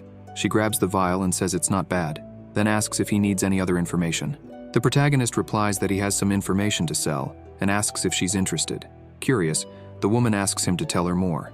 Chu, serious, speaks about the location of the divine text of Emperor Yue Hua. The woman questions if he is serious. The protagonist responds that it would be easy to verify with her intelligence network and that he would want a life fruit and treasures for physical formation, at least 4 different types. The woman approaches him and says that once they have everything prepared, they will make the exchange, as she will need to collect these treasures, and asks where they will meet for the trade. He replies it will be in Shangjing City. She agrees, saying, deal. Back at the Qingshuan Inn, Chu sits on the bench and says, Master, if you're tired of being on the roof, come down and sit here. Mengdi, embarrassed, wonders when her unfaithful disciple appeared. He responds that he can sense her sweet scent from miles away, then grabs her hand and pulls her inside. She speaks loudly, telling her unfaithful disciple to let go of her, and asks what he is going to do. He takes her to the bed, throws her onto it, and argues that she missed him, which is why she was following him. She replies for him not to be foolish, saying she had some matters to attend to in Zhengzhou, and, by coincidence, happened to pass by. When she saw him, she thought of paying a visit. Chu, on top of his master, says that since she is there, she could give him some lessons. She retorts, saying that he needs to show respect. While they are engaging in dual cultivation, Mengdi, with a trembling voice, says that they have a problem. Chu asks what it is, and she responds that she is about to break through and that a tribulation is coming. At the Qingshuan Inn, in Chu Xiu's room, the protagonist asks about the celestial tribulation, and they both get up. Mengdi says that she will go to another dimension and go through the celestial tribulation. Chu takes out a vial and comments that the thunder of the celestial tribulation is powerful, asking her to drink that if she runs into trouble. She looks at it and thinks it is 10,000-year-old liquid stalactite, reflecting that her disciple really cares about her. She enters the dimension and uses her sword skill, Icy Annihilation, first form, Icy Sealing, to attack the tribulation. Then, she uses the second form, Icy Realm, launching it towards the celestial tribulation. Immediately after, she uses the third form, Icy Destruction, but the tribulation pushes her away, injuring her. Mengdi comments that she never thought the 4-layer celestial tribulation would be so strong, something truly abnormal. She drinks the 10,000-year-old liquid stalactite and focuses her chi in her abdomen as the celestial tribulation advances towards her. The protagonist, seeing the rays of the celestial tribulation in the other dimension, thinks that his master must succeed, because what would he do without her? Inside the dimension, Mengdi manages to overcome the tribulation and, relieved, thinks that fortunately her baby is fine. She exits the dimension and returns to Chu's room, who congratulates her on passing the celestial tribulation and urges her to quickly stabilize her cultivation. She responds that, thanks to the liquid stalactite, everything went well. Otherwise, she feared she would have had problems. The protagonist reassures her, telling her not to worry about it. With a faint, cheerful smile, she comments that she hadn't expected the celestial tribulation to be so strong, much more powerful than a 4-layer tribulation, which didn't make sense. The next day, Chu wakes up yawning.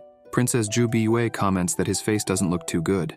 Chu wonders if it was that obvious, and replies that he was cultivating a divine skill that consumed a lot of energy, asking her not to worry. The princess responds that she understands, and the 2 young women remark that the Holy Sun was very diligent. The carriage driver informs the Holy Sun that the carriage is ready and they can leave at any time. He asks where Elder Mo is, and the driver replies that before sunrise, Qingmeng City, which was further ahead, had sent information about the discovery of signs of a large number of monsters and requested support from Qingshuan City. Upon hearing this, Elder Mo immediately left and said she would meet up with them after handling the situation. The protagonist reflects that a large number of monsters trying to infiltrate the human realm didn't make sense. Usually, monsters avoided places where there were humans, preferring to hide in the shadows and set ambushes. So why would they attack cities so suddenly? Chu comments that the monsters' actions are very unpredictable and orders them to proceed on their path, as Elder Mo would have no problems dealing with the situation. He thinks it's best to leave soon, as he might find many treasures along the way. The carriage flies over the plains, and the princess comments on how incredible the view is. The protagonist, on the other hand, thinks it's a waste, as he could be dual cultivating with his master while admiring that beautiful landscape. In the middle of the plains, Yifeng is hiding with 2 other female cultivators, thinking that he wouldn't survive that day. He summons everyone to attack the carriage, claiming that only he deserved to be the Holy Sun. He throws several needles toward the carriage, shouting, "Give me your life," when a giant chi hand appears, deflecting the needles. The cultivators, astonished, wonder that if Elder Mo had already left, who was protecting Chu Shu? The chi hand throws them far away. The princess and Chu hear the noise and wonder what happened. Mengdi then asks Yifeng if he had allied with the scum from the Draconic Club to kill Chu Shu. Yifeng, with a trembling voice, says that this disciple had learned from his mistake and begged to be forgiven. Mengdi asks if he thought she would ignore what he had done to Chu. First, he conspired with Jian Lingyun to destroy Chu Shu's divine consciousness, leaving him crippled. Then he brought assassins into the secret realm to try to kill him, and now he had joined forces with the Draconic Club vermin to ambush and kill him. As his master, she had given him many chances, but he ignored them all and continued making the same mistakes. Yifeng, scared and with a trembling voice, questions if she would kill him because of Chu Shu. Indignant, Yifeng says how could trash like Chu Shu become the Holy Sun and the senior brother, for he was the best direct disciple of Rising Sky Peak. He questions his master, asking if she couldn't see the truth. She asks if the position of senior brother was that important to him. He hits the ground and says, "How could it not be? Only by being the senior brother and the Holy Sun would I have the power to avenge my parents." Yifeng, crying, questions why Mengdi took such good care of Chu Shu, as she made him the senior brother even though he was useless trash. The master says that many years ago, monsters invaded the Qishan district while she was cultivating in the Tianqi realm. She was the district's guardian, and Chu Shu's parents sacrificed themselves to protect the mortals who were retreating. To repay their sacrifice, she accepted Chu as the first direct disciple of Rising Sky Peak. Yifeng raises his arms to the sky and says that he had lost because of Chu Shu's parents' deeds, not because of him, and starts laughing. The master says no, he had lost because of his own actions. No matter what, he hurt his allies and brothers for his own benefit, and that was unforgivable. Yifeng responds that it was his fault for acting against Chu Shu in the past, and asks for a message to be passed on to Chu, that the Ouyang family, in the eastern region, possesses one of the 9 secrets, a part of the Jie secret, and with that, he plunges his hand into his chest and dies. The protagonist, watching from afar, wonders if Yifeng was truly dead, as it was impossible that his master would kill him, and reflects that he would ask her about it that night. In Qingmeng City, the princess and the young women laugh at the chick's stories, while Chu sips tea in another room. He mentions that after meeting with Elder Mo, they found out there were no major monster movements. It was just a weak tiger monster wandering near the city. But as the story was passed from mouth to mouth among the citizens, the original fact disappeared, leaving only an exaggerated version. This must have been Xiao Yifeng's plan to distract Elder Mo from his side. He just didn't expect that the master would be by his side. The protagonist notices that his master has come to see him. He stands up, goes to her, and asks why she looks sad. She replies that Xiao Yifeng is dead. He holds his master's hands and asks what happened.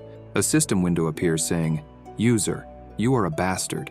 Mengdi says it's a long story and that she will tell him the details later, but before dying, Xiao Yifeng asked her to tell him that a part of the Zhe secret was in the hands of the enemy, the Ouyang family in the eastern region. Chu, deep in thought, reflects that Yifeng still set that up before he died, but he would have to fall into that trap. His master asks if he will go to the Ouyang family to retrieve the part of the Zhe secret. Suddenly, Chu kisses his master's cheek, catching her off guard and leaving her blushing and speechless. He says he will take revenge for his younger brother. The Ouyang family was his enemy, so they were also his enemy. Now that Xiao Yifeng is dead, it's only natural for the older brother to take responsibility. After all, they were close friends. Mengdi responds that she didn't feel any truth coming from his words. Chu says that in the past, she also didn't believe him when he said he would make her his, and it happened soon after. The master tells him to shut up and be careful, or she will finish him. He takes advantage, puts his hand on her waist and says, "Finish me off in bed." Mengdi calls him an unfaithful disciple, tells him to stop talking nonsense, and asks if he really plans to go to the eastern region. The Ouyang family should not be underestimated, as they have 2 cultivators at the peak of the lower holy domain, and without the strength of a sacred territory, it would be difficult for him to fight against them. He says he has his own plans. The protagonist takes a manual in his hand and says, "My beautiful master, it's already late, let's have some lessons." She tells him to go to hell and not to touch her. Chu takes her to the bed to learn some lessons. The next day, upon waking, he thinks that he obtained information thanks to his master. Life was full of surprises. The princess calls Chu to get ready to leave, saying they would need more than a day to reach the Ming Empire. At the border of the Ming Empire, the princess's carriage arrives, accompanied by several guards, with a young man there to welcome them. The young man says that he, Zhou Yunfei, is the eldest son of the Ming Emperor, and is there to represent his father and the Ming royal family to welcome the Holy Son. Zhu Ziyue thinks that her brother didn't bring any members of the royal family to welcome the Holy Son. How could he be so negligent? Yunfei greets the Holy Son and Elder Mo. The guards, from afar, wonder if that handsome young man is the Holy Son of the Taisu sacred land. It was what one would expect from an elite cultivator of the Taisu sacred land. His aura was truly extraordinary. Yunfei asks the Holy Son to follow him. The princess thinks that her brother is already planning something and tries to pull Chu by the arm, thinking that since the Holy Son said along the way that they would be friends, he probably wouldn't go with her brother. The protagonist, without saying a word, follows the prince. The princess is stunned and thinks they were friends, wondering what happened to the idea of walking together. The chick tells Princess Ziwei not to be nervous, as there was always some reason behind Chu Xu's actions. In Prince Yunfei's carriage, Yunfei introduced Yang Chen, saying he was the only son of the master of the Songyun sword sect. His cultivation was in the spiritual domain, and he was a great talent in the southern region. Next, he introduced the woman, saying she was Fairy Bi Yao, the senior martial sister of the Yuejing Palace. Her cultivation was also in the spiritual domain, but no one should think she was a weak woman, as her battle power was not low. A system window appeared saying, "This senior martial sister, since when does the user know her? Even I don't remember her." The protagonist says that when he was the old demon Chu, he cultivated a secret art called the spiritual seed, and was able to transfer his spiritual seed to the divine soul of a cultivator who had not yet broken through to the spiritual pillar domain, creating a mark. As the target's cultivation increased, his cultivation would also increase, and his spiritual seed would grow gradually. In the end, the mark on the divine soul cast by him was carved to ensure that there would be no signs of rejection when he needed to take possession of the body. A new system window appeared, saying, "I didn't think the user was so clever. As expected of someone born to be a villain, he even left several ways to return to life. But this system really doesn't think the user would look good as a woman. Or are you really going to use this woman's body?" The prince tells them not to just sit around, invites them to drink wine, and says that the Holy Son should try that bottle of peach blossom wine. The protagonist thought that the wine was really good. He just didn't understand why those 3 were keeping an eye on him. Yunfei tells Chu that he thinks the 700,000 divine spiritual stones that the royal family delivers to the sacred land every year are too few. The protagonist asks if he has a solution, and he replies that he believes that, with the guards of the Taisu sacred land, who are in the south, and with the holy guardian who protects the Ming dynasty, they should be paid 120,000 a year as a sign of respect, plus an extra 100,000 to honor the Holy Son. Chu Xu asks if they are asking for his help to rebel. The prince says that technically it's not a rebellion. It's all for a bright future for the Taisu sacred land and the great Ming dynasty. The protagonist says it's a very interesting deal. He wins, and everyone wins. Mengdi, hiding, thought that if Zhu Ziyue saw him, she would probably vomit blood from disgust, but she could only keep watching what that unfaithful disciple would do. Prince Yunfei tells the Holy Son not to worry. After they arrive in Shangjing City, they will send the money.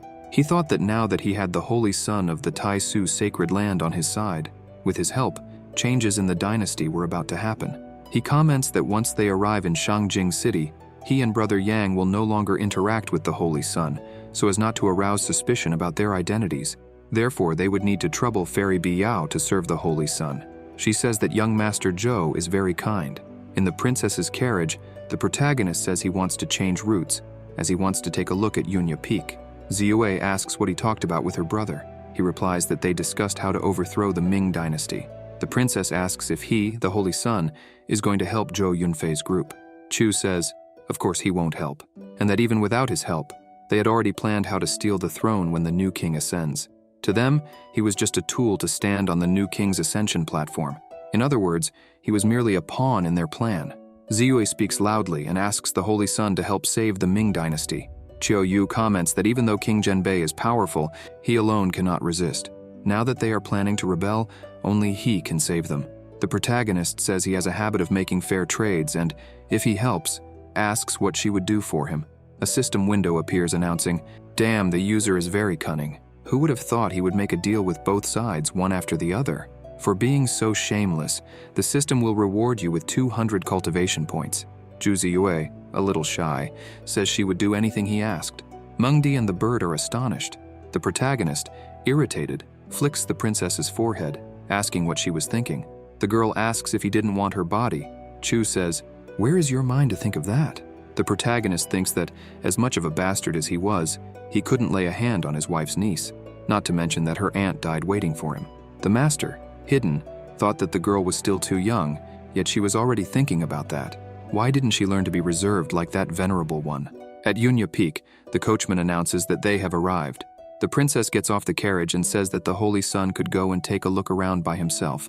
She would stay there. Chu steps out and tells her to inform her royal father or brother that he would discuss the price with them. Ziyue thanks the Holy Son for being willing to help the royal family. The protagonist says there's no need to thank him. They were all getting what they wanted, and that was all. Chu Shu climbs to the top of Yunya Peak and says that this stone showed no signs of irregularity.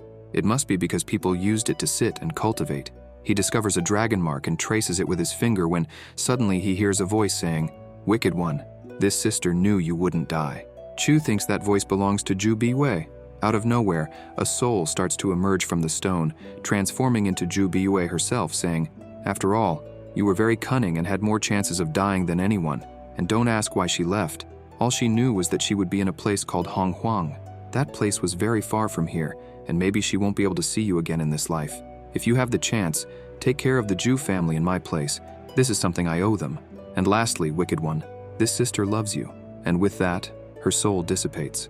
The protagonist thinks, Honghuang, it was that place again. What exactly is that place? As far as he knows, it's possible to reach Honghuang after passing through the Boulder Realm, but one can only stay in Honghuang for 3 months. So how was Zhu Biwei there without needing to return? Mengdi appears and asks if he just read a divine mark, because that venerable one didn't feel anything. So how did he know there was a divine mark sealed in that stone? Chu says that he only felt it after touching the stone. Otherwise, how could he sense it? She asks why he went to Yunya Peak. The protagonist asks why she is asking so many questions and if she is jealous or wants to be reprimanded. The master sits beside him and calls him an unfaithful disciple. Chu pulls her by the arm, placing her on his lap, and tells Mengdi that at a time like this, and in such a beautiful place, it was the perfect moment for her to teach some lessons to this disciple. His master, embarrassed, asks what he is trying to do in broad daylight and says he is very shameless. Chu says that today he won't let her rest and invites her to go with him. She, blushing, asks, "Go where?" In the Taoist temple, Mengdi asks Chu why he brought her there. He places his finger on the forehead of a statue, activating a seal and revealing a treasure. The master is stunned and asks how he knew there was a hidden treasure there, questioning if he had been there before. He replies that she only needed to watch and asks why she was asking so many questions, saying that being too curious is not good, and invites her to go to Shangjin City. In the capital of the Ming Empire, Shangjin City, Zhu Ziyue tells the Holy Son that Grandpa Chen would escort him and that Elder Mo of the Taisu Sacred Land would stay at the embassy for a while, saying that their paths separated there. The protagonist says they would meet again in the future. At the Taisu Sacred Land Embassy, Chu and Elder Mo enter. The female cultivators see Chu Shu and comment that the Holy Son is not arrogant. He treats everyone from the same sect with kindness and sincerity. They say that he is also handsome, especially when he smiles, to the point of melting their hearts. Chu tells the female cultivators that he would cause some trouble by asking them to prepare delicious food because he would have a guest over that night.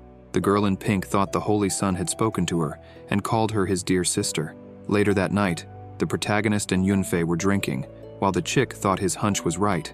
There really was a guest, and he considered himself very clever. Chu tells brother Joe not to worry because he knows what needs to be done. He thinks that Joe was very generous, as he had given more than 30,000 divine spiritual stones. Yunfei says he trusts the Holy Son a lot, and since his father is in seclusion, he has to take care of things in his father's place. He guarantees that Chu will be even more rewarded when his father comes out of seclusion. Joe, leaving, thanks Chu, saying the wine was really different. The taste was wonderful. The protagonist remarks that Yunfei was very kind and that after everything was over, they would have a big celebration. Joe agrees and says that Chu is right. The protagonist goes back inside when his master asks if he had given poison to Zhou Yunfei instead of wine and comments that just a short while ago he was calling him brother, and then he poisons him. He was indeed very cruel. Chu replies that if he isn't cruel to his enemies, he would be cruel to himself. He tells his master that she has cultivated for so many years and still hasn't seen many examples of that. She responds that she doesn't need him to remind her and says that she thinks he should keep his methods secret, because if a Holy Son uses poison and that spreads, he will become a joke. The protagonist pulls Mengdi by the arm and places her on his lap, saying that a black cat or a white cat, the only good cat, is the one that catches the rat. She tells him to stop touching her and says that someone is coming. Fairy Biyao knocks on the door, calling for the Holy Son. His master asks if he had arranged to meet a woman so late. Annoyed, she thinks that this unfaithful disciple really invited another woman, even though he already had this venerable one. Chu tells her not to be jealous and to hide, as this disciple would be hers alone later. Fairy Biyao says she brought floral nectar and tells him to try it. He instructs her to place it on the table. His master, hidden and eavesdropping, wonders if Fairy Yao had brought a love potion to enchant her unfaithful disciple. She questions if that disciple's strength was really so strong. Chu approaches the fairy, and she asks to help him. Mengdi, seeing the scene, gets upset and wonders if he would pretend that this venerable one wasn't there. Soon, she notices a skill and questions what it was, wondering why Fairy Biyao's eyes were the same as her unfaithful disciples. Chu orders her to take that with her and find a way to make Zhou Long smell it, but she shouldn't be discovered. He instructs her to return after an hour and tell Zhou Yunfei that she succeeded. She agrees and leaves. Mengdi asks what he did to her. He replies that it was just a soul control skill. She questions when he did that, and he says it was the last time they enjoyed drinking wine alone. Chu explains that the poison is called 3 converging flowers and is made by mixing 3 different types of poison. He had already made Zhou Yunfei drink one of them, and now he had Fairy Biyao take the second one to Zhou Long. The last one was with him, and he clarifies that as long as the 3 poisons are separated, they won't harm anyone. But if they get close to each other, the 3 poisons will cause a great reaction. Even a superior saint like Zhou Long would become up to 40% weaker. His master comments that he was cruel. He barely met the other group and was already thinking about how to kill them.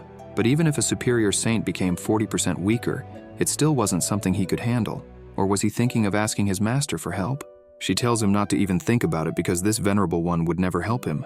He replies that he wouldn't ask for help because he had a 7th grade trap array that could be activated as long as he had spiritual stones. He questions his master, asking if she thought Zhou Long would still have a chance of surviving. She asks how many divine spiritual stones he has. The protagonist, serving tea, asks his master if she forgot that Zhou Yunfei had given him many divine spiritual stones. It was natural for friends to help each other. She replies that it was truly a tragedy to be his friend. He serves tea for his master to drink, and she drinks it, questioning what he had made this venerable one drink. He says it was the nectar that Fairy Biyao had brought. Mengdi, trembling all over, asks if he was an idiot and if he knew what she had put in it.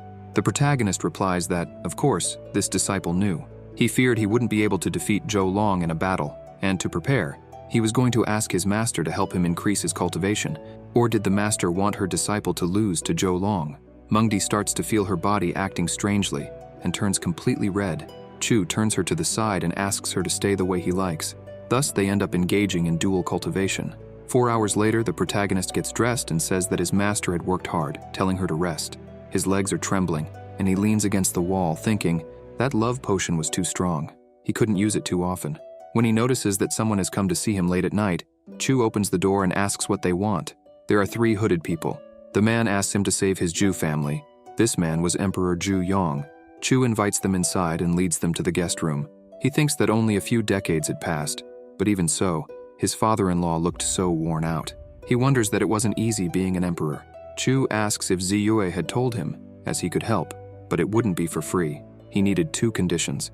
The emperor responds that as long as the Ju family could manage it, they would do even more than 2 conditions. The protagonist says he only wants 2. First, he wants 2 items from the royal treasure, and second, all the northern king's assets would belong to him afterward. The emperor replies that it wouldn't be a problem. The protagonist tells them to return, and the emperor's 2 sons ask what they should do. Chu tells them to just act as usual, and he will take care of everything. In Shangjin City, at the Taisu Sacred Land Embassy, Chu sees his master eating and asks if she didn't have some business to take care of. She asks if she was annoying him. Chu says yes. His master replies that Changjing City wasn't an unfaithful disciple's territory, so she could stay wherever she wanted, as he couldn't do anything about it. Chu tells her not to play dumb, as her cold beauty persona was falling apart. If you enjoyed this video, subscribe to the channel, hit the bell icon, and like the video. Thank you.